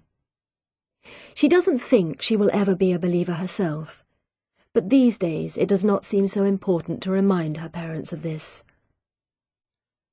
Somehow, when she held Lucy in her arms in that terrible cellar, she found a way back to her own mother. Perhaps it is just that she learnt the value of the maternal cliché, the love that is always the same no matter how many years pass, and burns no less strongly by being expressed in time-worn phrases. Eric was never charged with any crime. Cathbad was quietly cleared of the charge of wasting police time. The letters, with their haunting messages of life and death and resurrection, were never made public. Ruth thinks about them sometimes, though. Thinks about why Eric and Shona wrote them. Why Eric hated Nelson so much that he was prepared to distract him from the job of catching a murderer. Was it grief for James Agar that motivated Eric? Or was it arrogance? The chance to pit his wits against the police, that embodiment of a Philistine state? She will never know. Cathbad celebrated the dropping of the charges by performing a spiritual cleansing session on the beach, not unlike a Viking funeral, involving much dancing around a ceremonial fire. He invited Nelson, but Nelson declined to attend. Despite this, Cathbad and Nelson have become, for want of any other word, friends. Nelson has a reluctant admiration for the way Cathbad remained calm in the storm, guiding him across the deadly marshes. And Cathbad is convinced that Nelson saved his life. He says so on every possible occasion, which somehow Nelson doesn't dislike as much as he should. Ruth sees Nelson approaching over the sand dunes. He is wearing jeans and a leather jacket, and he looks wary, as if he expects the sand to leap up and attack him. Nelson will never love the salt marsh. He always found it a spooky sort of place, and now it will always be associated in his mind with Lucy's long imprisonment, under the noses of his officers, and with death. Nelson has reached Ruth, who is standing, she thinks, at the start of the henge circle. There is nothing to show for it now, though, just a few blackened streaks on the grey sand. The timbers themselves lie artificially preserved in the museum, far from the wind and the sand. "What a place to meet," grumbles Nelson. "Miles from anywhere." "The exercise will do you good," says Ruth. "You sound like Michelle." Ruth has met Michelle now, and to her surprise, quite likes her. She admires the way that Michelle always does exactly what she wants, whilst retaining the image of the perfect wife. This, she feels, is a skill she could usefully learn, not that she is planning to be anyone's wife. Ruth suspects that Michelle, for her part, is simply dying to give her a makeover. Peter has gone back to Victoria. Ruth is happy for him, and is also relieved that it was David, not Peter, who sent the text messages. Her memories of him can stay intact. "How's it going?" Ruth asks. "Not too bad. There's a new corruption scandal brewing which may take the pressure off me for a bit." The discovery of Lucy Downey was, of course, a media sensation. There seemed to have been little else in the papers for weeks, which was one reason why Ruth escaped to Norway and Eltham. Nelson came in for his share of criticism. After all, Lucy was found in an area which had been searched many times by the police. But then again, Nelson did get all the credit for rescuing Lucy. Ruth was more than happy for her part to be downplayed, and Cathbad, too, had his own reasons for remaining in the shadows. Also, Lucy's parents consistently refused to criticize Nelson, saying instead that it was his tireless searching that had eventually resulted in Lucy's discovery. "How's Lucy?" asks Ruth as they walk along the sea's edge. The tide is going out, leaving a line of shells and glistening stones. The seagulls swoop low, looking for treasure. "Good," says Nelson. "I went round there yesterday and she was playing on a swing in the garden. Apparently, she remembered the house and the garden perfectly, but she'd forgotten lots of other things. When she first saw a cat, she screamed." Ruth thinks of Flint, who, fully recovered from his exertions, stayed with Shona while she was away. Shona, desperate to make amends, fed Flint almost entirely on smoked salmon. "I should get another cat," Ruth thinks. "Stop Flint getting too spoilt." "Has Lucy said anything about what it was like?" she asks. "When she was locked up?" "The psychiatrist has been getting her to draw pictures. The most disturbing things you ever saw.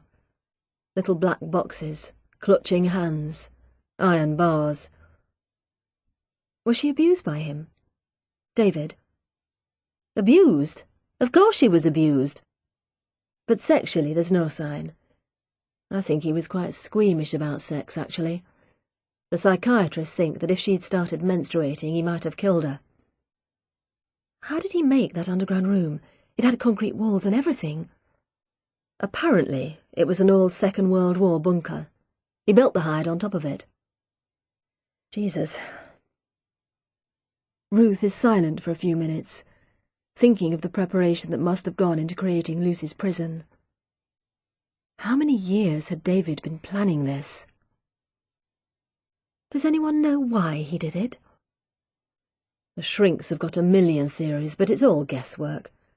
Perhaps he wanted birds to be free but liked to keep humans in captivity. For company. That's what he said to me. Ruth thinks of what David said when she told him of her grief for Sparky. She was company. With a shiver, she realizes that when she and Peter saw him that day, he must have been on his way to check up on Lucy. That was why he hated tourists and litter. He wanted everyone to keep away from the hide. Company. Nelson grunts. Jesus, couldn't he have joined a computer club? Why not indeed, thinks Ruth, looking out at the sea. Why does anyone do anything? Why does she remain here, on the salt marsh, where so many awful things have happened? Why is Nelson still in love with his wife, although they have nothing in common? Why does Phil still not believe that the henge and the causeway are linked? Why is she fat and Shona thin? There's no answer to any of it. But, she thinks, smiling to herself as the cold water foams over her bare feet, somehow none of that matters today. She's happy with her life, here on the desolate coast. She wouldn't change any of it. She likes her job, her friends, her home. And besides, she thinks, smiling even more widely to herself, I'm not fat. I'm pregnant. She has no intention of telling Nelson, though. Not yet. Nelson, too, is gazing out to sea. What's happened about the Iron Age girl? He asks suddenly, the one who started all this. Ruth smiles. They're calling her Ruth, you know, after me. I call her the lost girl of the marshes. I'm writing a paper about her.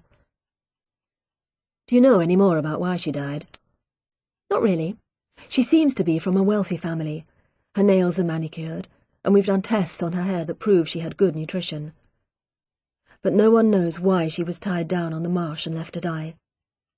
Maybe it was to ensure safe passage over the marsh. Maybe she was an offering to the gods. But really, we don't know. Seems to me it's all a lot of guesswork, says Nelson. Ruth smiles. The questions are more important than the answers. If you say so. And they turn and walk back towards the dunes.